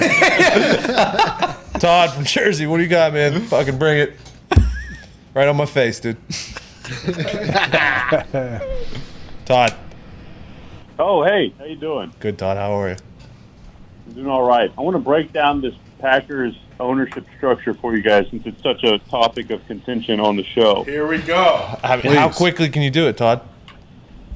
Well, you just cut me off whenever you see fit. Okay. So, Hell yeah. basically, Thank you. the ownership shares means nothing, AJ, right? draw a It's pyramid. basically the Packers taking your money, and you get a vote if you choose to vote. Ty, you should vote because you get a vote. Vote, Ty. Now, Get out and vote. I do vote. Vote or die. Register to vote. Basically, what interesting things comes from this structure is that the Packers can decide to redeem all the shares and basically take Ty's ownership or any ownership away from everybody and make the team private again. Right? So the board can vote to make the team get owned by a billionaire or something if you don't like the way the board Does it have to be unanimous? I don't know. I don't know on that. That's probably in the bylaw somewhere. I don't have access to that. But it can go private again. They do have that right for all the shares they've sold. So whenever you have a board, it's always deferring to football. You basically have, 10 minds trying to make a decision, which is never good, right? You'd rather have one billionaire genius mind, making a decision on where the franchise should go. So the owners right now could vote to make that a possibility because they're never going to make money on their shares because the shares can never have value. Yeah. So in that Packer ownership, there's lots of flexibility in the future for that. Now, furthermore, this giant fund that they have with all this money, this again is basically like a billionaire's pocketbook, right? If the fund makes money, it's like a billionaire making money. They're making money in investments. It's just like a billionaire making a ton of money in what he's doing. Yeah. So, with this, it's just you have people making decisions on a lot of money. They're never going to be as risky as one billionaire that's saying, okay, go get the player, right? So this ownership structure is just kind of a mess, and really, I think they should take it private again. Thank you, Todd. Thank you, Good Todd. job, Todd. It's not happening. That is good to know, though, That that was they an do have the incredible possibility to Yeah, I didn't know that was possible. become private. Do Yeah. we know? Trying to be a nice guy. I had no idea. took notes. So, Ty, you get a vote? You get an email with Ty to make a vote? Yeah, but it's probably associated with the email I had, in high school when I got this. So I haven't seen that email to vote in years now. But What do they have you voting on? I'll read into it. I'll look into it. It doesn't even matter, right? Because if it's the board vote that decides if it's private or public, which essentially takes away power from them, then there's no chance they're ever going to make it happen. Yes.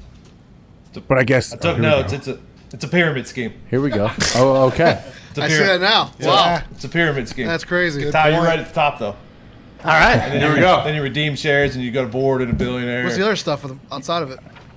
What's the bottom left? You're a goddamn owner of the Packers all of a sudden. Bottom left? Well, Sold. what's happening?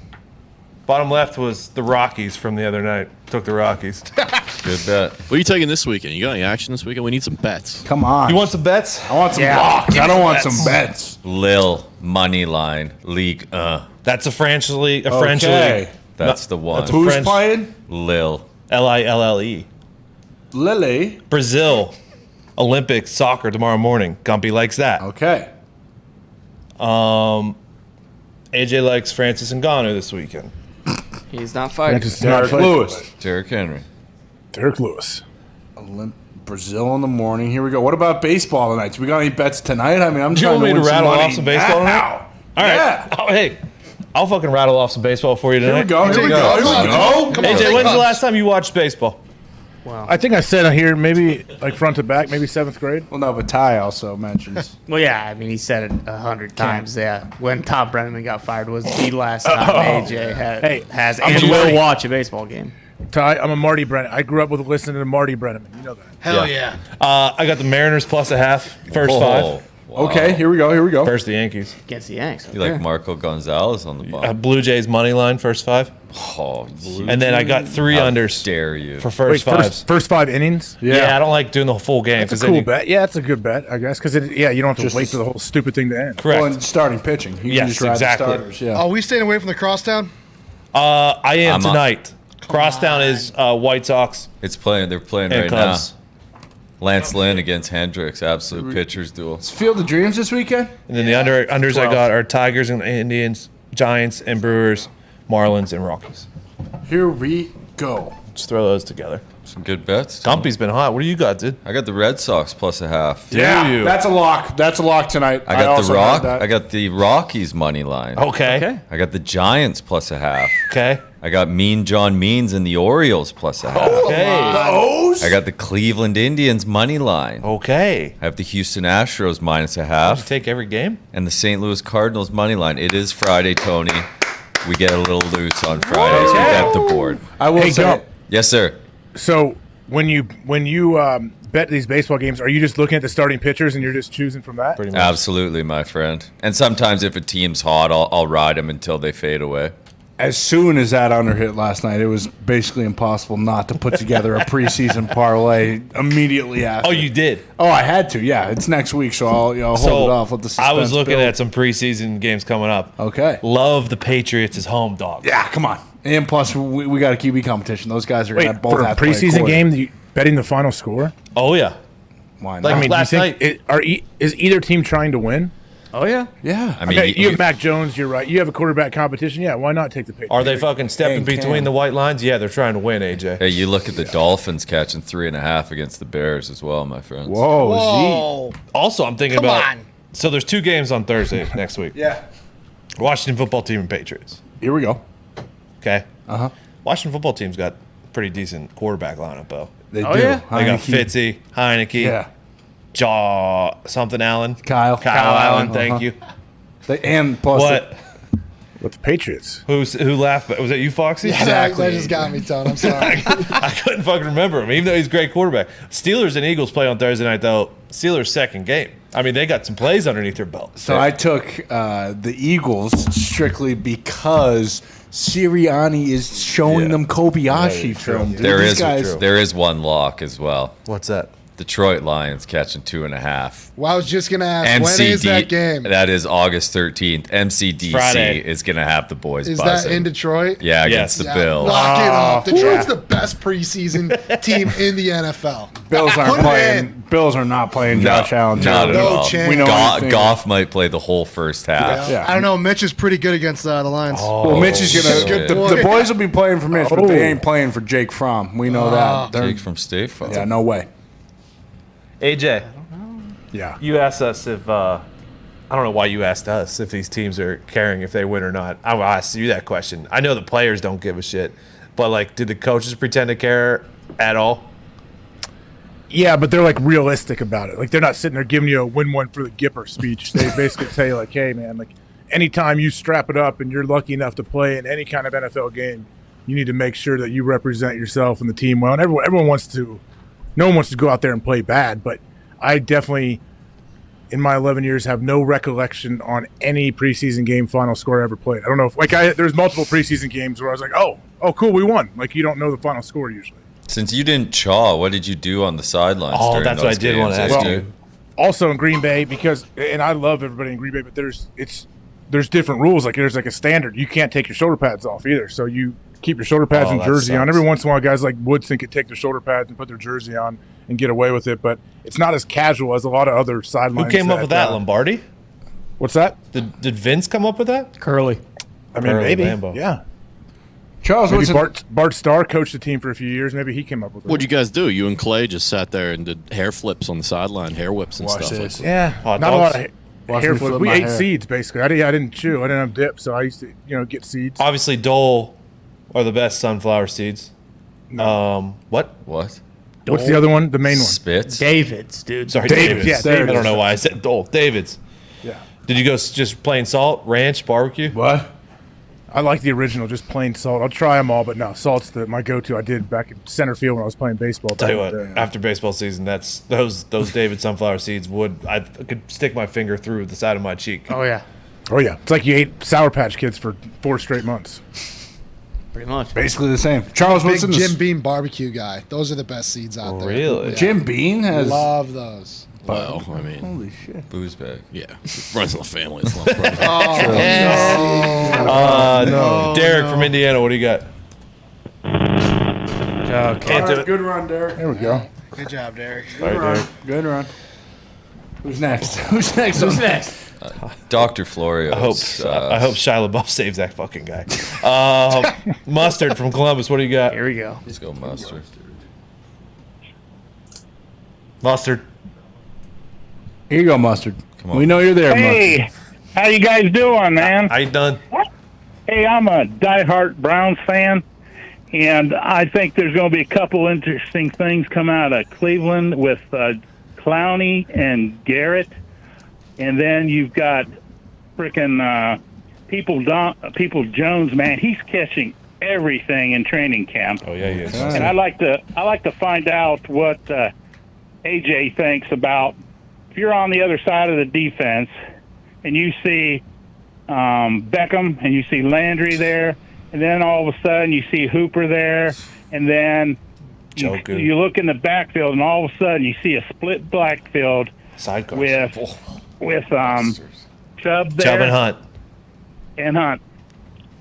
AJ, what do you think? What do you do, AJ? What if there's shotgun sidecars, okay? Yeah. You look around and you say, like, wow, we're going to get beat by the Cleveland Browns today. That's what you say. Wow. Really? I hope you don't have that mentality. Are you kidding me? Oh, yeah, I would always just, if I saw stars on the other side, I'd be like, oh, guys, why are we playing? Let's just quit. Like, these guys are too good for us. I'm pretty sure he also lists off 7 skill players, so they'll have like 13 players on the field in that situation. Also dangerous. Yeah, also very dangerous. He's got a point, though, man. They have a ton of weapons over there. They really do. Hey, is Clowney worth the shit anymore? I think so. I know people. I don't know if you've heard this, though, Diggs. I guess he's having a great camp. Yeah. Have you heard this? I have. I saw everything out of camp. I saw a video that he was having a great camp, yeah. I think the dude, and I give him credit. Like, the dude had microfracture surgery, I think, right when he came in the league, which is really tough to come back from. So he's always has to manage that. I love the dude because I think he does it both. Yeah, he doesn't get the sack numbers people think he should, but the dude is unselfish. He sets the edge in the run game. He's very powerful when they try to run at him. Think about it. If you have both those guys, Myles Garrett and him, and they both commit to being like, hey, we're not just going to rush the passer. We're going to be stout edges of this defense. We're not letting anybody outside of us. Yeah, like they're going to be like, what do you do? Like, good luck. Yeah, like he's always been. They've said his entire career, like he's incredible at stopping the run. And those guys, when you're drafted that high though, and you don't get the sack numbers, you're always going to get criticism. But yeah, like that's how Bud Dupree was for the Steelers for a long time. Is he was just you could not run to his side. And then like this last couple so weeks, powerful, man. He seemed he couldn't move the dude. But then, go ahead. I don't know what happened last year, but against Seattle, or when he was with Seattle, rather, he only had like 3 sacks, but he did, like, any time they would run it to his side, he was either blowing up the player or he was making the play. It was very impressive. And to your point, him and Garrett together, it's going to be hard. If he doesn't have success with Garrett on the other side, then I think it's time to turn the page almost on Clowney. Speaking of the Browns, Dylon, what do you got? What's up, guys? How you doing? Nothing much. I'll get into it real quick for you. I want to talk about the Week 1 NFL matchups. I know there's some preseason games, but we've already talked about upsets coming, Jerry Jones with the whole David and Goliath. But the Browns and the Chiefs, obviously the Browns fell to the Chiefs in the divisional round last year. I want to know your guys' thoughts on a potential upset there with the Browns. I think that would set up for a good start for their season. Hey, thank you, Dylon. Browns, Chiefs, Browns at Chiefs. Chiefs are 6-point favorites. 6? Jeez. Everyone reacted as if they would like to take the 6 points on that and take the Brownies. Start off betting the Chiefs after they didn't cover once in the last 10 weeks. See, I'm the opposite. I can't start the season betting against the Chiefs. Sounds like we're taking the Browns, boys. Here we go. I'll take that. Put that in right now. That game's got teaser written all over it. Get me the Chiefs down to a pick 'em. Oh, see, I would go the other way. Give me Browns plus the 12. Bingo. Really? Yeah, plus 12 maybe. What are you thinking, H? How do you Week 1? You never know. Yeah, you never know. That's why you should just take the dogs. And I'm definitely going to parlay like the Bengals and the Jags. Ideally, if I wasn't a degenerate, I would wait till like Week 6 to start gambling because then you have an idea. But that's just not possible. Jags actually favorites Week 1 against the Texans. Oh, okay, fair. Wow. It is impossible not to put in 1,000 bets Week 1 though. Yeah. Like I remember last year, you deposit a couple bucks and then you're just waiting, and then 2 minutes later that's already gone. Yeah, and then you got to make a whole nother round of bets. We're close. Well, I think Kansas. I have a hard time ever picking against Kansas City. But with the 6 points, that's an interesting bet right there because, what are Clowney and Myles Garrett going to do? Are they going to be able to force a few turnovers? I think the Chiefs are going to be good. I think they're going to play well that game. I think they'll probably win, but with the plus 6, I'm not sure. What's the Packers-Saints line? So it was Saints minus 2.5. It's now Packers minus 2.5, and I think that is. I don't know. Take it. It seems very short. Like I would. Yeah, where's the game? They beat them by more. It's in New Orleans. They beat them by more than that in New Orleans last year. And they don't know who they're getting. I think it's gonna take the Saints if they are gonna be good. I don't think it's gonna be right out of the gate. It's gonna take them a little bit. Yeah. I think it could definitely. What's their defense going to be like, though? Can their defense play well enough early until they catch along? They've been really good, but they lost a bunch off of defense because they couldn't afford to pay everyone. The Hendrickson went to Cincy. He was the leading sackman for them last year. Lattimore still there? Yeah, he's still there. Jenkins is gone on the other side. Their main guys are still there. Like what's his name up front? Cam Jordan. Cam Jordan's still there. Like they're Malcolm Brown's still there. They just brought back Quan Alexander, who they cut, but he tore his Achilles, so who knows? They lost on the other side. Was Rabbit there? I think so, but I think he's gone. Yeah, that's what I'm saying. Yeah, they've lost. I think they've lost like legitimately 11 starters. Like it's not good. And then on top of Michael Thomas, so it's. I mean, Jair Alexander covering Michael Thomas to begin with is pretty good, and if he's covering the two, that guy's got no damn shot. Jeez, good luck, Sean Payton, man. It's going to be it. I mean, we're going to get to see his genius up close and personal. It's not going to be easy. To that point, Coach of the Year, Sean Payton, I think if they do well, they'll probably end up giving it to him just because everything's stacked against him. The favorite for Coach of the Year is actually, because I was looking at it the other day, is Brandon Staley. Okay. Wow, okay. Because everyone thinks the Chargers are going to be really good. Yeah, so Chargers are 1 point favorite week 1 in Washington, which is... People are very, very high on the Chargers. Yeah. Which I don't know, man. Now that you have all these expectations, it's different. Once, like, when you surprise people and you play well when people aren't expecting you to, that's different than when people have placed these expectations on you and you're like, okay, yeah. When you're in like that short transition from being a team that's usually like middle of the road or below that to like, hey, we're expected to make the playoffs. It's a different thing, I think, heading into games. Especially when who knows what happens. Like anybody gets hurt for any team, really. If 2 or 3 guys get hurt and they're like your, premier pinnacle players, it's like your whole season's fucked. Exactly, 100%. Yeah, look at the Dallas Cowboys last year. Yeah, my pick. That's why I don't take over on team totals. You tough. lose one player and you're fucked for the rest of the year. And I'm not saying it'll happen again, but with the injury history of Derwin James on defense and Keenan Allen on offense, it's just let's just hope everyone stays healthy. Yeah, Bosa no one was ever banged gets up injured. a bunch last year too. Exactly. All right, we got about a minute left until the hard out on Sirius. I can't thank Pat enough for letting me steer the ship. Hey, good job. Good Thank you, boys. Coming up after the show, we have another Foxy flick. How is it, Foxy? It's very good. It's chaotic. It's all over the place. There's a promo Pat Cuts in Minnesota that I don't think a lot of people have seen, so check it out. I believe the link is probably in the YouTube chats right now, so make sure you click that. Go check out that. It's fucking awesome every week. Great job, Foxy. Hey, have a great weekend. Oh yeah. Here we go. Let loose a little bit, but not too loose. Not too loose. Be safe. Be like AJ Hawk. AJ, have an incredible padded practice tomorrow. Oh, thank you, buddy. 9 a.m. We're going to get it. Do you have anything to say? No, nothing. Thanks for the invite this week. This has been the Pat McAfee Show, Mad Dog Radio. He's up next. See you next week.